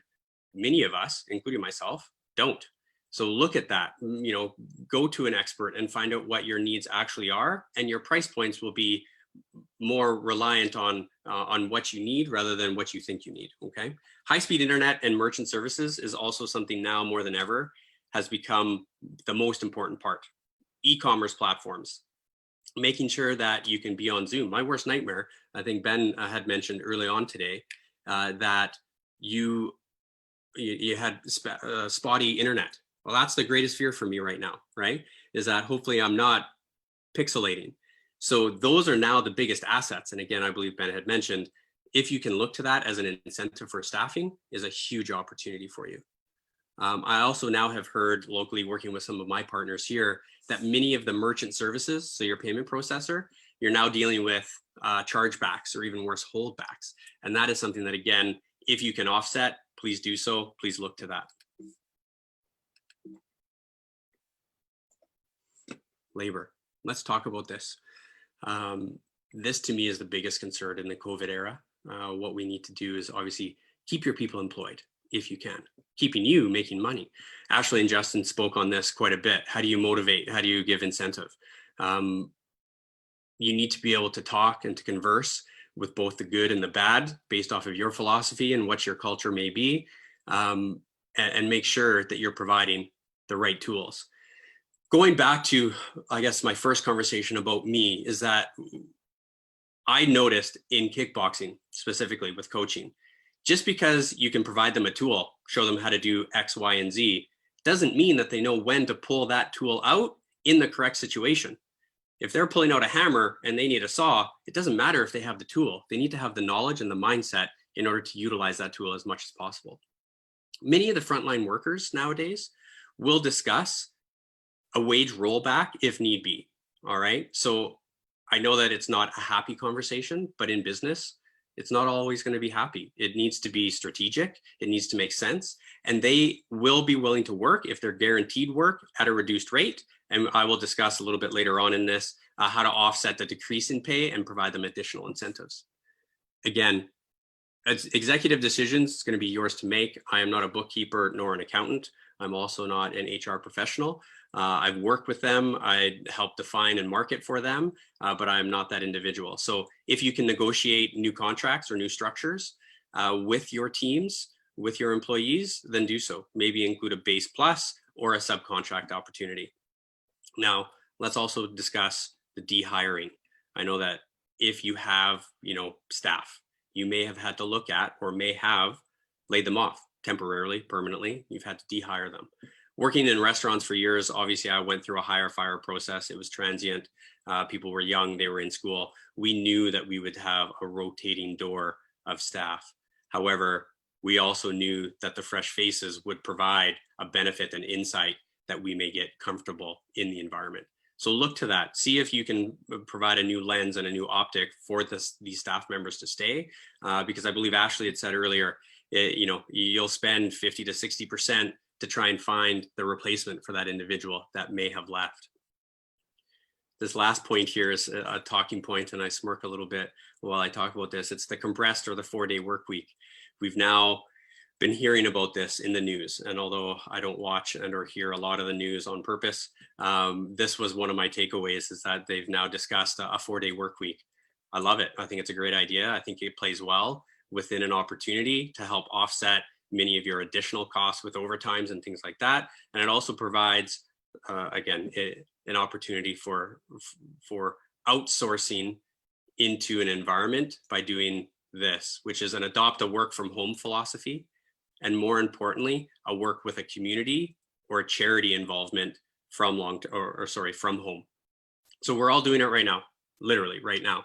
I don't love that my stage is 1, 2, 3 screens and a ring light. And I don't know how your stage looks or how your office looks currently, but I do know that I'm surrounded by Elsa and Barbie and this and that because I'm in my basement. And what are you to do? You're in your basement. So you have to work with the tools that you have and make sure that you can provide an incentive and a motivating factor to the people that are doing the same.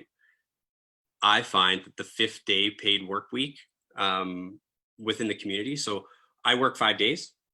I have a team that are subcontracts, and we will involve them in the community with one of the local charities or nonprofits for their 5th day.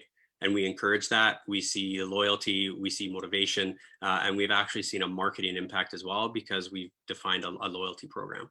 So retaining key people, like I had mentioned, is far less costly than hiring, firing, and going through the process of getting new people.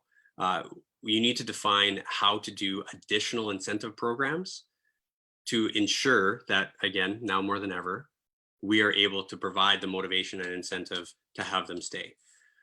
Through barter pay, we work with many different programs, many different managers, many different companies. We've now developed a platform to provide middle management with incentive. You can get your cash bonus at X, or you can get a barter bonus at X plus 0.5. So we've created an internal value. Now, outside of the barter pay ecosystem, there's other discount groups or loyalty programs, group benefits.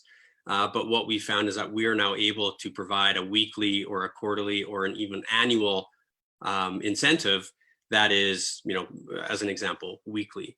We have some of our restaurants for top salespeople or the most active employee will get a car wash card or gift cards to other restaurants and businesses around the community.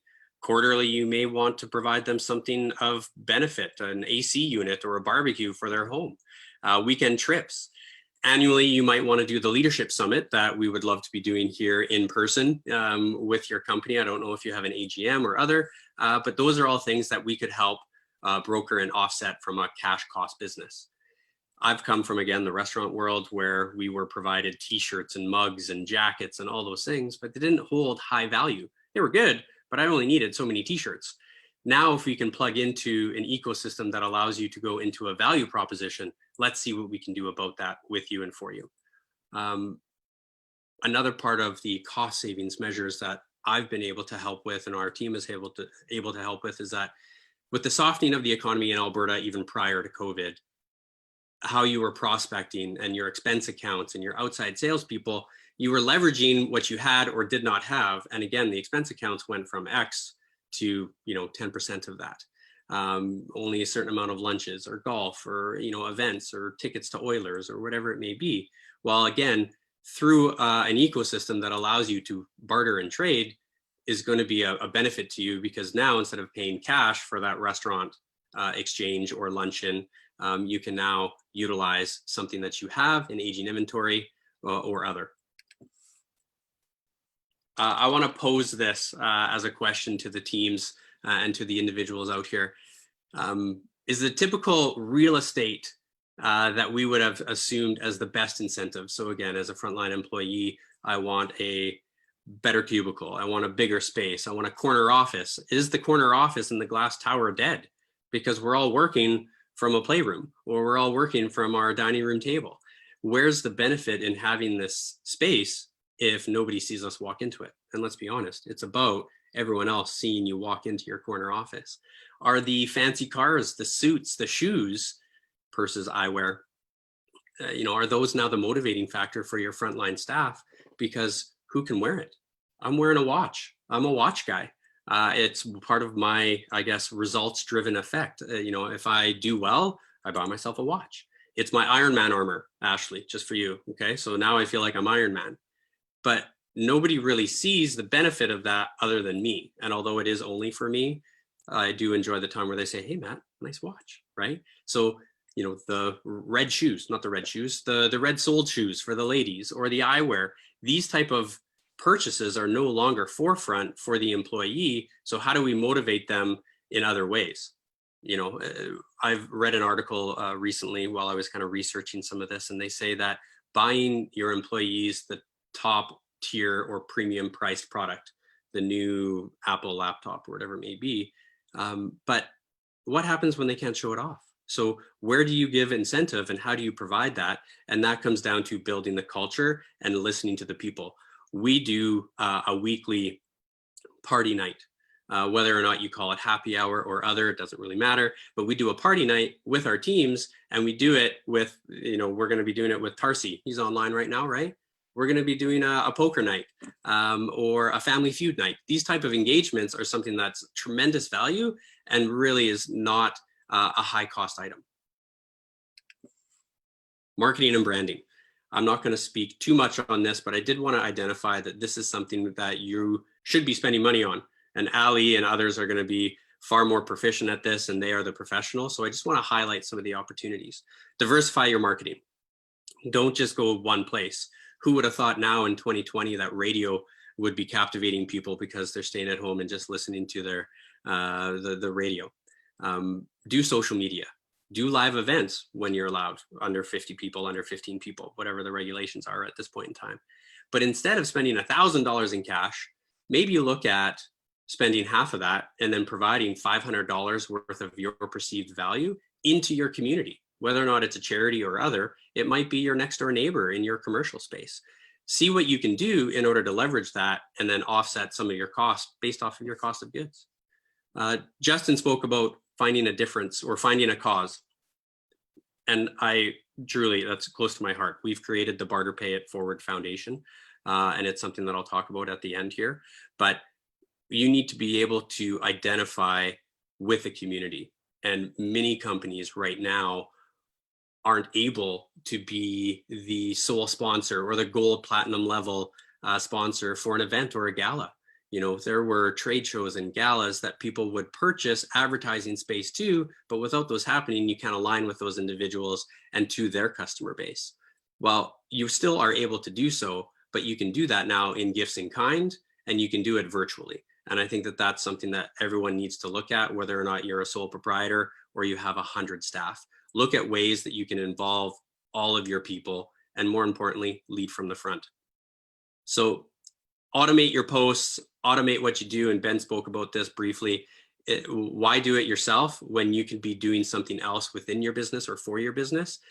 With the technology and AI and machine learning, Utilize that to get a much higher conversion based off of the dollar spent. And again, these type of companies, Rapid Boost, OutCloud, all of them are far better off than I, but just know that these type of opportunities will help save you money hand over fist. I'm going to talk about something that doesn't cost you any money. Actually following up on calls. So it's so funny that many of us will be like, yeah, I got to get busy. I have to do this. I have to do that. Oh, I need to do SEO, and oh, I need to do this. But then when the phone rings, you don't pick up. And so many of us, including myself, have been guilty of that. If you follow up, you will have the opportunity to ask questions and listen. That costs zero. Now, if you can provide more time and more effort for your staff to do the same thing by creating a more productive environment through incentive and other, that's going to save you the most money in my mind. And that's where we've come into play from our marketing engines. Have your employees be your biggest ambassador and your promoters. And I've worked for small independents. I've worked for large international brands. I actually worked for Apple for a little bit. And let me tell you, if you want to define culture, it is amazing. But part of that culture was that you needed to be the biggest promoter, the biggest ambassador.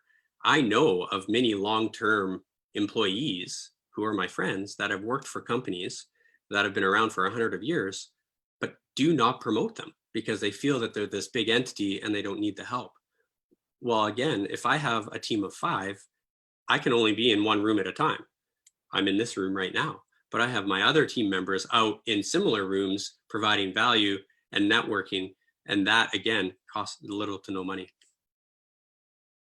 I'm going to pose some questions here again as well. Are branded material and promo gear still a necessity? Are you going to go out and get a hat or a jacket because we're not seeing one another as often, so you're not getting those touch points? Are the water bottle and mouse pad even relevant in today's world? Now for me, and again, I mentioned earlier, is the logoed ring light, which I have right here, or the green screen that we were talking about earlier. Is that where you're going to move now in order to make an impact with your brand? Are the branded masks going to be the #1 purchased item? And again, you see people captivating the market and utilizing that, and there's millionaires being made every day, even in an environment like this. So the last part of the biggest cost perspective is this: your hard costs. You most likely, if you hold inventory, you are holding that inventory because you're not quite as busy or you're not open at all. Well, that inventory is now aging. Typically, aging inventory is worth less. We would say this: do not discount your aging inventory. Utilize other systems in order to get full retail in the perceived value rather than bastardizing price point. Provide it as a marketing tool. Again, go out to the community and to the charities and provide it as gifts in kind so that you may create a firm handshake and a relationship when we're allowed to shake hands. Bulk purchase, Costco mentality. If you can do it, go out and do it. Procurement. And this is where, again, we work with our members and our clients closely. As an example, I have 4 electrical companies that I work with here in the Edmonton area. But nationally, BarterPay has about 80 electrical companies that we work with. Well, they're all using the same type of wire. Maybe not the same brand, but the same type. So for us, we go out and we say, listen, let's go to one of your distributors and say, we now want to purchase this much as a bulk buy. Well, because of that, your pricing is better. You get the bulk buy discount, the Costco discount, right? Well, and that's something that we do for you and with you in order to make sure that we can offset. If it's 1%, 2%, 7%, doesn't matter. It's still money that it's going back into your jeans. Work with your distributors on new pricing if you can, and see what they can do. Again, many of these companies are willing to work because they want everyone, all their clients, to weather the storm. And again, I can't say this enough. I don't want to repeat myself, but I can't say it enough. Work with community partners. If you can align with a charity or a nonprofit, do so, because now more than ever, they are looking and searching. We work with Imagine Canada on a national level, and Imagine Canada, it works with charities across Canada to help motivate and provide pricing and benefit to them. We now work with them to say, listen, all of these companies still want to be able to work with the charities in their local or regional area. if they don't have the money to provide for the galas and the sponsorships, can they do gifts in kind? Many charities will say, well, what do we do with an air conditioner?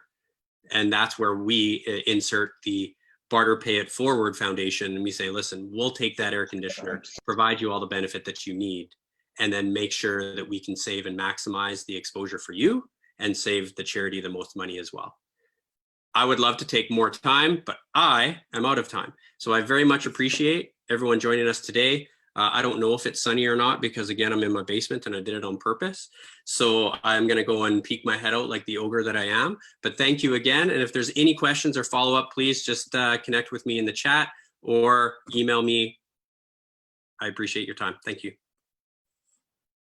Matt Hewson. Matt, thank you very much for sharing that. And as we've discussed before, and as we're discussing now, leadership is about first leading through self, leading others, and then leading organizations. And one of the essential elements we have in organizations is compensation, how people look at rewards, etc., and finding alternate ways and different thoughts so that you in turn can find the best way to maximize people is going to be essential as you, the people around you, and your organization moves forward. Now, our next speaker, and this has been a treat because she came to join our lovely little family for Transformation Leadership Summit just 2 weeks ago. Reached out, Jamie and I started up conversations 2 weeks ago, and she was so excited to come and be able to share some of her journey, her experience. And if you know her, then you know her, because her journey is one that we have followed along in Canada for a very long time. Today, Jamie is going to be talking about the power of vision. And if there's a person that can understand vision as the driving force to lead yourself and in turn lead people moving forward, it would be somebody who's had the great privilege and pleasure to compete. She was born in Calgary. We won't hold it against her. For those of us from Edmonton, raised in Red Deer, started to take up figure skating, competed multiple times. And you would know her, of course, from her with David Peltier and Jamie Soleil. And she was able to bring home the gold in 2002. Since then, she has gone into the Hall of Fame. She has worked tirelessly with nonprofits, Special Olympics, etc. Met the love of her life, Craig Simpson. They got married in 2012, and she has been an advocate ever since. And she is now a coach.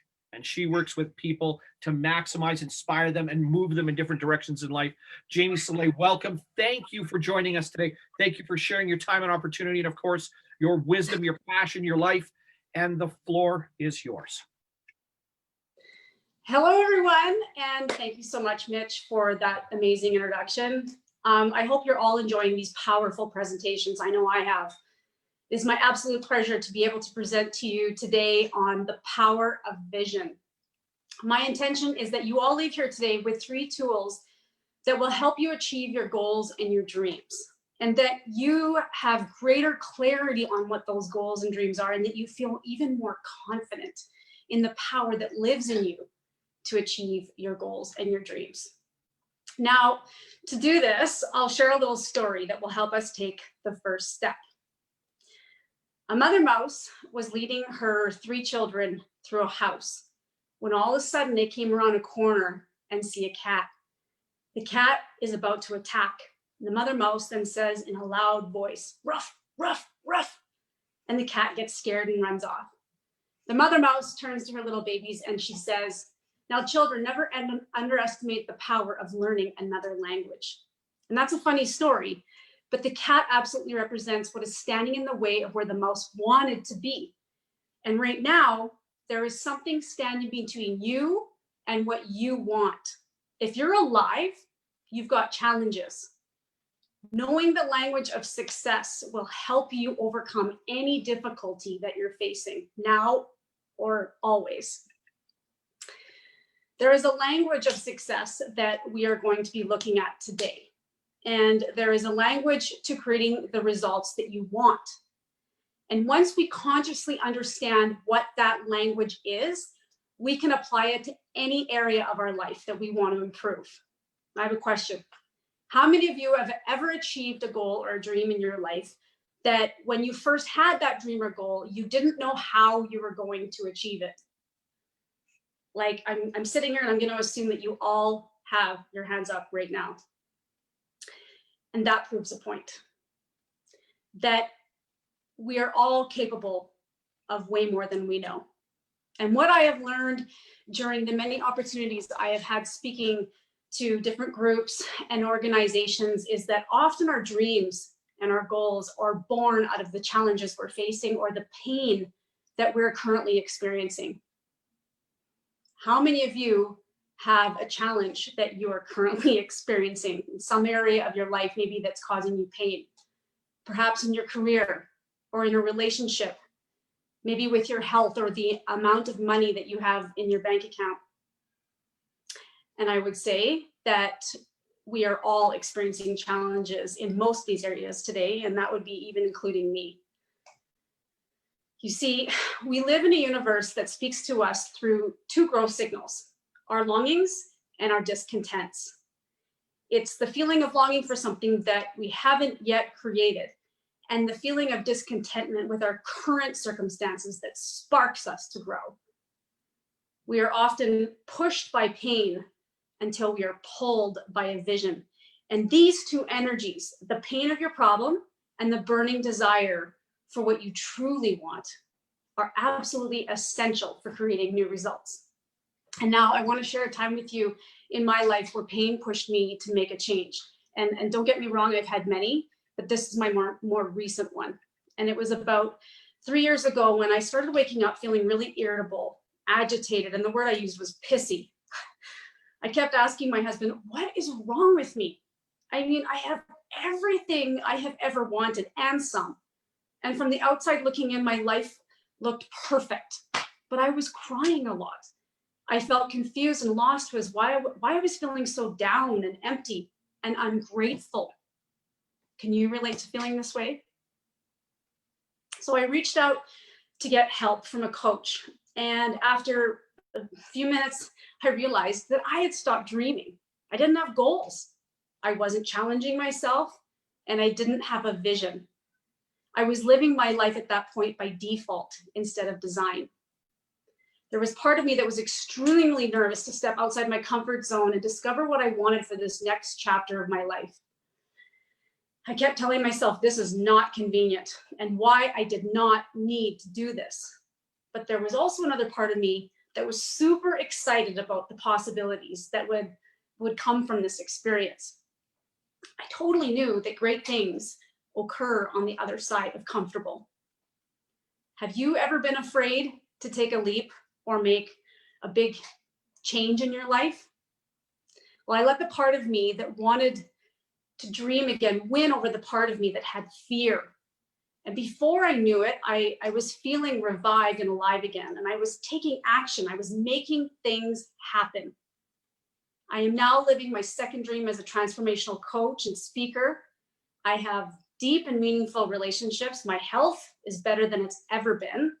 And I get to serve incredible people like all of you and help them live a life that they love. I feel so grateful I reached out for support.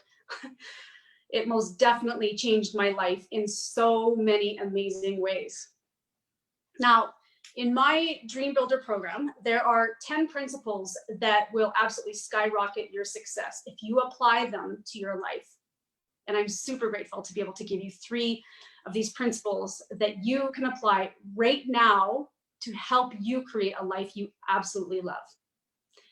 Every one of you can improve the results you're getting in your life when you expand your awareness of the pattern for how to create those results. And that is what we're going to learn today. So fun. So let's learn how to expand our awareness for success in the areas of life that matter to you and I. There are 4 major domains of life in which we experience our results. Health and well-being. You can write these down. Love and relationships, career or vocation, and time and money freedom. And every one of us have results in each of these areas. The results you're getting in your life right now, in these areas, are a perfect reflection of your awareness. So let's expand our awareness by studying what I call the results formula. And the formula begins like this. Your thoughts cause your feelings. And you know this because when you think joyful thoughts, you feel happy. But when you think scary thoughts, your heart starts to beat faster. When you think about all the things that are left to get done in the day and there's absolutely no time to do them, you feel stressed, anxious, overwhelmed. Or when you think about what you've accomplished and what you're capable of, you feel so much more confident. Your thoughts totally affect your physiology. And then feelings cause actions. By law, your feelings must be expressed into your actions. So when you feel confident and energized, you take completely different action than when you feel depressed or frustrated. And actions cause results. It's our actions or the lack of them that create our results. So once again, your thoughts cause your feelings cause your actions, and your actions cause your results. Ladies and gentlemen, this is the law of cause and effect, yet most people do not get this.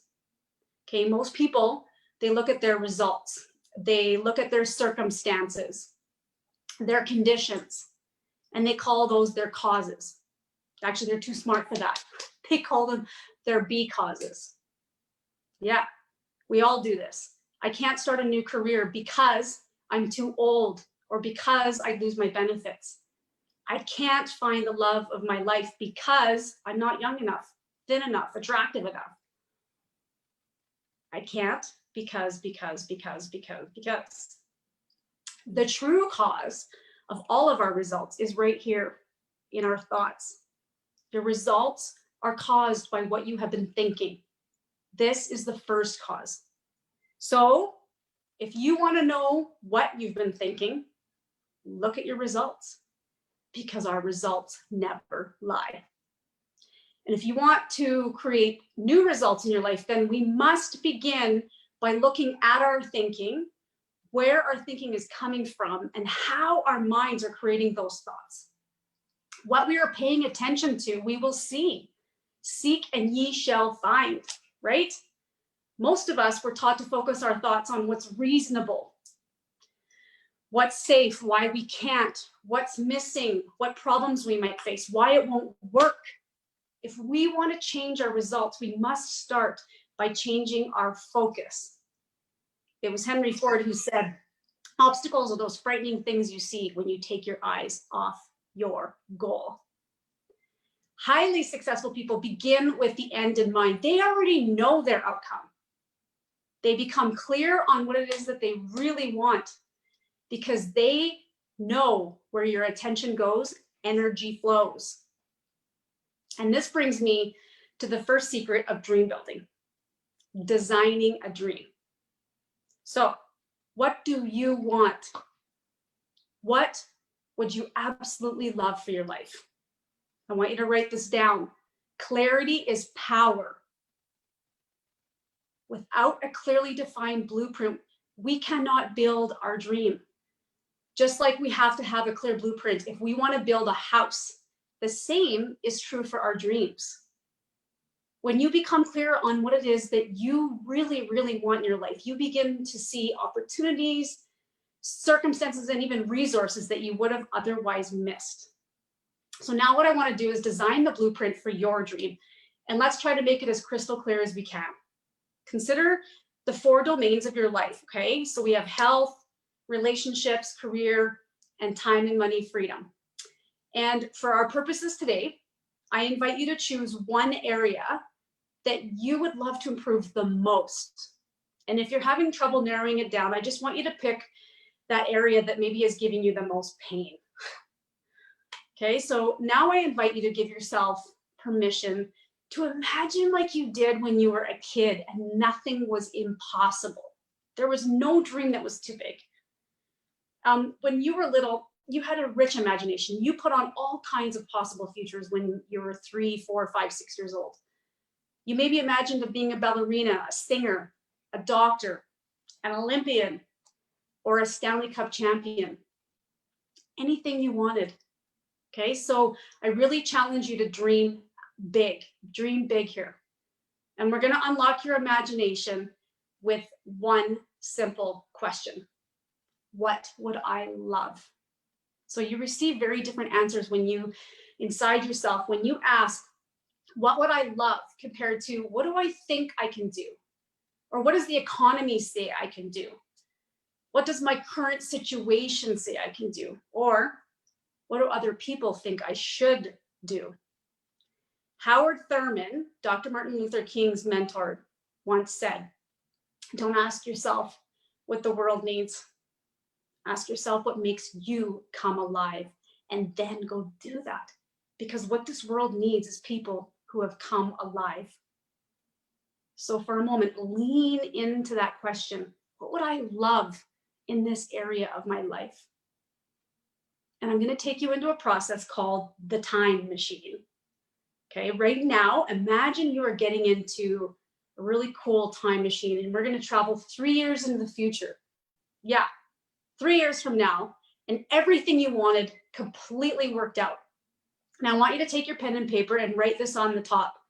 I am so happy and grateful now that. Okay, so write that at the top of your page. I'm so happy and grateful now that.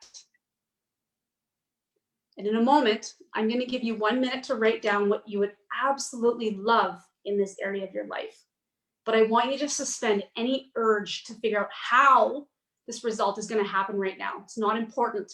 This is simply what you would love, as if I gave you a magic wand and you could create exactly what you wanted. Okay, so dream big here.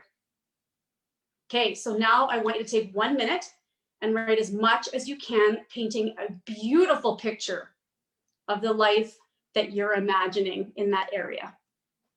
Okay, go.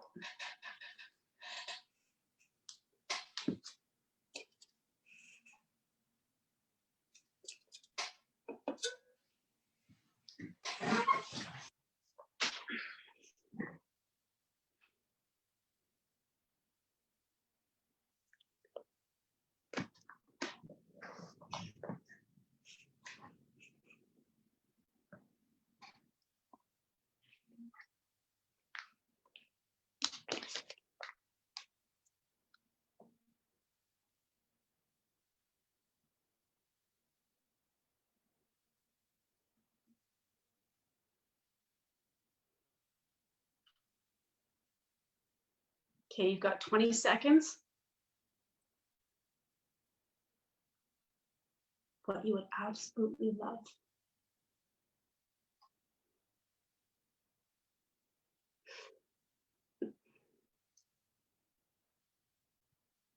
All right. Okay, good job, everyone. Nicely done. We're on our way. This is the beginning of designing a life that you would love. And I know that you might not know how this dream is going to happen, and that is okay. Great dream builders are willing to suspend the need to know how, at the beginning of the process. So now that you have the start of a clearly defined dream, we're going to move on to principle number 2, and that is deciding for your dream. You must make a firm decision for what it is that you want before you will bring your dream into reality. Napoleon Hill, author of the book Think and Grow Rich, so good, after studying 25,000 men and women, concluded that highly successful people form the habit of making decisions quickly and changing them seldomly, if ever, while unsuccessful people made decisions slowly and changed them frequently. It's the decisions we are willing to make that shape our lives. There's an old story about a man who goes to a bank to cash a check. He goes up to the teller and he asks, "Can you cash this check?" And the teller looks at the check and says, "Yes, I can cash this check. I just need you to sign your name on the back and then I'll go get your money." And the guy says, "Whoa, wait a minute. I don't want to sign my name on the back of this check and hand it over to you. You're going to be holding on to my check with my name on it, and you might decide not to give me my money." The banker says, "Well, sir, you have to sign your name on the back of the check before I can give you the money." I'm sorry, it's banking policy. He says, well, could you please just like this one time, give me the money, and then I promise I will sign my name on the back of the check. So finally, the young teller says, you know, I can't help you. You're going to have to leave. So the man goes to the next bank. He goes through the same routine and he's refused service. So now he's going to the third bank. He's having the same conversation again with another young teller, explaining he's uncomfortable. He doesn't want to sign his name on the back of the check. And he's told that it's banking policy that he absolutely has to sign his name on the back of the check. Finally, this young teller has just had it with this guy, and he reaches under the counter and he pulls out a rubber bat, reaches across the counter, whacks the guy in the head and says, sign the darn check. So the man signs the check, hands it over, and he gets his money. Then, with money in hand, the man goes back to the very first bank and goes up to the first teller and he says, hey, look, down the street, I got my money. And the teller says, yeah, but I bet you even down the street, you had to sign your name on that check first. And the guy says, well, yeah, I did. But you see, no one ever explained it to me the way they did. And I love that story because I believe that on so many levels, it's my story and it's your story. We go to the teller of life. We go to our imagination. We go to our dream or our goals and we say, I really want my job to look like this. I want my income to be like this. I want my relationships to be like this. I want my health to be like this. And we describe it. And then life says to us, awesome. Well, then go ahead and sign your name to it first. You become the thing that you say you want, and I will cash that check for you. And we back up and we say, no, no, no, no, no. Give me the resources first, right?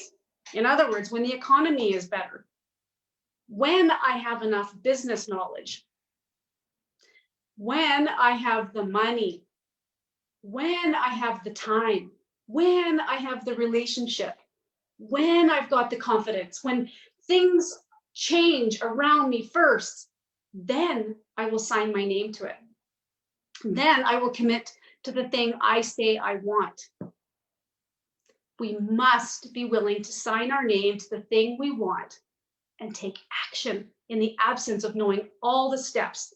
If we want to have our dream, there's no new path that can begin until a decision has been made. But once you make a firm decision, even in the absence of absolute perfect conditions, a whole manner of things begin to occur.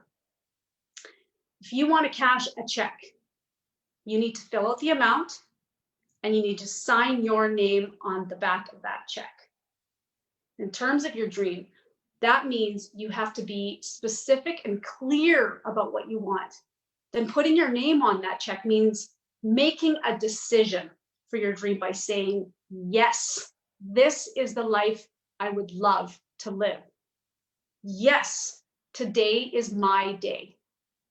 So you have created a blueprint for part of your dream. You have decided for it. And now we're going to talk about principle number 3, which involves overcoming what stops most people from bringing their dream into reality: fear. So that's why principle number 3 is befriending your fear. Great dream building requires the ability to suspend knowing how and taking action in the absence of all the answers. When we decide for a dream, there is a part of us that says, yes, right? And then there's a part of us that rises up and says, yeah, right, that's not going to happen. Or that voice might say, well, how are you ever going to do that? You've never done that before. Who do you think you are? You don't have what it takes. I've heard all of these. Have you ever heard from that part of you? I'm sure that voice has already spoken to you during this presentation. So what is that voice? That's the voice of fear. It's the part of us that wants things to stay status quo. And often fear will disguise itself as practicality. Fear won't say, hey, I'm here to kill your dreams.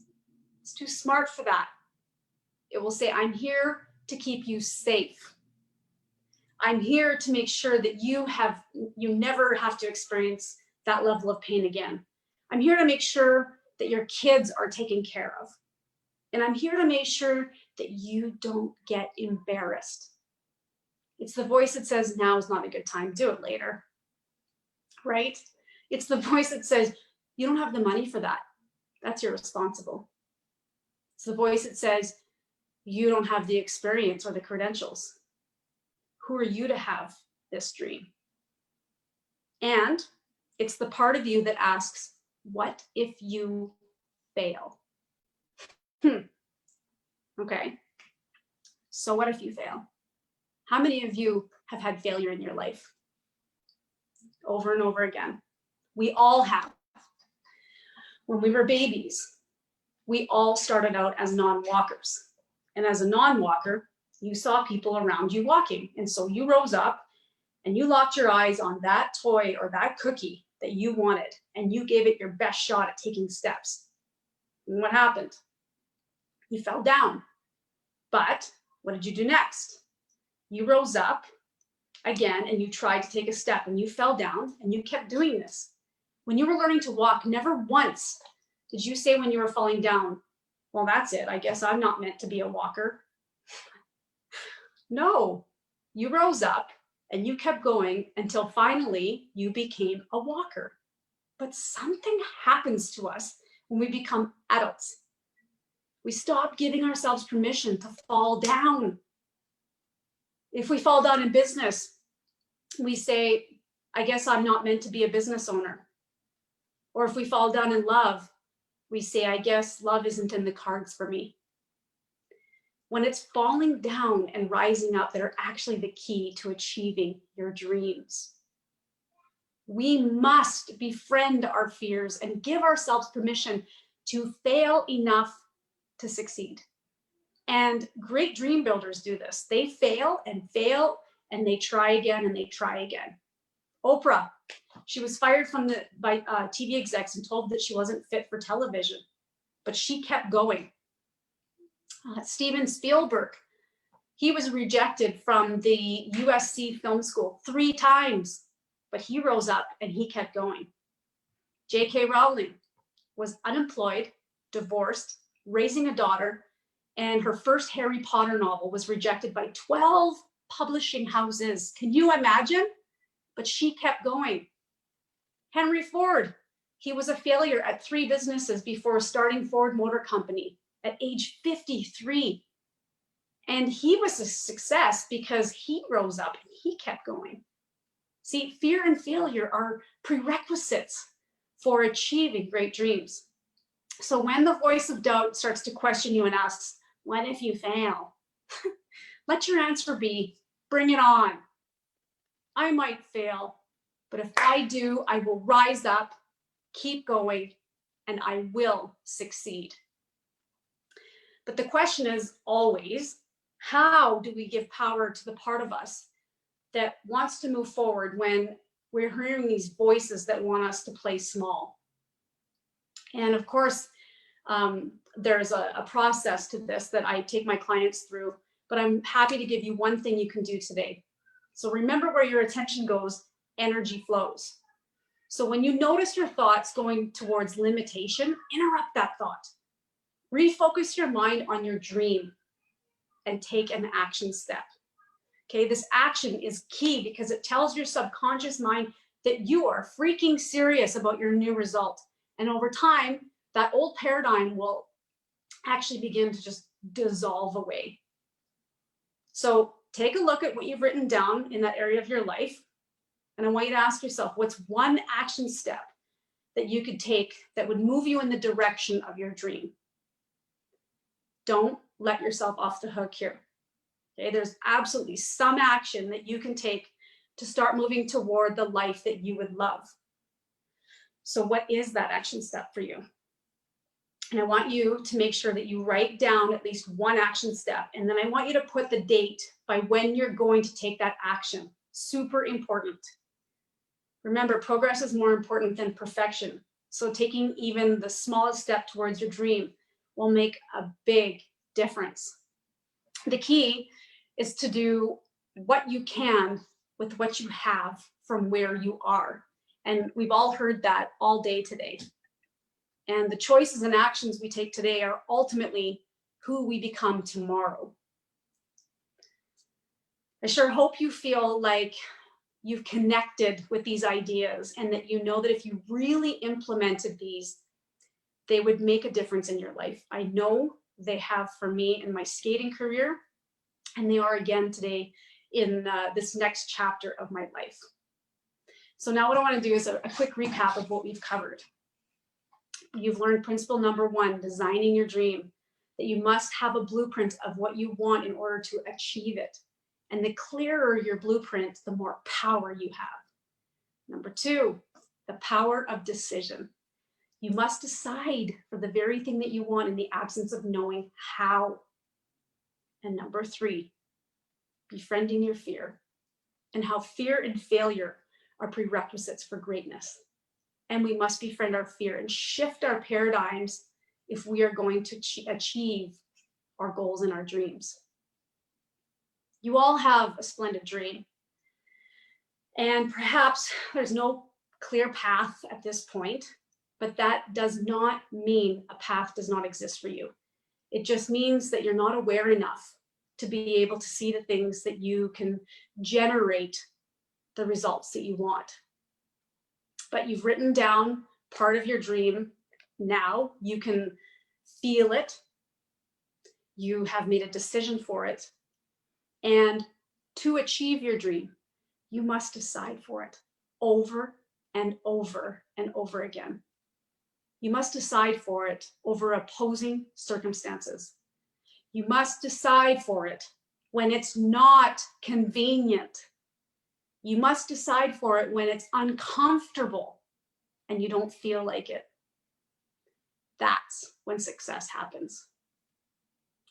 So as you lay your heads down tonight, know that what is inside of you is far greater than any challenge you are facing. You have incredible power within you. This is your time.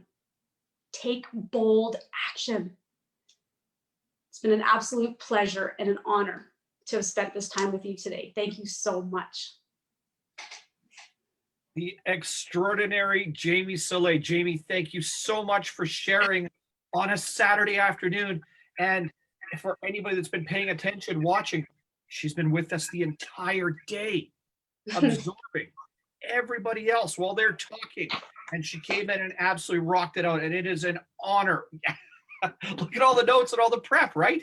So if that doesn't go back to the very beginning when Corey Poirier talked about his time working with his mentors and friends as he built his dream and turned into it, to see a man in his 70s sitting in a competitor's room, writing copious amounts of notes to foster and further what they were going through. You've just listened. Now, for most of us, to listen to an Olympian, an Olympic level athlete, and somebody, as Jamie in her own words would say, has the outward appearance of having everything that she could want in life, and yet still not find enough satisfaction, but to be able to use it to transform, to change her life, and to grow into different ways. I believe that we've run out of excuses for not transacting for ourselves. So, ladies and gentlemen, we're about to get our stretch on. I promised you one more madness minute. So you're going to have to get up out of your chairs. You're going to need to get your water. You're going to have to get going. I know that nobody should be in a bathrobe anymore. If you are living like Hugh Hefner. There's Jamie. She's on her feet. Everybody get up. We got to get up. We got to get moving. Make sure you turn your camera on. This is the very last one. We're going to be going to our closing suite for the day. Start to loosen up. Get yourself moving. Get your feet going. Shift a little bit. Dance a little, do a little shadow boxing, get your arms moving, make sure to hug yourself because you deserve it. Get your shoulders loose, get your back and your neck loose, get every part of you loose because you've been sitting, you've been writing notes. And once more, we're compressing ourselves. As the information comes to us, we get smaller and smaller and smaller. And we can't do that. These moments are meant to be lived alive. Take yourself and explode. Let the energy come up, pick it up, and let it carry you. Leadership is inspiration. Inspiration is managing and moving through toughness, through difficult times and settings. And you need to move yourself right now. If anything else can be said to come from Jamie, it is to get yourself moving and to give yourself permission to go. So get something, hug yourself, move your hands, rotate your shoulders, get everything to bounce, get everything to shift and twitch and strain and stretch. And of course, don't hurt yourself. Lord, no, we don't want that. But get yourself to move, give yourself permission to breathe, give yourself permission to stand tall, to get all of your body to move back into alignment, to get every part of you, because we have just a little bit of time left. And as you have heard repetitively, time and again with our speakers, that we start with ourselves.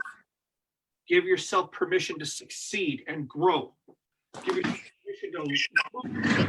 yourself permission to love passionately. Leadership is about mastering ourselves, working well with others, and taking organizations to places that they were not before. So to do that, you need these moments. Now breathe it in, take a deep breath, take several, get some water, hydrate, make sure you're loose, and get right back to it, because I'm going to be introducing our last main speaker for the day, and then we'll be going into a panel discussion at that point. Dr. Barry Leica is going to be coming on. So make sure, get some water, stretch it out, hydrate, and we'll be right back to this here in 5 minutes, and we'll be motoring into the rest of the afternoon. I love you guys for your passion and your energy to stick with us here right now. So go get some hydration, get yourself reset, and we'll see you in a moment.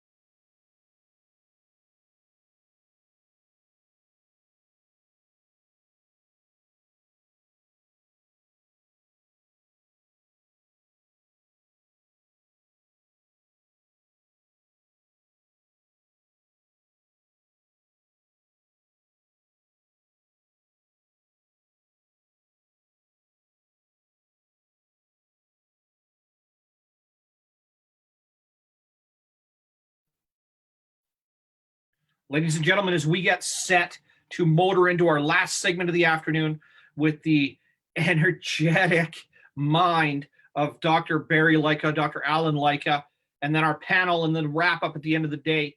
1, make sure to hydrate regularly. 2, of course, if you need to pause, reset, family members are around, etc., kiddos and things like that, don't hesitate. This is a family-friendly environment. If you like, please bring them in. It's welcome. Everybody would love to see your fur babies, your regular babies, your grandbabies, whatever else is going on. Do not hesitate to let them come in and enjoy, be able to poke their nose in and have a look. Curiosity is a wonderful thing. And if anything about today should be that this is about education, being able to foster and further ourselves. Our next speaker is going to be coming up here momentarily as well. And lastly, be ready to ask questions. After Doc Leica comes on as well, we're going to be going to our panel where Doc's going to be there. Jamie Soleil is going to be rejoining us, myself, Ali, and Greg Weir, a wonderful friend of mine for many, many years and who has led many companies to immense success. Going to be here, and this is your opportunity to ask questions. If you have technical questions about business, if you have personal questions for yourself, if you have questions about leading and managing when it comes to people, please let us know. Combined inside of our panel, we have decades of experience working through people, ourselves, and of course, organizations and businesses. So this is going to be a wonderful opportunity for you to bring anything, any idea and suggestion, as you should have heard today. And once more, for the inestimable Jamie Soleil's point, make sure that you're going to plan for it. And when we go back to Sean Tyler Foley, make sure to say it out loud. So don't hesitate. No question is out of limits, off bounds, and of course, no question is not worthy of saying out loud. So I'm going to introduce Doc here in about 2 minutes time. Let's make sure to hydrate, get everything else that we need, and settle in for what should be about our last hour and a half together for the day. And then we'll get you off for the rest of the weekend yourself. Thank you for joining us, and we'll see you in a moment.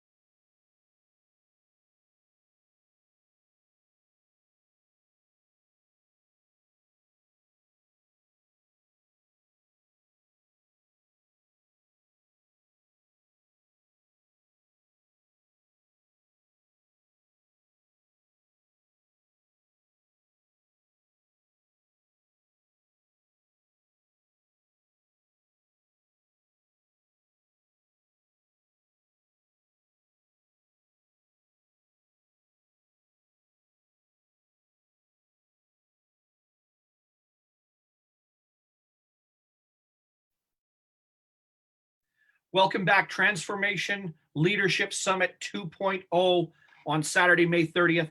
Welcome back, and I hope that you have been deriving a pile of information. And again, to go back to our first speaker of the day, Corey Poirier, one of the most noted TEDx speakers and coaches on talking in the world, talked about writing a bunch of notes. And this is just 2 of the pages that are going on my stuff, and I'm talking for part of it as well. So if you're not writing a bunch of notes right now, you need to catch up in a hurry. And I'm sure everybody else that has been around, and particularly our speakers, are going to say that they're drilling it for today too. There's Greg holding up some. Jamie was showing us some of her notes. I know Doc is a meticulous note taker as well, being a doctor. None of us will be able to read it, but we will certainly be able to sit there and notice that he has been taking a bunch of notes as well. We're going to move to our next speaker today. Dr. Alan Leica, Dr. Barry Leica, is a friend of mine. We met sharing the same stage last year and struck up a friendship that happened very quickly over business. Since then, as I've got to know Doc quite a bit better, as I will colloquially refer to him, and affectionately as well, I've got to hear quite a bit more about somebody that was at arm's length, a noted celebrity in our regional marketplace.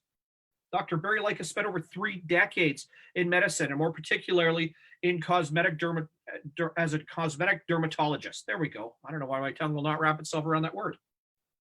And in that, he built one of the largest practices in North America. He was a sought-after speaker, has helped to build that entire industry itself. And when it comes to cosmetic practice, even founded some of the organizations that to this day still answer those questions. And then, of course, he married another doctor because doctors marry doctors. Apparently that's what happens. And he's been happily married to Lucy for 38 years and has 4 lovely daughters and 7 beautiful grandchildren. And from time to time, I'll get to see them in the background as they're walking by while Doc and I talk on a weekly basis and share ideas, suggestions, and work together. He had a diagnosis in 2003 that originally looked like ALS, Lou Gehrig's. And the first fear was, how is this going to affect my medical practice and medical career? He still managed to maintain. That diagnosis was not quite right, managed to maintain his practice and continue to conquer inside that industry. And because of what he learned from there, decided after 16 other books to publish something brand new. And Doc has just finished discharging his practice, has moved full-time into speaking, educating, and coaching individuals and people from around the world. And he decided that it was time to find a co-author, and his co-author, Harriet Tinka, has a wonderful story herself, The Secrets of Living a Fantastic Life. Doc, welcome. Welcome to Transformation Leadership Summit, and the floor is now yours. Well, thank you, Mitch, for having me. It's such a pleasure to be here. And after 2003, it's actually a pleasure to be anywhere. You can see in the background here, there's a nice beach. And I think that's what everybody should be hitting tomorrow or even later today, because, you know, the weather's too short in this neck of the woods to do anything else. So when Mitch asked me to speak here, I thought, what am I going to speak on? What am I going to speak on in terms of this? So I thought I'm going to educate everybody on how I built one of the best cosmetic surgery practices in North America. Why? Because the building of my practice is not the building of a practice. It's the building of a business. And my practice started in 1989. I graduated with a nice shiny degree in dermatology. It was brand new, and I stepped out and I had the world at my shoulders. The 1990 world hit. It became a crazy world. The Klein revolution was on. Everything was crazy at that time because Klein did not like doctors, and he made it known that doctors were not going to continue to do as well as they did.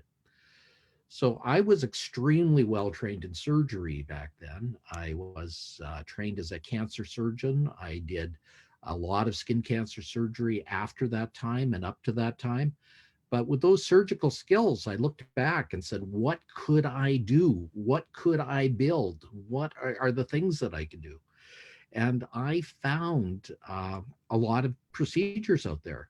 A friend of mine, Dr. Alistair, had just invented Botox. Now, some of you might have heard about Botox. It's one of these miracle wrinkle treatments. What it does is paralyze muscles. And when it does so, a person can't frown. So a person can't form the muscles that cause the wrinkles there. Now, people thought it was crazy that he was using it, but as you probably realize, this is the #1 cosmetic procedure in the world now. It certainly has taken over leaps and bounds over everything else.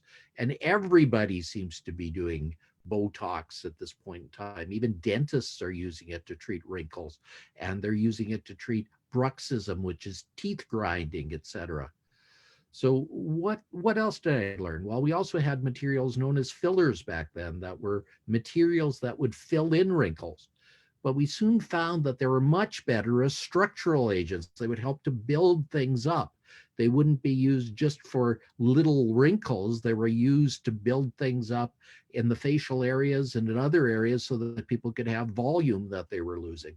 And finally, we had just invented lasers. Now, lasers were machines at that time that were very primitive. They weren't like they were now.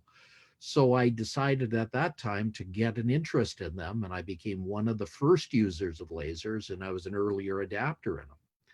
I also was one of the early adapters in using YouTube for my business. In fact, I was known as Dr. Video. I had over 300 videos to my name when I retired from my practice last year. And many of them had hundreds of thousands of views. Many people couldn't believe that YouTube would take off like it did. But I was there right at the start, so I knew exactly how to use it, and I knew exactly what to do with it. Now, Mitch is encouraging other people to get on YouTube and is encouraging other people in their business to do it. And I encourage the same thing. YouTube is a very phenomenal way to do it. But don't just stop at YouTube. Stop at other video items. Stop at print items. Start in all of these materials, because you can never have enough. I wrote 17 books as a cosmetic doctor. 17. That was unheard of. Most people would never write one book in their life. Sir, do you watch Pornhub? Right now in this pandemic, I'm writing 3 more books. The first one is going to be released next Friday, and I put the links in the box there because we're doing a send-off party, a launch party on Friday, and I'd like everybody to attend. 3 books. The main book is called The Secrets of Living a Fantastic Life, which I'm sure many of you would like to do. Well, there's secrets to that, and I would love you to pick up a copy of the book and learn a little bit about that. You can do that at fantasticlifebook.com. But even better yet, if you'd like to get a golden pearl a week, a golden pearl that will show you some of the wonderful things that go on, you can do that easily by texting me the word golden pearls, pearls with an S, to 1-899-717-2515. And I'll send you a golden pearl a week so that you can get the benefit. This is at no cost or obligation to you. So what else can I tell you? You know, I've given 3 Blue Talks in the last year with Corey Poirier. Corey Poirier is an expert speaker, and each one of those talks was in a different area. I gave one in St. Albert, I gave one in San Diego, and I gave one at Harvard University. And Harvard University was the hardest one to give because that is reputed to be the institution of all learning. It started in 1638, and John Harvard was the person that started that. And if you ever go to Harvard grounds, there's a big statue of John Harvard right there. And many people are mulling around. Many people are touching his foot because that's supposed to give you good luck and is supposed to give you wisdom. Little do people know that touching his foot is the wrong thing to do, because all the seniors at night go partying and they pee on that foot. So when you're touching that foot, you're actually getting pee on your hands. So it's something that everybody should know about when they're going to Harvard, a little known tradition that very few people know. What else can I tell you about things? What did I do to become one of the top doctors? I really learned a lot about marketing. And marketing is one of the hardest skills in the world to have. Most people do not understand marketing. Most people do not understand what it's all about. But marketing is simply the business of getting your message to a group of people that want your message. So Gary Halbert, one of the greatest marketers of all time, once had a line. He asked, if you had a hamburger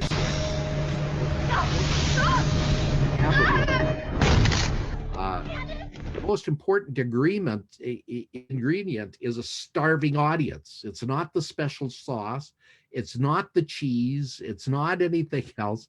It's the starving audience. So if you're going to offer anything to anybody, what you need is a starving audience. And if you can find that starving audience and give the need that you want for them, you will be immediately successful. Well, the starving audience I found as a young doctor was a group of people that wanted cosmetic procedures that weren't invasive. Up until that point in time, the biggest procedures done by plastic surgeons were facelifts, which were very traumatic procedures that would take months, weeks and weeks to recover. They required bandages, they required hiding away, etc. Well, thank goodness we had other things that could make people look good and feel good within a short period of time without having to go through all those horrific things. So the starving audience was ready for what I had to offer. And it was a very simple step to get there. But again, it took a prepared mind to realize what people wanted. And it took a prepared mind to give people what they wanted. And that was large part of what needed to be done.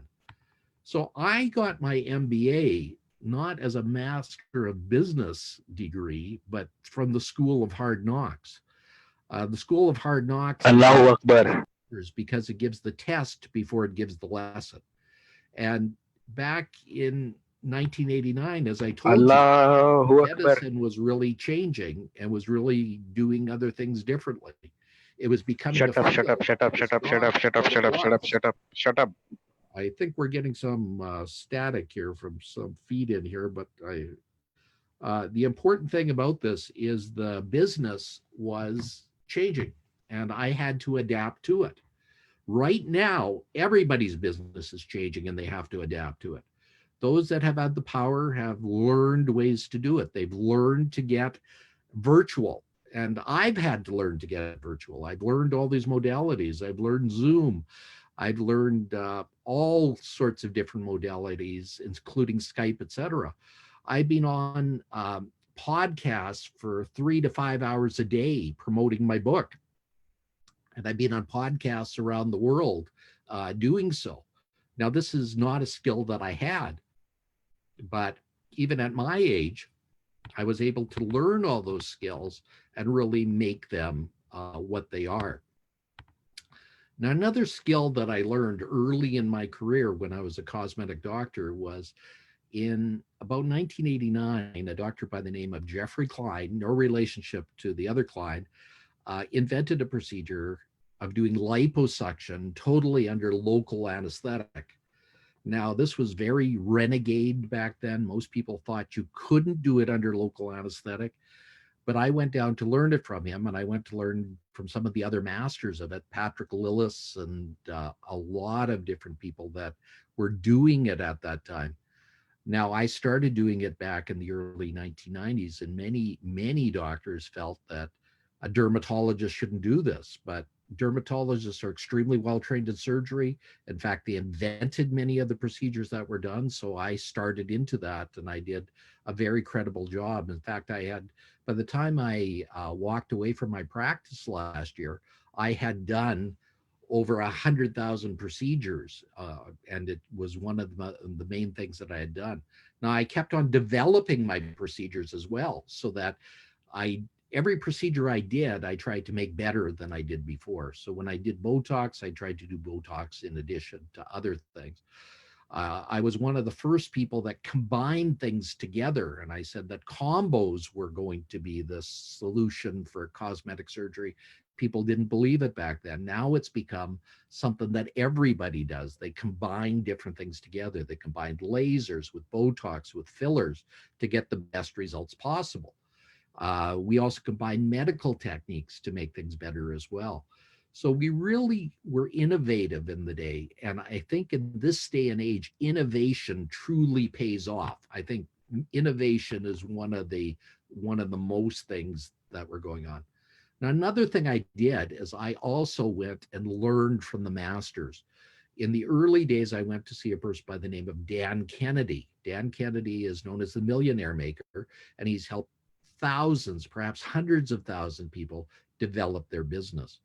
And I went to be part of his mastermind clubs back in the early 1990s. Now, that was a big reward. In fact, if you read some of the old books, I stumbled across them the other day when I was going through the material. I was covered in the No BS books that he wrote back then. In fact, I became very famous as a result, and people still recognize my name as a result of being part of that mentorship. Dan was very instrumental in teaching me these things. And one of the books that we wrote together was something called The Ultimate Success Secret, which I stumbled across the other day when I was looking through my notes. The Ultimate Success Secret is actually a phenomenal little book. many people, including myself, have concentrated on the mental ability that we have. Jamie did that very well. Corey talked about that very well. Mitch talks about that very well. But the secret, the ultimate success secret, is to take action. And action is the cure for fear. Action is the cure for complacency. Action is the cure for most things that go on. And I've got to emphasize that most people do not act enough. Now, if you act, there's two things that can happen. One is you can be successful, which happens most of the time, or two, you could fail. And failure actually is one of the best teachers, because once you fail, you won't have it happen again. So I think failure is something that's largely underestimated as one of the best teachers in the world. I would not recommend to fail, but failure is a great thing to happen because it teaches you more than anything else. Thomas Edison, when he was inventing the light bulb, did thousands of trial runs, and each time he failed until he invented the light bulb. And each time he did so, he said, no, this is not a failure. I just found something else that would not work. And I think that's what's important for people, is to find the things that do not work and then move forward with the things that work. I think people will be far more successful that way and do far more in their lives if they do so.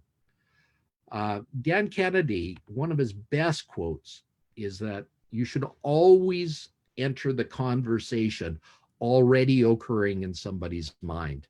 If you can do that all the time, you will be able to sell your product, you'll be able to sell your things without even having a problem.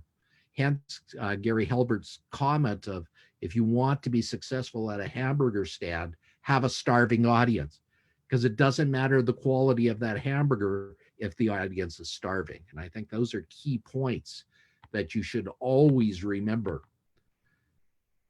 As a doctor, I found an audience, and I became equally famous because I gave back to society as much. Matt talked on giving back, and I think giving back is a very, very fundamental thing.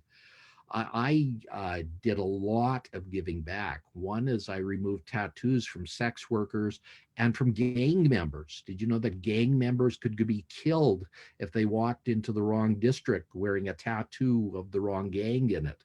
So I did them, took these tattoos off for free, freeing these people from a life of slavery and getting normal lives.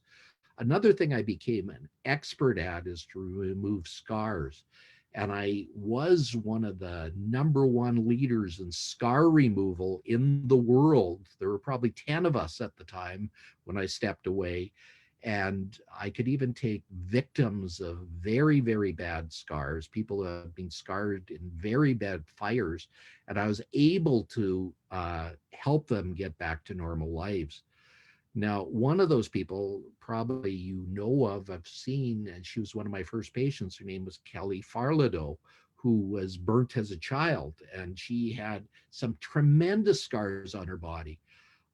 When I first approached her with treating them, she said, no, I'm okay. I really don't need this.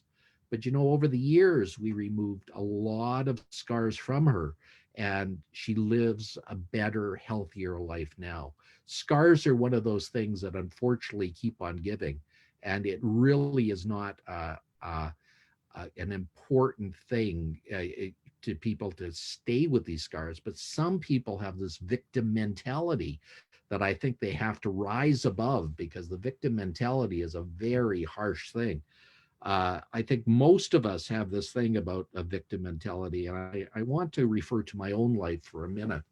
Back in 2003, I was walking with my wife, Lucy, in Disneyland, the happiest place on earth. And my wife turned to me and she said, what's wrong with you, hon? And I didn't know what to say, because for once in my life, I hadn't said anything wrong. I hadn't done anything wrong. I hadn't even thunk anything wrong. But she persisted. I knew that she was seeing something that I was not seeing. And I asked, what do you think? What's wrong, dear? She said, listen to your foot. Well, my foot had suddenly developed a foot drop. And with each step along the way, I was slapping against the pavement. There was no explanation for it. It had come out of the blue. And then she turned to me and said, when we get back, you better get it checked out. Now, if you've been in a relationship, you know that when your wife tells you to get things checked out, you better get things checked out. So I did. I went and sought out every doctor in the world. I saw thousands of doctors. I had CAT scans, I had brain scans, I had scans. And at the end of the day, there was nothing wrong on any of those tests.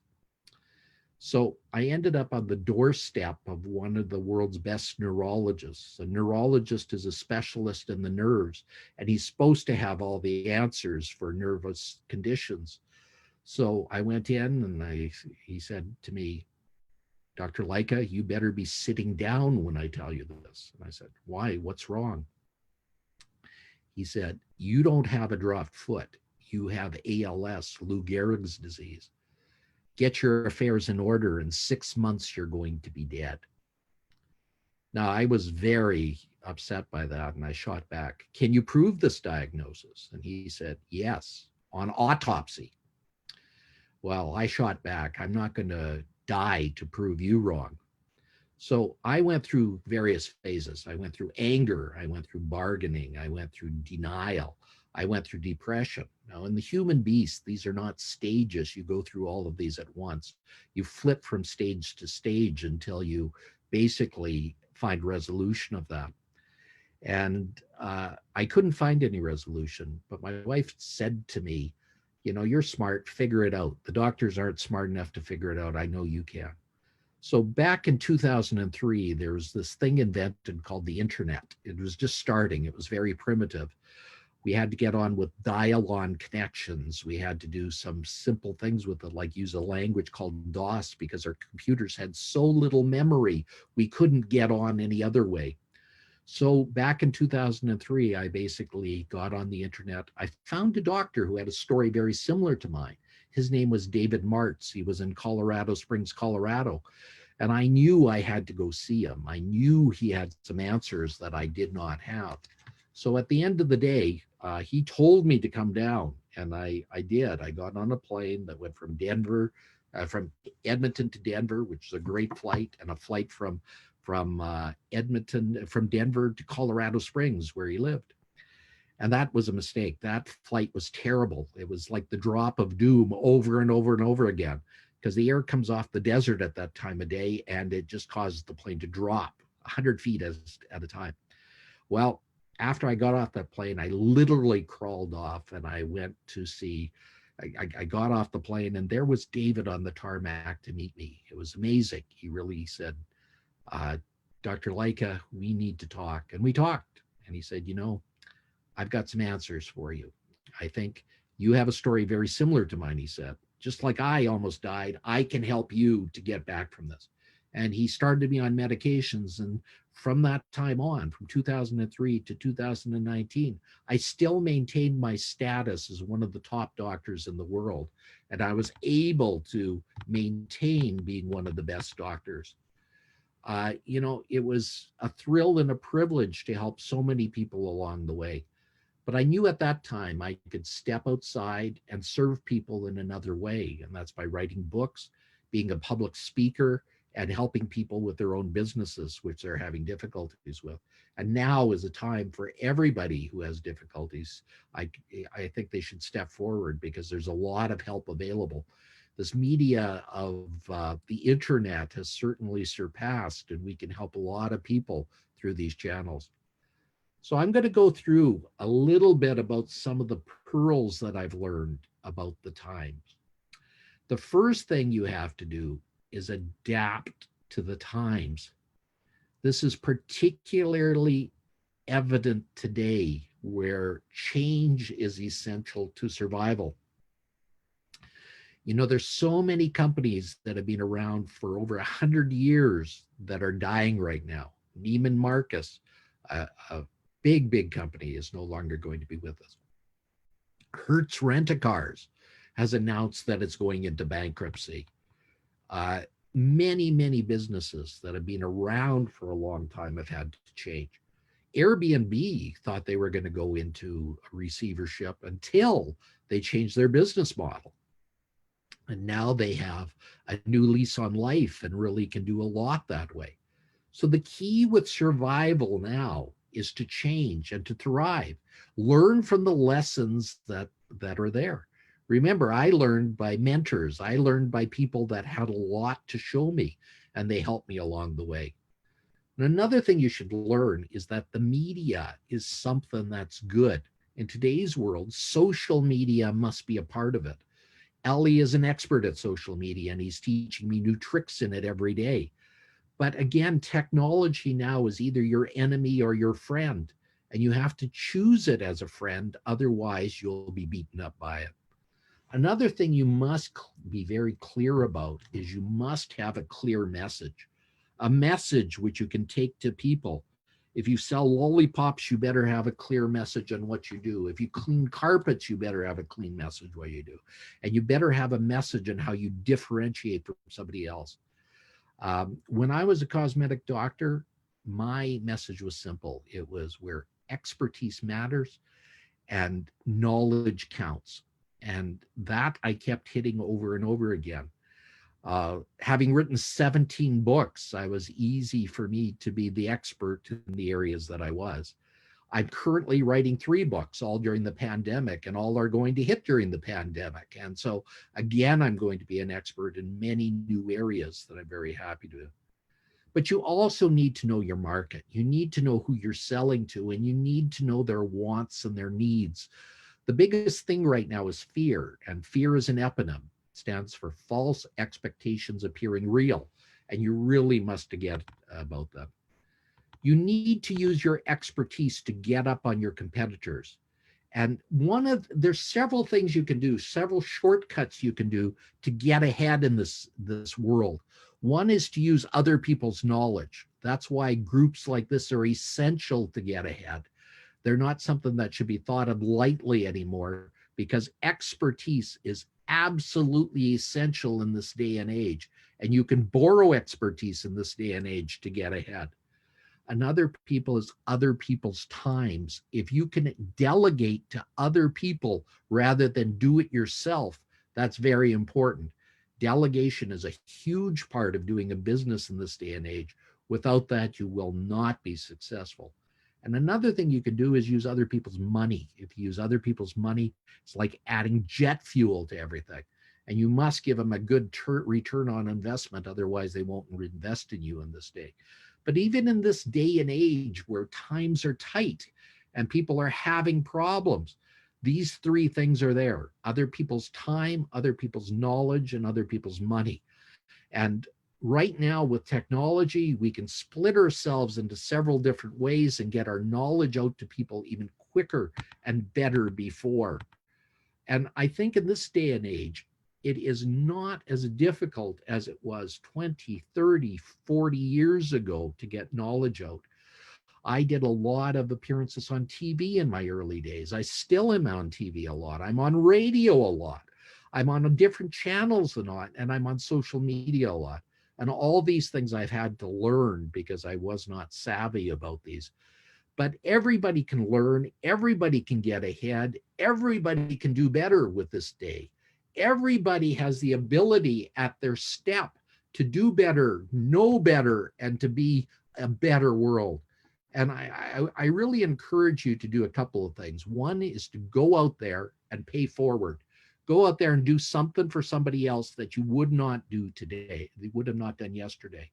That way you'll make the world a better place, and you'll make the world just so much better. You know, I look around and I look at all the evil, ugly things that are going on, and I say, there's several things we can do. You know, I'd encourage you to come to my workshop next week on Friday at 2:00. I'm launching a new book, but there will be a lot more pearls given there where people can take them away and really learn some new things as well. If you want to, go to my Facebook page at Alan Leica, and you'll learn some new things and find some new variables there. Pick up a copy of my book. You can get that at fantasticlifebook.com. And go to pick up those golden pearls by texting me. Will be published just in a second here on the the information that you have, so you'll be able to do that. And I thank you for being wonderful. I've used my 30 minutes up very nicely. And I thank Mitch for having us. This has been an amazing workshop today. And I think everybody has increased everybody's knowledge by 1,000-fold.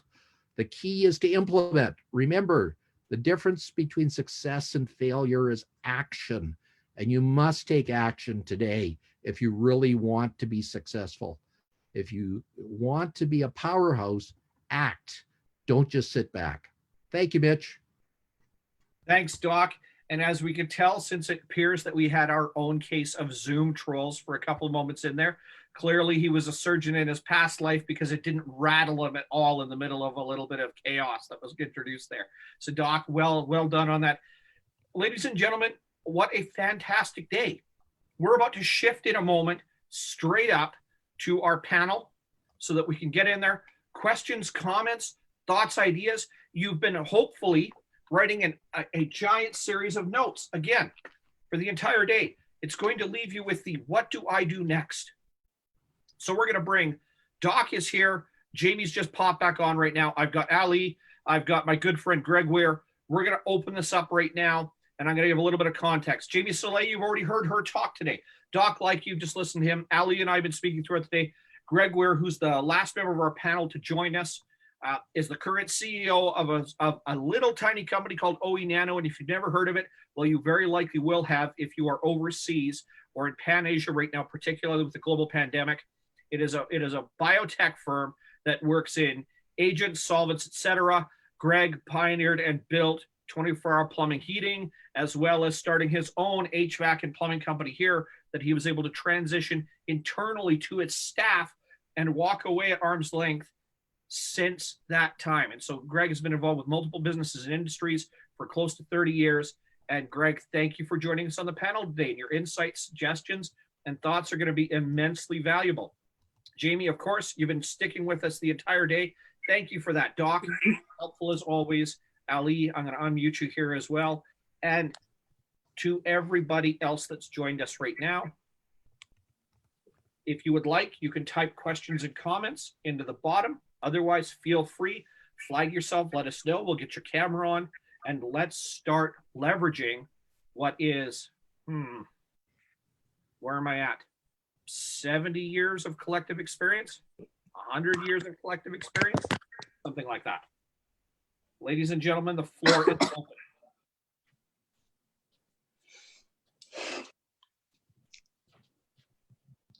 Wow. I think I can start. With Doc Laika, Jamie, Greg, anyone of you can answer. You have built businesses throughout the recessions. Like there have been, I mean, we call it what, every 10 years there's a dip, right? So a lot of leaders today, or they will be watching it like, tomorrow, wherever, on YouTube, Facebook, right? They will have this question that, how can we pivot and how can we be ready for the next one?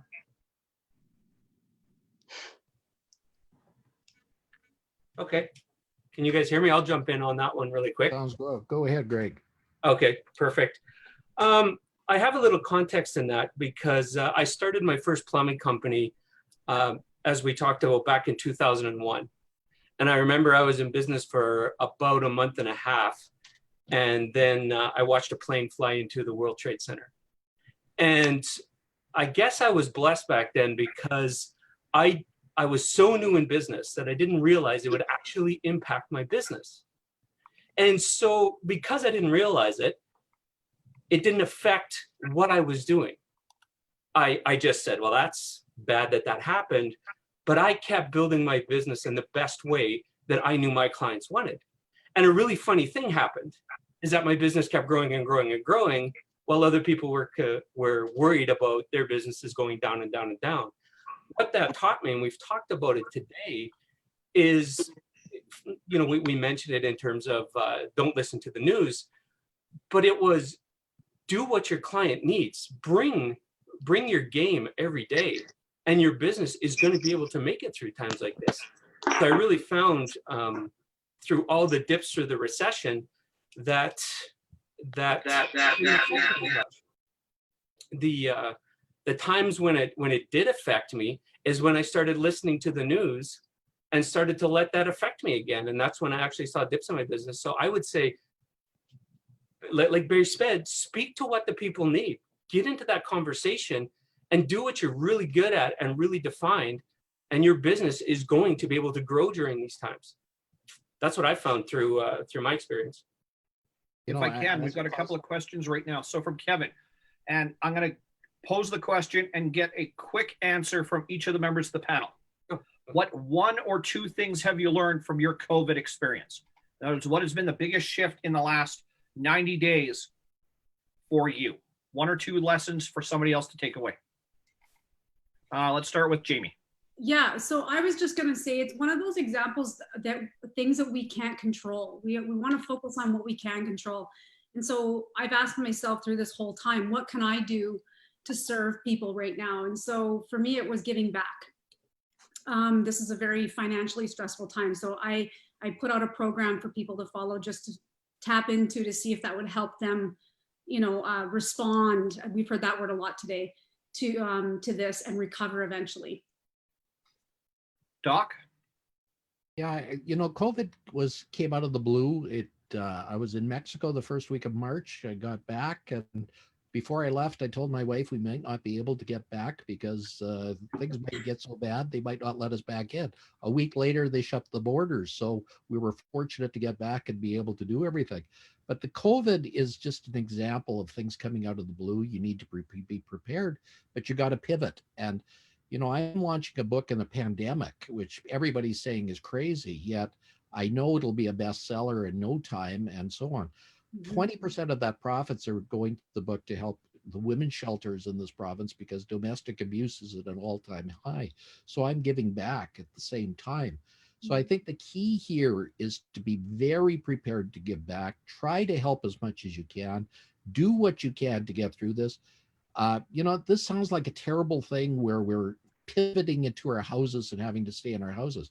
Yet here I'm talking to people around the world by this virtual realities that we have. 20 years ago, we wouldn't have had that. We wouldn't have been able to do this. But modern technology has really helped us to do a lot of things, and we should rely on them, not be afraid of them. Greg? I'm going to kind of piggyback off of what Barry just said. One of the things he said earlier was that action beats fear. I see so many people too scared to do anything. They froze and they're unwilling to come out of that shell. So it goes along the line of pivot. So it's Art Williams. It's a little motivational video that I just love, and I watch it over and over. His theme is just do it, because so many people are scared to do it. If people would just take that step and do it and get past that fear, that's what I'm seeing through this. It's a real big lesson that I've learned looking at other business people. Ali? I will add one thing. There's a book called Power of Now. So, and Jamie, what she mentioned, that focus on what you can control. You cannot control a hell lot of things out there, right? Okay. So, and your emotions are part of that equation too. It's okay to express your emotions, but if you get carried away by what's going around you, right? Okay, let that be a person in your family, or let that be a kid at your home because he's not going school or she's not going school, or let that be macro environment. What you can control is your own productivity and your inputs, right? And if you keep making inputs, I think I love what Jamie said, that to be a champion, you have to show up every day. So you have to show up every day. And if you keep showing up every day, mark my words, that you will be in much better position post-COVID than a lot of other people in your own industry. So here's our next one. Ashley, thank you. A lot of you spoke about facing your fear and taking risks. How do you manage that while building your self-confidence? Well, so the thing with confidence is it's doing something that you're really scared of doing, even though you're afraid of doing it. That is having courage. And if we keep doing that, to me, that's how you get more confidence. Like anything, you have to just say yes to it. You have to decide for it. And once you take action and you do it, or as we all have been saying, you show up every day, you start to develop more courage, you get more confident. You sit there and look in the mirror and go, you know what, that actually wasn't that bad. And I'm living that now, doing these kinds of things. I wasn't comfortable with Zoom, and I wasn't comfortable with all this social, doing workshops like this, but I just embraced and I said, you know what, I'm just gonna do it. And I might not be great at it in the beginning, but I'm gonna get better. And I think we all can relate to that. And yeah, it's just a matter of stepping in and just forgiving yourself, be kind to yourself. Doc, Greg, do either you have thoughts? I'll jump in. Fear only comes out, fear makes you courageous. Courage only comes out if you're afraid. You have to be afraid to be courageous. So you have to step out of that situation. You act in those situations and you're shown to be a hero. You're shown to have your courage. But without that fear, you would never be courageous. So don't think about fear as being a bad thing. It can be a driving thing. It can be a motivating thing. I bet you Jamie, when she was skating out there at those world championships, had fear coming out the wazoo. But guess what? It made her a world champion. And, we shouldn't be afraid to fail. We have to be vulnerable. We have to allow ourselves to be vulnerable. Otherwise, we'll never be successful. And that's the thing that people are afraid of. They don't want to be vulnerable. They don't want to do this, but you can't be successful unless you are. Yeah. So don't think of those things as bad things. Think of them as something that you can overcome and use them as motivating factors. Mm-hmm. Greg? I would say the same thing again. I'll go back to Art Williams. Just do it. Everybody gets scared of things. Just do it. Remember that any decision you make, anything you do in business, it doesn't have to be final.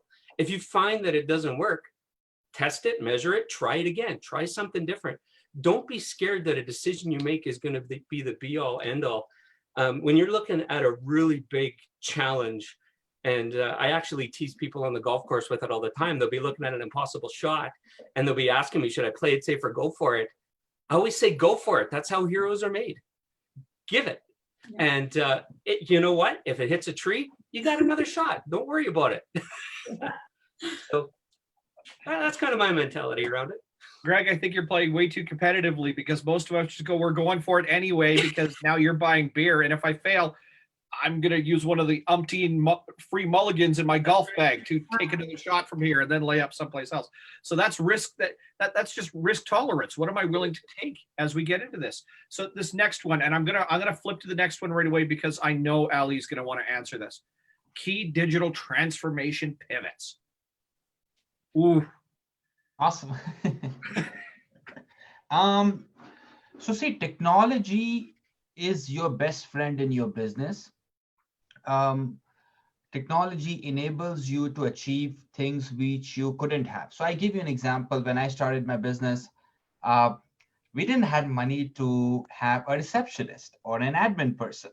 So we used a VoIP phone system. So when you call, it's kind of, hey, who do you want to talk to? Just like, it's literally using technology and solving a problem of $4,000, $5,000 into like $100, right?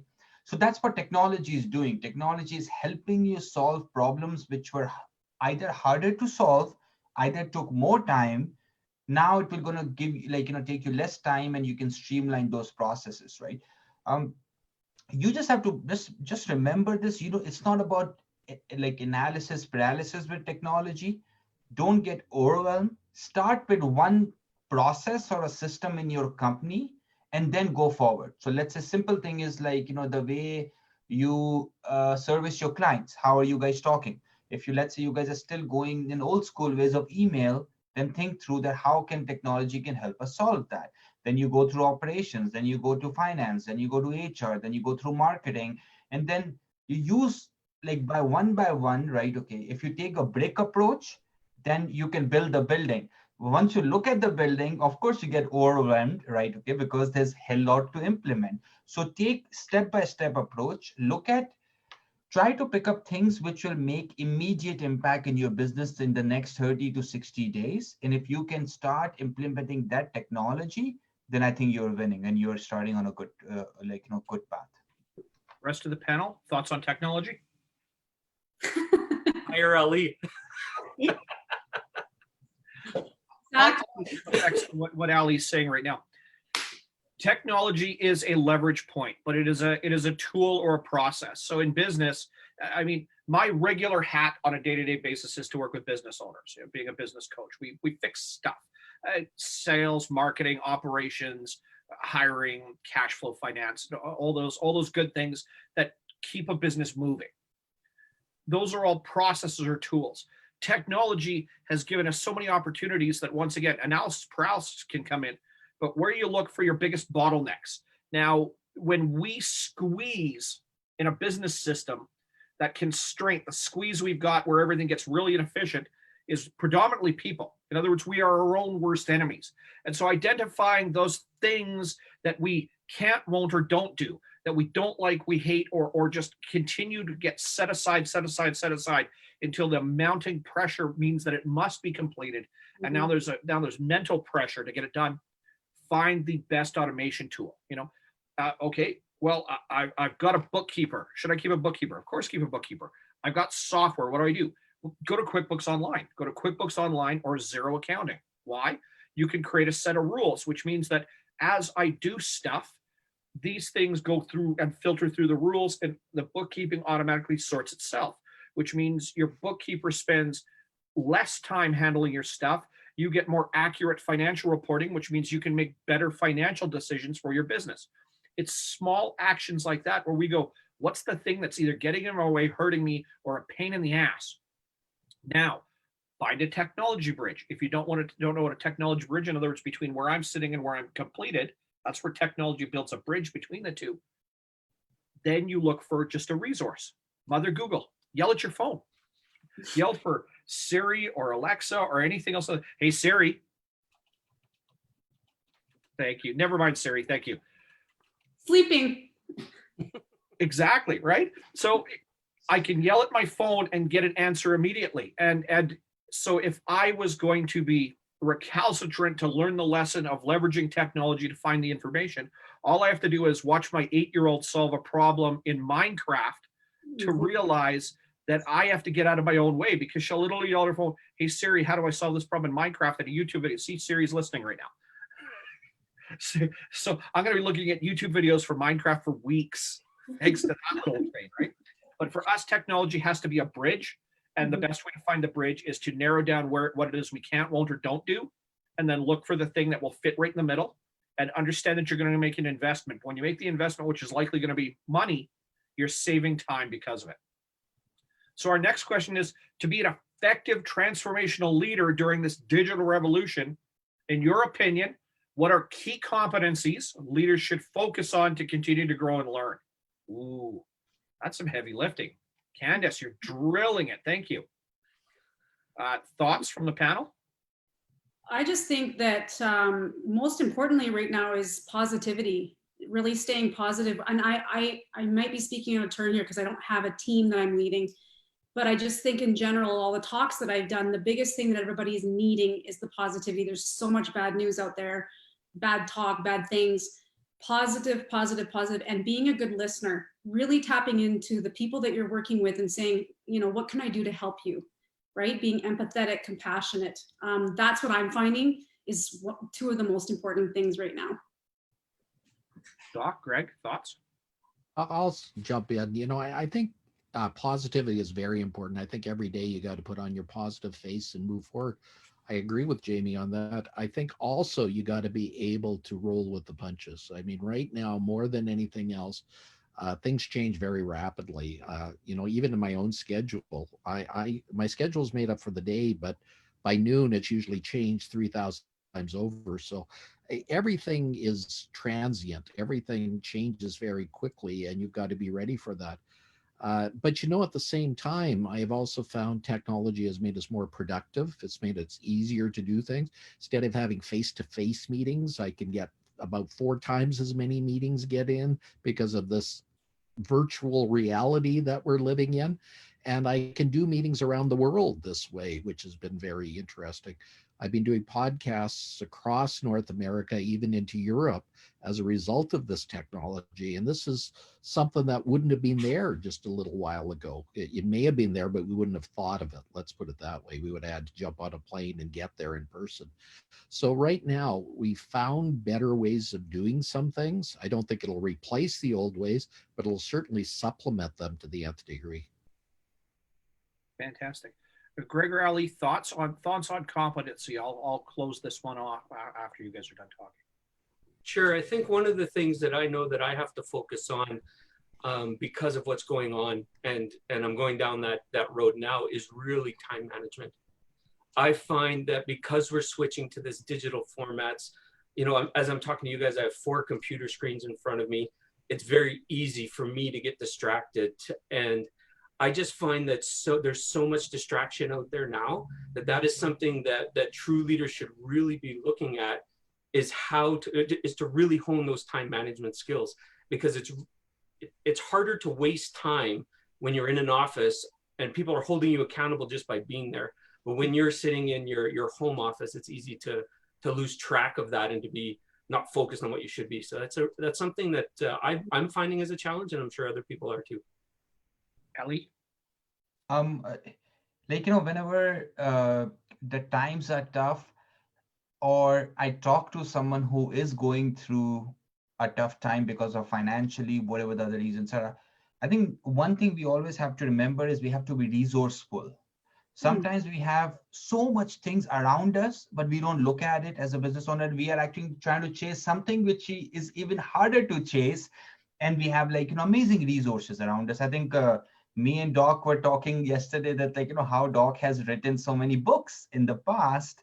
And like, you know, how are we using those books to basically also help him, as well as these new books, right? So that's number one thing. The other thing is, I would say that as a leader, more than ever, your EI is very critical. Because if your EI is critical, then you have empathy, you are more attuned with your employees and your stakeholders, your vendors, your suppliers, because everyone is going through challenging times. I was talking to one of my suppliers, and all of a sudden he was mad. The guy is not like this. Like, it never happened with him. And it made me realize that, I mean, everyone is going through challenging times, and that puts us off. So as a leader, if you have a very good EI and you have a good grasp on it, and at the same time, if you're being resourceful, because I think so, as much as you find new ways to spend money and buy new things for your business and whatnot, look at it internally in your business, because I can bet you're probably sitting on some things which you're not utilizing really well. I'll mirror everybody here, and I'll use some of the language that I'm used to. That word competency is really important to me, because it speaks to development that we have as we go through life.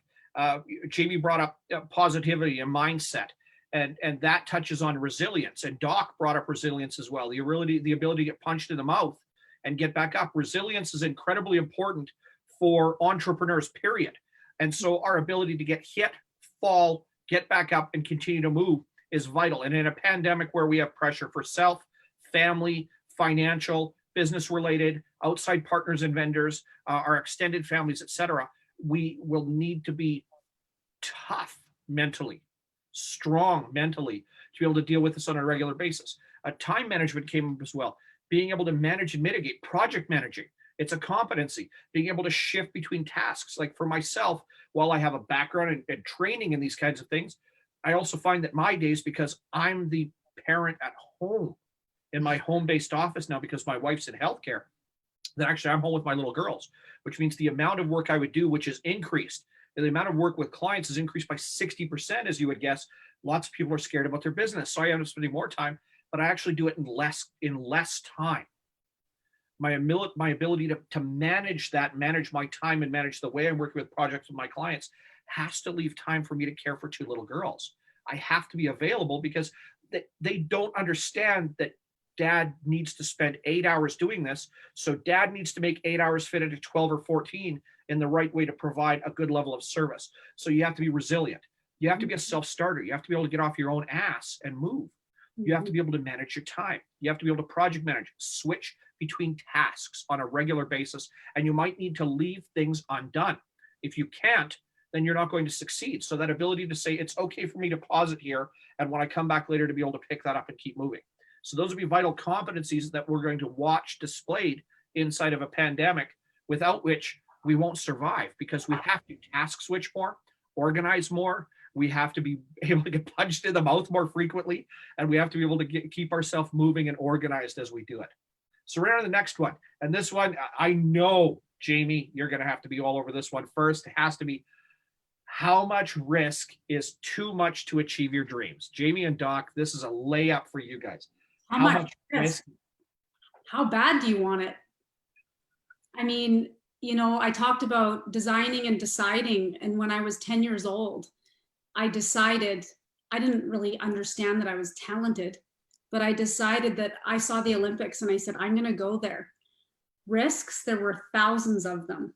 I have a very undesirable upbringing in some ways, with divorced parents, depression, alcoholism, bullying, all kinds of things. I had many risks that I took, but it didn't matter to me because I decided for my dream. And that's my personal story, my personal view on risk taking. I was the daredevil as a kid too. If you told me, you dared me to do something, I'll be like, I'll show you, I'll do it, right? So I'm all about risk taking. I feel like if I don't take risks, I'm not growing. That's how I feel. Doc? Okay, I'll jump in. You know, risk is all part of life. I think risk, there's no such thing as risk management. You have to be able to pay the price to get there. And if you're not paying the price, you'll never get there. And, you know, I came from a very simple background. I became one of the top cosmetic doctors in North America, all because of drive and determination. I took me 3 times to get into medical school, of all things. But the point is that when I got there, I excelled at everything. The key is in excelling is you do it over and over and over again until you excel at it. You know, I think somebody once said it takes 10,000 repetitions to be an expert. Well, there's very few experts out there unless they do 10,000 repetitions, and it's not easy to do 10,000 repetitions unless you're self-driven. And the more you do that, I think the thing that shortens the repetitions is technology. Technology makes it much easier to get through the repetitions quicker, faster. But remember those 3 pearls I told you. Other people's knowledge and other people's time takes away some of the risks, because if other people have been there before and you learn from their mistakes, you probably won't make the same mistakes. If you use other people's time to do things, you're not using your time to get it done. So you're doing things in such a way. And lastly, if you use other people's money, you can get there faster because you're not using your money and your hard efforts to get there. So those are the 3 things that make jet fuel in any business and make it faster, better, and make that climb up Mount Everest doable, whereas otherwise it wouldn't be done otherwise. Ali, Greg, thoughts? I'll jump in. I know that question came from Don, and that's a great question, Don. Don and I, a couple of years ago, did dream boards together, and it was Don's idea to do it. And it put a lot of things in perspective when actually we did that. And so kind of to speak a little bit to what Jamie and Barry said is, how big's your dream board? How bad do you want that dream board? So I would say, yes, there. I'm gonna take it a step further and say that I do have a limit. And my limit to risk, I have a very high risk tolerance, very high. But if I'm at a spot where I could hurt somebody that's not invested in the same dream as me, that's where risk goes a little bit too far for me. You know, if something will happen to me because I'm trying it, I'm okay with that. If something happens to somebody else and they're not prepared, aware, willing to take that's kind of the line that hits me. It's not kind of the line, that is the line that hits me. But I stay away from that. I try not to go that far ever in anything I do, but my dream board's pretty big. So yes. Ali? So correct me, the question was that how much risk should we take? Anytime I do something new, like Greg, I love to create, so I'm a risk taker. So I asked myself this one question, Ali, what the hell do you have to lose? And who the hell you have to prove wrong? Literally, there is no one. It's actually myself. So anything you do, you yourself stop yourself, because when it comes to fear and when it comes to risk, I was reading Elon Musk's interview. The guy was probably shitting in his pants before the SpaceX rocket was going. So it's not that biggest leaders are also not like they're not fearful when they're taking risks. But then again, what do you have to lose? And just imagine if you took the risk, what do you have to gain? Yeah. And that's massive. It's literally that, like, blue ocean. You can get anything you want. You just have to start thinking like that, right? Yeah. I'm gonna mirror Ali real quick, and I'll point to Elon Musk for a moment. Here's a man that started a financial services business so you could transact business anywhere in the world with real money in real time before there was such a thing of it, instead of just wire transfers. And everybody went, "You're crazy," and that was PayPal. And then he sold out of PayPal and said, "I want to start a battery-powered car company." And everyone, "You're nuts. We got oil and gas for 100 years. And yes, he's in California, but he's only about 8 hours away from Texas. And it's like, we have the largest oil reserves on the planet 8 hours from you. Why the hell would you build a car that ran on batteries? Because it's better. And while I'm at it, I'm going to build my own rocket company, because screw you guys. And I can do it way better and make money at it. And people went, "You're nuts. You can't do that. Nobody's going to let you do it." And then for shits and giggles, he decided to sell flamethrowers on the internet and made $36 million in 12 hours selling flamethrowers, because he decided everybody should be able to sell flamethrowers, and I want to do it. So, risk tolerance is different for different people to answer this question. So your own personal limit is where you're going to have that, but that limit is only going to do, it's either going to leave you with regrets at some point, or it's something for you to smash and find out that maybe you can't do it, which is better than never doing it, which is not acceptable. And to mirror Ali, if you don't hurt somebody while you're in the attempt, then give it everything, because you're either going to have a good story or what you wanted. Yeah. So good. So good. Last question, it looks like, for the day for our panel. How do you differentiate, and I love this one. So Kevin, thanks for drilling this at us. How do you differentiate between genuine opportunity and shiny objects that will take you off course? Ooh. Yeah.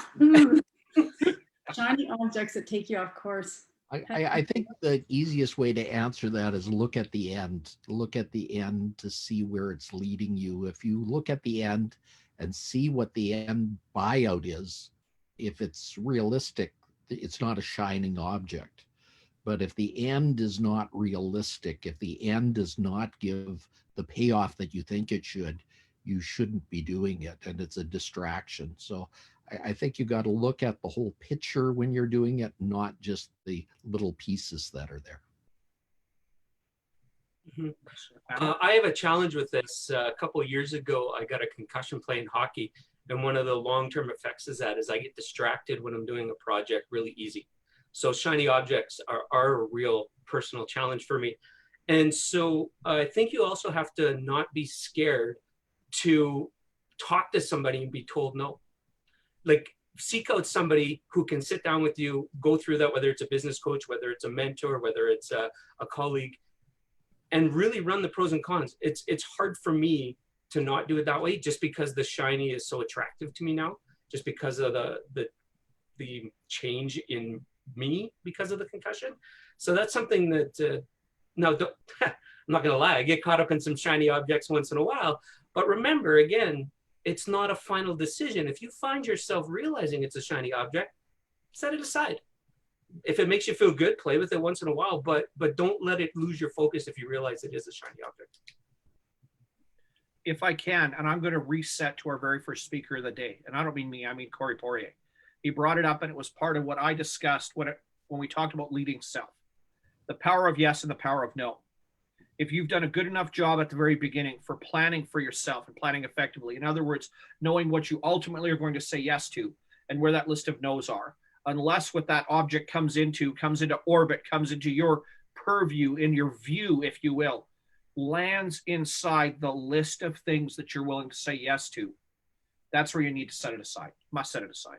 If that outcome with Doc's commentary is not going to align with where you are going to, then you must say no. It has to move to a no.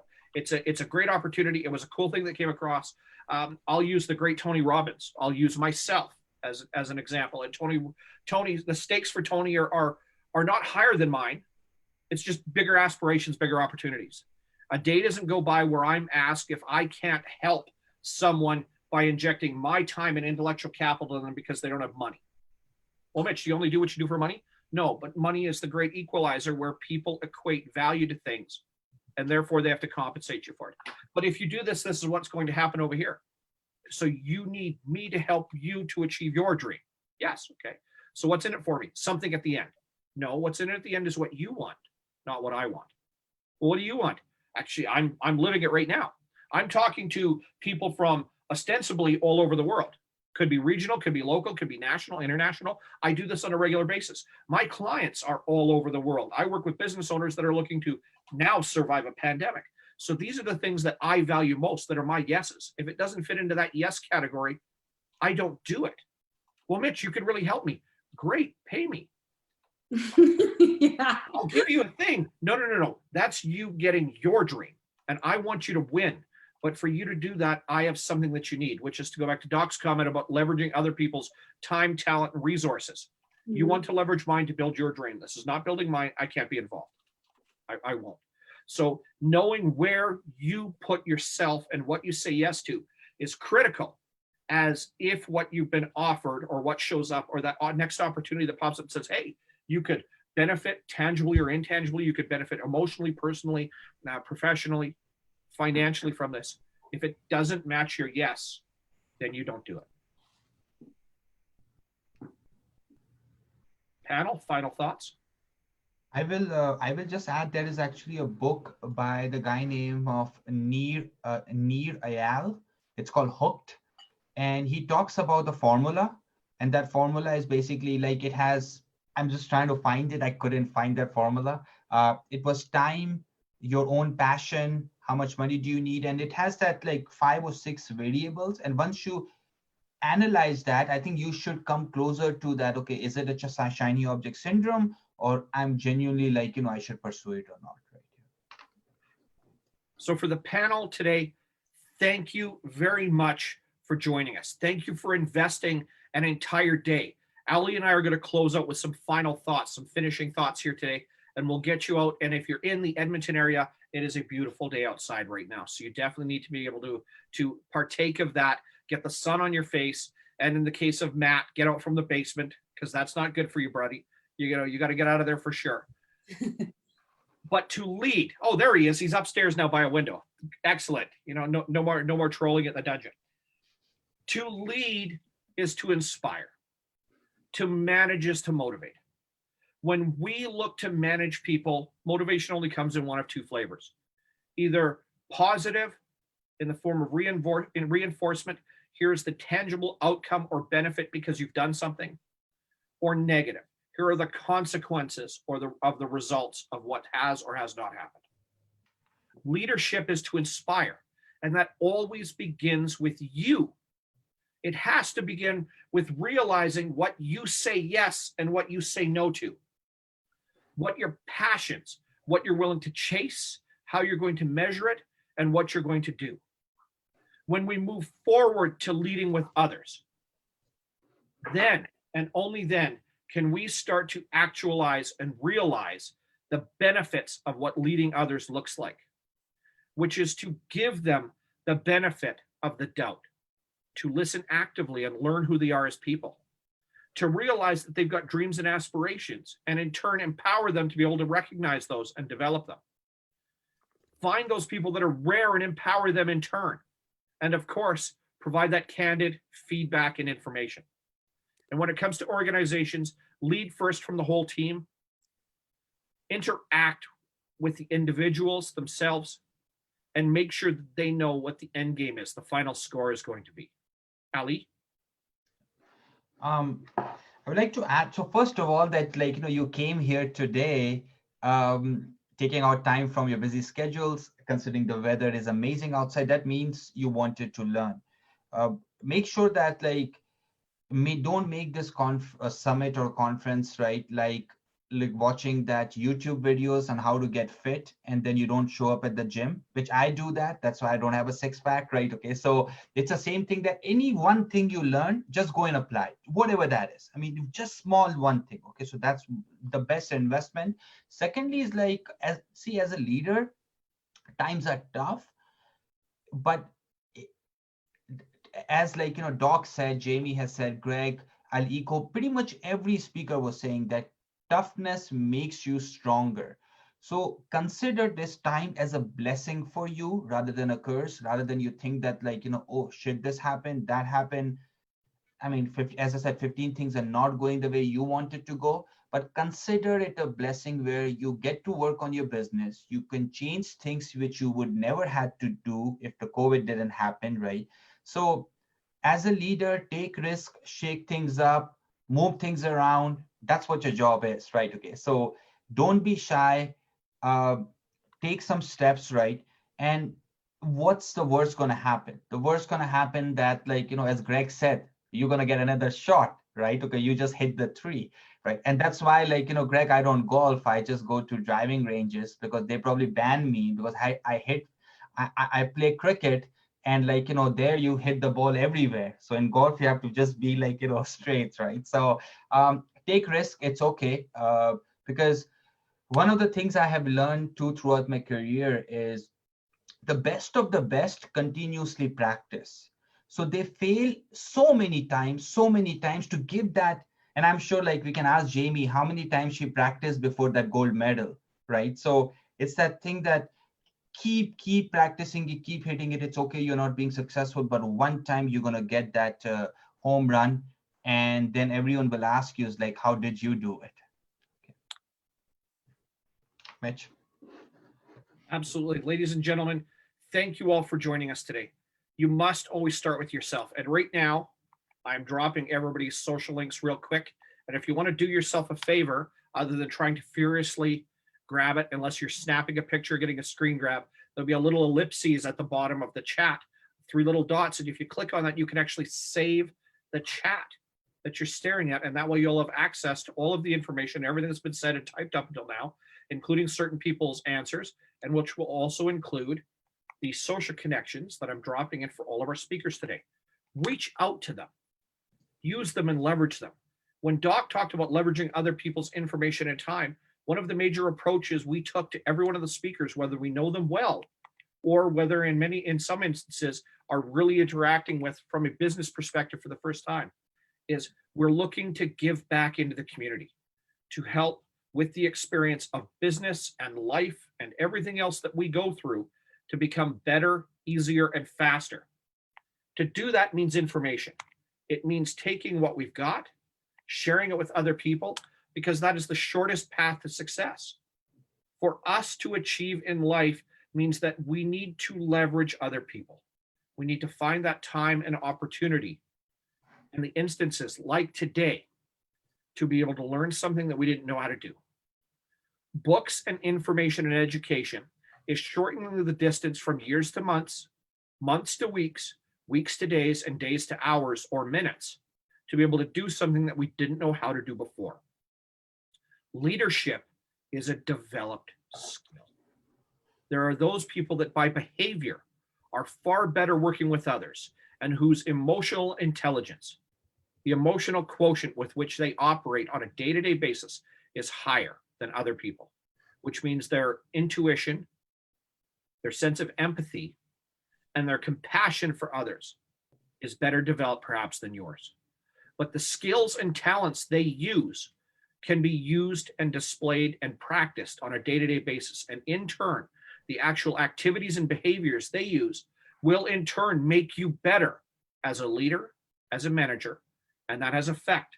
To go back to where Jamie talked for a moment, primary segments in your life, your health, your relationships, your career, and your money and your time. If you emulate these skills and talents of people more successful than you, you in turn will become more successful. If you surround yourself with more successful people and build proximity to others that are doing or on the same mission as you, you will become more successful in all aspects of life. And if you find those people that are doing things you don't know how to do and learn from them, you will in turn, thanks to mentorship, become better in all aspects of life. So as you leave here today, do not hesitate to reach out to the speakers, myself, anybody else that's been on this today. Thank you all. Take this forward into the world. Do something good, do something extraordinary with it, and plan to do something of an incredible and an immense importance to you in life. Regardless of the outcome, do not ever fail to achieve, because you will either have a great story or a great life. Thank you all for joining us today. On behalf of the organization body with Syndicate and our speakers, it has been a privilege and a pleasure to share with you today. For those that need something, reach out and we are here for you. Otherwise, go forward into the world, do something extraordinary, and have an outstanding weekend. I love you all, and we will see you all very, very soon.